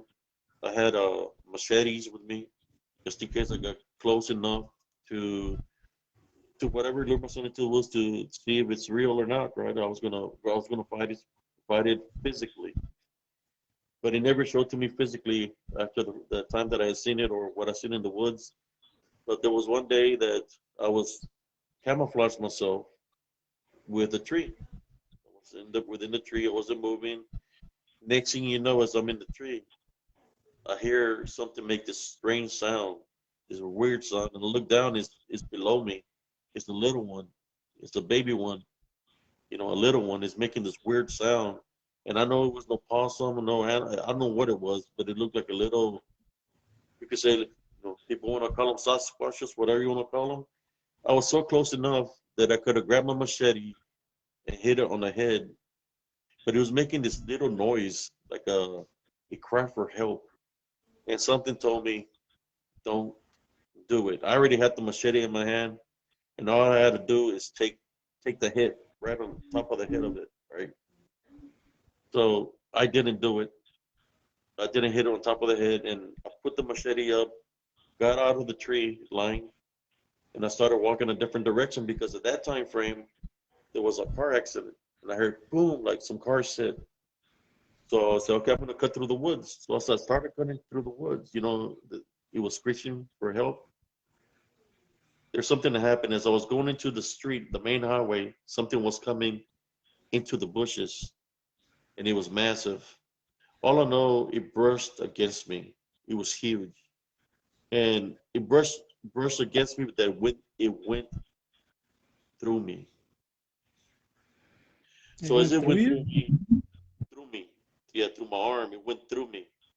But it looked like a silhouette of what people call Sasquatch, right? It went through me. Well, this is what happened. As it went through me, as it went through me, I started feeling strange, and I started not feeling like myself, like I was being, I should have said, spiritually attacked or semi possessed. So I did the sign of the cross automatically, and I start praying to Our Father, right? Because sometimes, like I said, they appear certain ways you can believe it's something real.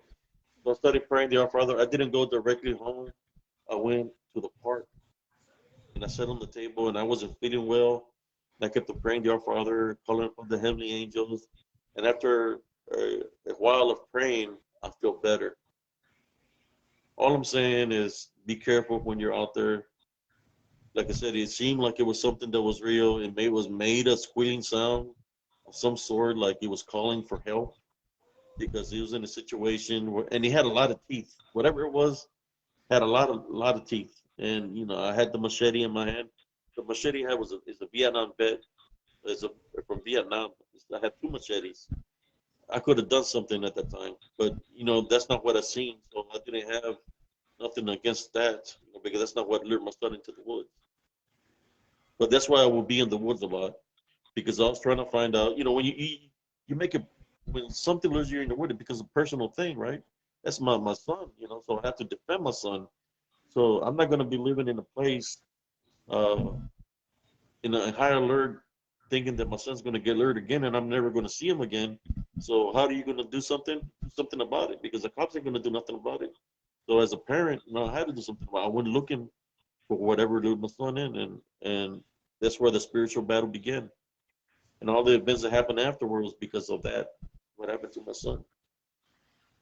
I'm just glad I moved out of the area, and I just remember all the things that I experienced, and try to share the stories with people to try to open them up, open their eyes, not to believe in everything that you've seen. Like when it was in form of this little creature, which had a lot of teeth. I mean, the only way I would have found out if it was real or not, if I would have taken if I would have hit it with a machete. But you see, the thing about that is, if it was real and I would have killed it or hurt it or that it would have died, then it would have taken it personal. And just like I went looking for whatever lured my son into it, it would have come either me or people that I love, and I didn't want to put anybody in danger in any kind of way.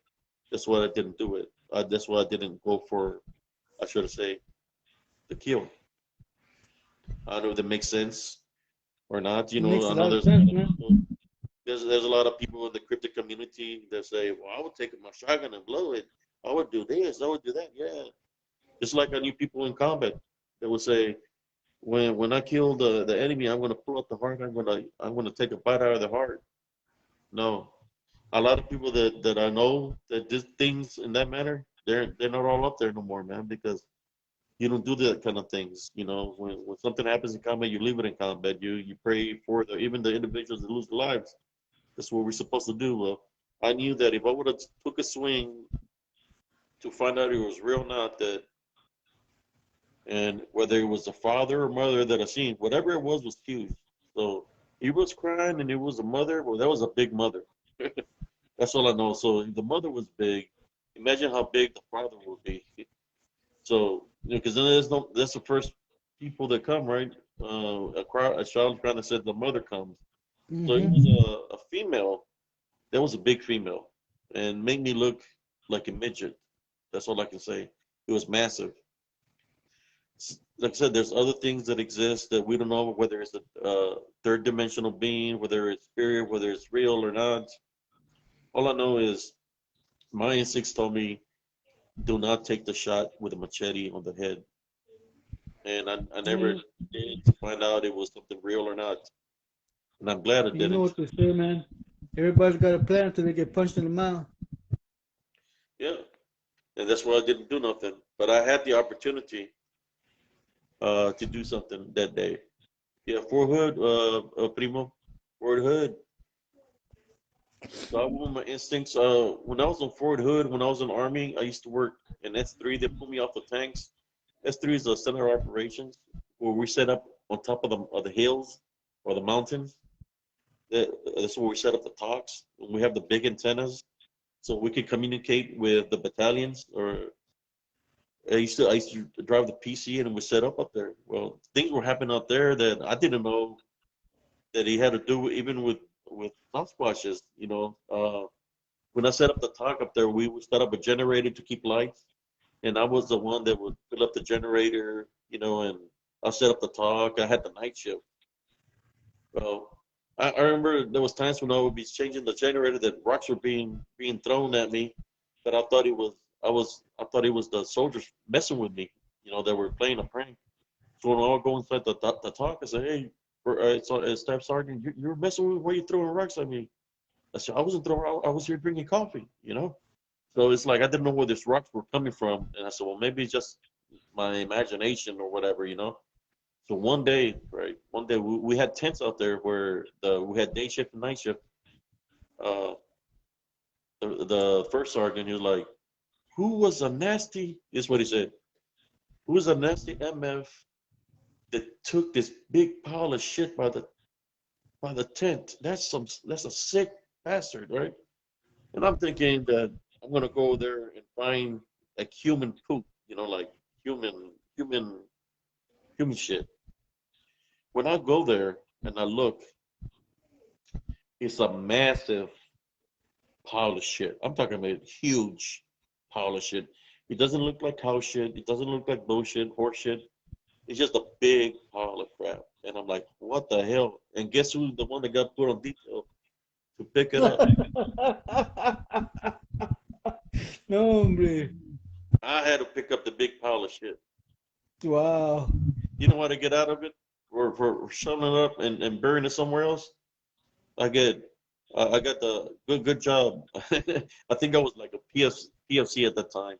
Good job, or a specialist. Good job, specialist. I got stuck on detail picking up the big old pile of shit, and I had to bury it. I don't know where it came from. It was what was weird. It was because the army tents. You have the army tent, and you put camo around the army tent to camouflage with the woods. Well, it was in between the tent and the camouflage. It was a huge pile of shit. Wow. He let you know it was there. Wow. Yeah, and they were like trying to figure out who's the one that did it. You know, like I was looking at the people, like there's no way that much shit is gonna come out of those individuals' asses. It was huge. So it had to be something big that did it. You know, I know it was not human uh, shit. Well, as I continued to work for S3, you know, I went back to the lines, and then, you know, I got sick in the army, and they made me get on details to work for the ranges. So I was working I was working the ranges, in Blackwell, Clabber Creek, Trapnell. When I was in Clabber Creek, we were doing radio checks at nighttime, and we got a distress call from one of the rangers. There was a distress call from there was a sergeant, because we were in the detail. Uh, he was calling from Trapnell multi-use range. He was calling from there, saying that they was being attacked by something. You know, that he had barricaded the tower. You know, it's because we're in towers. We're in the towers. There's steps that go all the way up to the top, and there's a room. So he was trapped inside this room. So we went from Clabber Creek all the way to Trapnell. And you know, when you're in the military, they don't give you live ammunition to have. So I had my pick handle. You know, my pick handle. And we went there. We got there, and when we got there, as soon as we got off the Humvees, there was a stench, this nasty stench. I was like, that's beastly stench. You know, that's smelling like what the. And I know they had an outdoor latrine. I know how, you know, we all know how poop smells, but there was this beastly smell. And we're searching, and they're like, hey, we're banging on the tower. We're here, Sergeant, but he's not coming out of the tower, you know. So we walk all the way up to the tower, and he's got everything. He got chairs and everything barricaded the door, and he's hiding in there. And he's like, hey, you need to get all this stuff out of the way. And so we got it. He got the stuff out of the way, and he came out. Right, he came out and he started smoking cigarettes real fast. And like, I mean, he's literally like, he's scared shitless. He's smoking. He's smoking. And so what happened? We slow down. What happened? He's all scared. He's like, no, I was gonna go to the restroom. When I was going to the restroom, it was there looking at me. It's like they were like, what was there looking at you? He said, Sasquatch, Bigfoot. It was there looking at me. And he said, when he was looking at me, it made this growling sound at me. I got scared and I ran upstairs and I barricaded the door. So when I was upstairs trying to barricade the door, it was hitting the tower and the tower was moving. You know, the tower is made out of like, Wow. he said like steel or strong steel or aluminum or steel. Uh, he said that when it was hitting, that it was moving the tower. That's how hard it was hitting. That it was banging on it. It was making a growling sound. And I don't remember the business smell, and I was looking to see what I could find, you know. And he was so scared that they sent him home. That's how scared he was. That he couldn't do his job. That's how scared he was. So one of the other guys pulled his detail, and they sent him home because he was scared. I mean, you could literally tell he was pale from the face, smoking cigarettes, and he was saying that he actually seen a Bigfoot or a Sasquatch there banging in the tower. You know, see, I got all kinds of stories. I live in that area, you know, and that's what he said. You know, I've been trying to get him to talk to me about it, but he don't. I guess it was so bad of an experience that he don't want to talk about it to anybody. You know, I've been trying to I've contacted him to see what wants to talk about his encounter with a Bigfoot that happened there at Trap Nail, but he hasn't contacted me. But it happened on Fort Hood. So, you know, there's sightings everywhere, you know. There was another sighting that I seen where I was in Blackwell, and we had two options: stay out there for the weekend with the tank, or drive the tank back to base and park it in the parking lot, in the motor pool. So I said, you know what? I took my driver, put on your night vision, let's go. You know, we're not gonna stay out here for the weekend. We're driving down the road, and we're looking through our night vision. You know, looking through the night vision, and as we're driving, you could see something pass in front of our tank, and it's changing colors, and it's real tall.